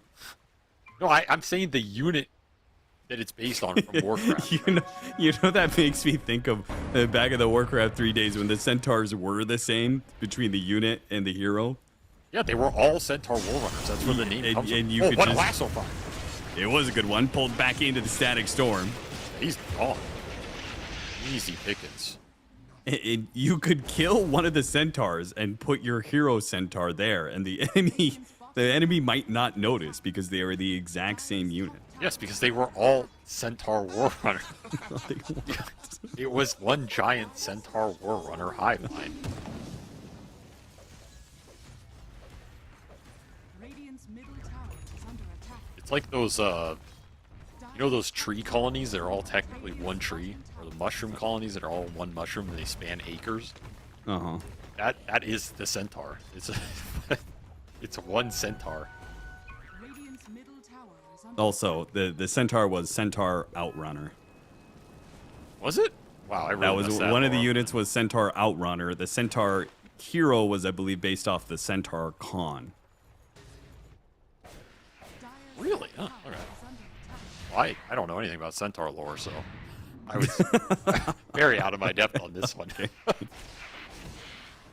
Just hoping nobody would fact check me, but Avery has his specialties in bullshit Dota 2 lore. I do. The Centaur is not one of them. I know nothing about What is your specialty? Vools. Vools, Vools, of of course, Austin. course, You have that's forgotten. right. The Vool Many Rebellion, Vool- I the forgot many Vool about that. rebellions. There were not many Centaur rebellions, which is why I know very little. He'll attempt onto the monkey, but he will turn into a siege creep and scurry away. You're saying they're the centaurs are a docile creature? No, just no one enslaved them, I think. This is No, They're because too they're powerful. conquerors. They're doing the conquering. Exactly. That's the Vools Well, yeah. were rebelling against the centaurs. probably. I mean, they're all war runners. They're running the war, you know? That's true. That's true. All right, big smoke, Smoke up. attempt. Yakult Brothers. Zeal, he gets his initiation pin on Got the Juice. Double Oh, four force. staff hook. Oh, that was What that a was- save. God damn. That looked like double force. Because they have a lot of force staffs in this lineup. That is worth mentioning. They have hook. They also have double force staff between Bat Disruptor and the Hurricane Pike on the TA. Yeah. So you could triple force out of here. You can hook somebody out. Pretty hard to solo target initiate here. You are Yakult. I need to. What's the find what's the bigger arenas. interaction between Arena and Hook again? Do you get him out of the arena? I think you do. It just does the glitchy animation thing. Yeah. Where they show like they stopped in the arena and then Yeah, all but of a sudden they're I by the think pudge. you pull him out. I'm like more than 50 on that, but I'm not much higher than 50. Right, because that's not your specialty in No, I'm Dota not. mechanics. So. I'm not a pudge hook mechanic guy. That Right, was not right, my yeah. doctorate. You do Shadow Shaman mechanics, then Oh Avery's yeah, your for sure. guy. Dude. I know all of those. Fly use of the BKB does not net a kill. Well, maybe with the arena. The Cataclysm coming in. That's going to be two gone. As actually just Niku, Disruptor, well, he'd be caught swept up in the tornado and meteored on. So Fly and his aggression Nice didn't fight. pay off immediately, but it set up Zeal for a good arena. And now blinking forward, looking for more. Got the Yule's Scepter. He gets grabbed by the Pudge, though. He wanted a Yule's Spear. Instead, we'll have to use it on a Zayas. Fly goes in after this one. Fly he's getting did shot. taking a lot of damage. He doesn't have in range. 5-second cooldown. Oh no, oversteps. Zeal forced more action, and Na'Vi get the better of them in the second part of the fight. They get the kill on the Ursa, they get a kill on Jakiro. It was a buyback on Rades as a result, but got the juice. Got juiced up even more. This TA is a real threat in this game. He's yet to die. He's pushing towards level 25 already. Ridiculously high level, doing so much damage. Now he has Deso charges, got the gunpowder gun. He has all these 4 staffs and hook to bail him out if he's mispositioned. You really have to be careful engaging on this Na'Vi lineup if the TA is not checked, and it's difficult to check him right now. I don't know what's going on here, but that's a party of its own. You could party with one neutral creep. What would it be? I mean, Centaur War Partier for sure. That boy's a beast. I mean, I definitely gotta go with the Cobalt. That guy's half he's buzzed drinking it up. every minute of the day, man. That guy is always partying. It's just a question of do you join the action. There's another Centaur. This has been a slaughter, this game. I will say this is... I don't know who's winning this game, but the neutrals are not. Okay, That now I can say for here's sure. here's another question for you. Half serious though. Why Centaurs and not Croakers? Because he respects the OG game. There's a 3x streak on that bat. Slain by Zeal. Pushed straight into the Centaur chain stun. To me, Okay, I the checked. The War Stomp is at 0.4 second longer than the Croaker, while the Croaker has the larger AoE, obviously. Yeah, nobody cares, Austin. Roche very low, under a 4th. Got the juice, has the BKB. He Oh could my have committed God. for it. And maybe he'll commit for the kill onto Emo. Emo goes walk. He gets away. Fly in the middle of the path. Saw Roshan's low, but it said BKB goes after Nico. Got dismembered by Zayas. Meanwhile, the lasso pulls in Emo. Emo in trouble. The final shots come in from the Templar Assassin. No buyback there. Nullifier going to be put on a fly. Pulled back into the Wukong's command. He got thrown they by got Roche. full Wukong's command value out of that one. And Roshan is now rampaging the other side of the map while they chase after Zeal. Zeal, no, he will go down. 5-man wipe. Gem lost on that. Na'Vi will get a gem, get Roshan an 8,000, probably a 10,000 net worth lead by the time that Yakult Brothers respawn. That was sick execution. So many little things were perfectly played. They got the BKB up the right time, and then this Boundless Strike hits 3. It's just straight in there, drop the ult, and then you drag the Invoker back into it. You land a hook on this Ursa at the end, out of the Yules, drag him back into the Wukong. This is the repositioning in this lineup that just makes the Monkey King sick, because you can't escape. That Wukong gets dropped, you keep getting pulled into it. You try and man up on the Monkey, guess what? You got dismembered on your Ursa. He can't finish the job. There's just so much interrupt in this lineup. It's so hard for your co-pros to focus a single target down. Max efficiency from Na'Vi. Got the juice, pushes in bottom lane, then takes Roshan. The rest of the team takes over the top part of the map, pushes into a tier 2, which they take over a bunch of neutrals, farm up the triangle. I mean, now 12k up on respawn for Yakult Brothers. And that 12k is on this TA alone, basically. So bad. Oh, okay. That was very quick kill. It was. Can they ever get a quick or slow any kind of kill on Got the Juice, though? They want to try. Got the pin Can't on him. believe they're trying this. Oh, unfortunately, this Force Staff, it's making it. Emo has just not landed a good meteor on this Templar That's Assassin. awesome. As you said, too many Force Staffs and hook. Yep. Too much repositioning, both offensive and defensive. Very hard for them to land the damage. And his TA is just out of control. He's already level 26. He has his extra refraction instances. He has Swift Blink. He has all his Deso charges. He is 10,000 ahead of the Invoke. This guy is just completely out of control. And this is a very good TA game. There's very little that sits there and man fights him unless you can just pin him and chain stun him, which, again, with all the repositioning, is super difficult. Need the Hex or something. It's just not coming out. Emo going for his Gleipnir extra AoE. Fly. You better TP, my friend.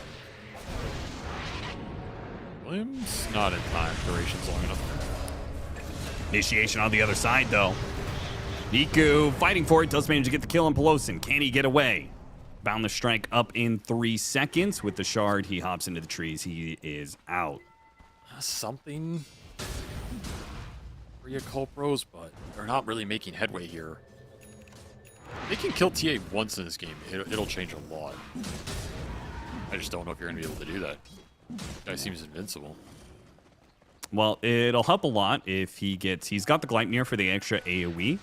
And he gets the level 20 with the 2 Chaos Meteors. Now that becomes such a large AoE, 1 Force Staff might not get you out of it. It helps, but you didn't get the Hex right. You went this route instead of getting the Hex online, which means your control for this TA is really limited. I mean, it's just this Mars Spear. Zeal has to land it at some point, and you can always BKB that. Maybe you just have to play for Hex on the Mars, play defensive until then. Because Na'Vi are controlling this game right now. They still have 2 minutes on the Aegis. Pushing towards Ag Static Storm as well. And you can always just hook somebody in. You can always lasso somebody in. Ag's lasso available as well. These displacement spells are deadly on this high ground siege. Look at how far back both are playing. Almost impossible to engage this without smoke. You have to just smoke, maybe look for the wraparound or some clutch angle. Because if you walk up, you're getting dragged in. You don't want to go yet. Not confident to take the fight. Free lane. Free lane with banner used. Na'Vi, minute and a half left on that Aegis. It happened so fast. You might as well go for another. Things get hairy. You've got the hook. There's the smoke middle. PMA wants to see if he can get a jump here, but he is pushing into a smoke. It's going to be the initiation. Spear back on Got the Juice. Lasso in return on Zeal. Gleipnir, Force Staff trying to get the Templar Assassin out, but that's going to be the first life. Now Niku sets up with Wukong's command. Zeal, he gets off the arena though, and he gets the spear! Zeal got him on the second life, got the juice, no chance at getting off a BKB. Meanwhile, Zayas tried to do what he can with the hook, but instead of hitting a hero that was good for it, Emo with the BKB is just able to shrug it off. Zeal with another spear, another pin, this time on Niku. What a monster the offlaner of Yakult Brothers has proven to be in this matchup, and the cores of Yakult Brothers will not die. They stay up, they hunt down the remaining heroes. PMA on the run. The Pudge will be found. Zayas goes down 4 dead. Na'Vi now pushed for another lane of barracks, and I believe they regret that decision. Zeal played that to perfection. He leads it off with a spear on the TA. The second the TA respawns, he has another spear up with some extra cooldown reduction. I think there was the neutral creep in there giving it or something, because he had 2 seconds lower on that spear. Yeah, he had time warp for it. Made such a big difference here because he has spear up the second he needs it for the second kill. And then the third spear.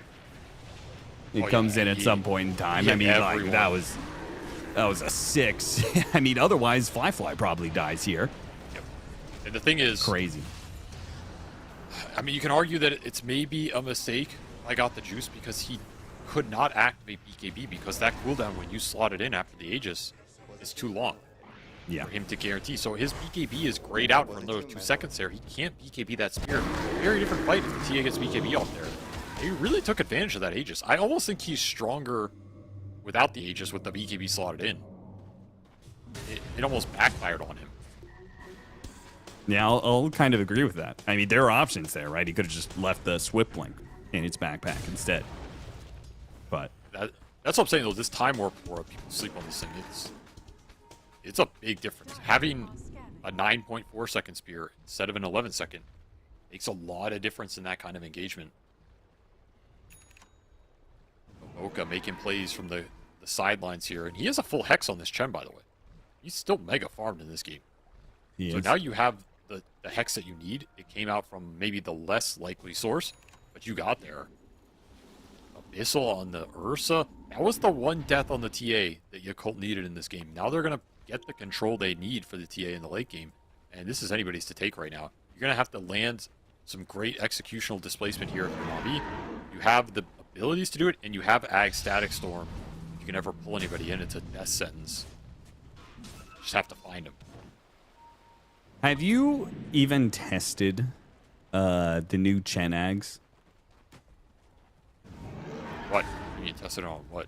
Have you seen it? Period. Have you gone into a lobby and hit the button and seen what it looks like? Yeah, he just sits there and goes. I don't think I've seen it. Oh, and he just sits there and Boboka- channels. He waves his staff. Okay. Well, Boboka is gonna go for that next. I don't think that's correct. I mean, there's like a billion different armor items you could go to help against physical damage. Why Axe? That helps, it seems like, mostly for magic resistance. No, it gets you out of Static Storm. Oh, okay, yeah. That's an interesting idea. Okay, that's actually a really cool counter. Yes, I believe you just sit there, and as long as you're outside the Static Storm AoE, you pop Hand to God, it debuff immunes people in, they can just run out. Alright, that's sick. I believe that's his idea in this game. It is a powerful ag, it's just tough to position with it because the channel AoE is not that big. Sure. So you kind of have to be close in the fight.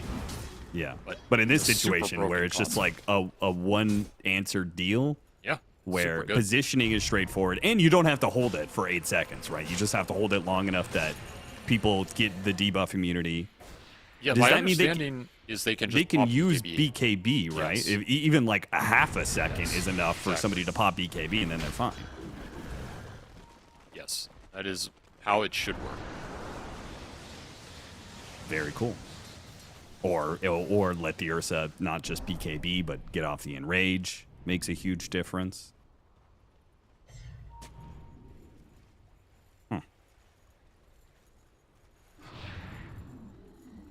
Pelosin rocking the level tier 3 Sister Shroud. We'll see if he keeps it for one more round. I think he might. It's either that or Outworld Staff. You keep it for the memes, you know.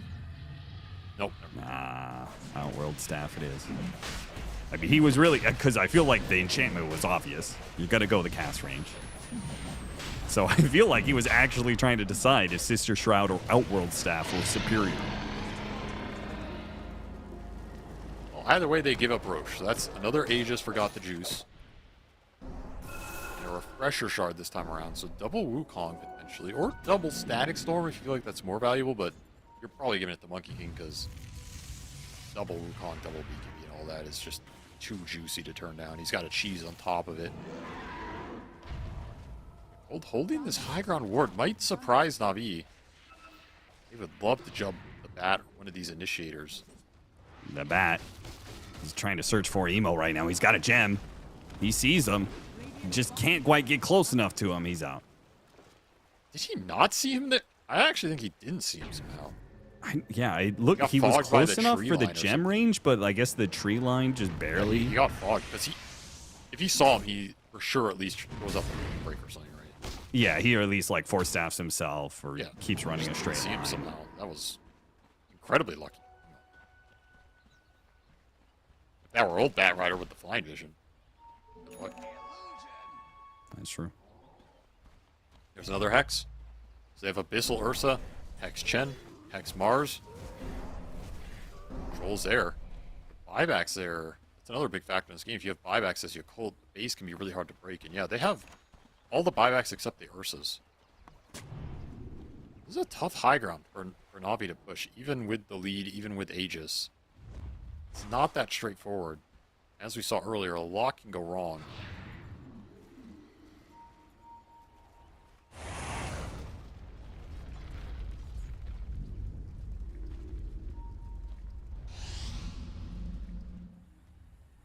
With the gate wrap at the bottom, could run into Bolson here. Yeah, he ran over a trap, he's big. Yeah. That is the part that sucks. The game stalls out like this. TA traps just provide too many openings. You can't find them all. You're gonna get spotted on some trap somewhere. And that's why you just kind of got to do things like this. See it on a spot you know isn't warded. Know that there are no traps around. Sit on a gem. And even then, TA, there's the initiation. Got the scythe jump onto Science. Didn't pop the BKB right away. It's fine. He does not get bursted down. Hit by a boundless strike, but able to pop the BKB. Now a tornado hits on the Templar Assassin as she tries to go in. Once again, BKB in the backpack. Good catch on the bear, though. Fly. What was that? A glimpse back at the end of BKB? Yep, just got stuck in Static Storm. Oh, Zeal, a shot to the back of the head from Got the Juice takes him out. And no buyback on the Ursa, the one hero you said didn't have buyback. That might just cost Yakult Brothers the game right here, as they're going to have to fight it out. Nice 3 tornado. versus 5. Evo's doing what he can with the tornado. Managed to get the follow-up initiation from Zeal. In onto Nico. Nico with a refresh, though. He gets off his BKB, and now what are you Emo doing? can't get enough with the spells. I mean, he's walking back and forth between the arena. Pull back in. Science, big hook on Zeal. Zeal trying to bulwark, backwalk his way out of this one, but he's pulled in by the glimpse, and that's it. Emo bought out for a refresher. He just ran in. It's like taking the man fight to the TA. That is not where you want to be. That's just the game. They Little got down fountain farm. Baboka for no reason. What do you mean, no reason? That guy was hella annoying this game. I'd cut him down, too. Centaur, War Runner, Chieftain, slain in his prime as Navi pull out the win. That game was getting a little shaky, for sure. It I mean, was. At some point, that lead was down to 2K. That base push was a difficult one, but little pick off bottom leads into the 5-on-4. You jump the Pudge. I don't think that's the target you take there for Zeal. I mean, it's tempting because you're in a rough position. You're on your 1 high ground ward, but that fight's just not going to go well for you if you commit so much to take down the Pudge. You ended up trading your Ursa out off the glimpse, and he has no buy. Rough way to go out in that game, but really nice performance from Got the Juice. He played pretty much a perfect game outside of that bottom push. You know, that's a very small mechanical difference that makes a big difference in this game, but it's one you can easily adjust. Otherwise, really nice TA pick, really nice performance, and got the job done. Wasn't the cleanest, but got there. And this Navi team continues to grow and press and play their way. Play fast, play aggressive, take the fight to you. 2 entertaining teams for sure. That concludes the second day of Blast Slam, as it looks like Stream A already had their results. So the end results are Yakult Brothers are going to be in last with Liquid at a score of 1-3. Actually, Execration has already played 5 matches and gone 1-4. So there is definitely beginning to be a bit of separation between the top and the bottom, despite, you know, everybody managed to get a win here or there. There is still the bottom 4 teams that will be eliminated, that will not be moving on in Blast Slam to Singapore. So those teams hope to turn things around. There's still plenty of time to do so. There is still another 4 days of matches to go through. But Avery, any last thoughts on the day? Oh, the meta's pretty entertaining, honestly. I think this meta feels a little different than the TI meta, because a lot of the mid-hero pool got changed. We're still seeing similar supports, which feels maybe a little stale, but I think a lot of the core matchups have been super interesting. We've seen a lot of teams just play their style, whether it's MOUZ with what they're doing, Navi with what they're doing. We're seeing a lot of Pudge. We saw some really good Rubik games today. That Shanks Rubik game was really good. We've seen a lot of poker. I think this is a pretty fun meta to watch from an entertainment perspective, so hopefully the players are having fun too. I mean, it looks like they're just brawling, right? There's not a lot of Aurora spam, death ball. There is some death ball, but it's not. Doesn't feel It's mostly super coming cheesy. from MOUZ. Yeah, it's just that team with like some Juggernaut healing ward, which you can't really complain about Juggernaut. Come on, it's the most honest version. So I don't know, fun day and very entertaining games. All right, we'll be back tomorrow for more matches, and the day after that, and the day after that. So be sure to join us again. But for now, we are going to close out the stream. Thank you so much for watching, and see you tomorrow.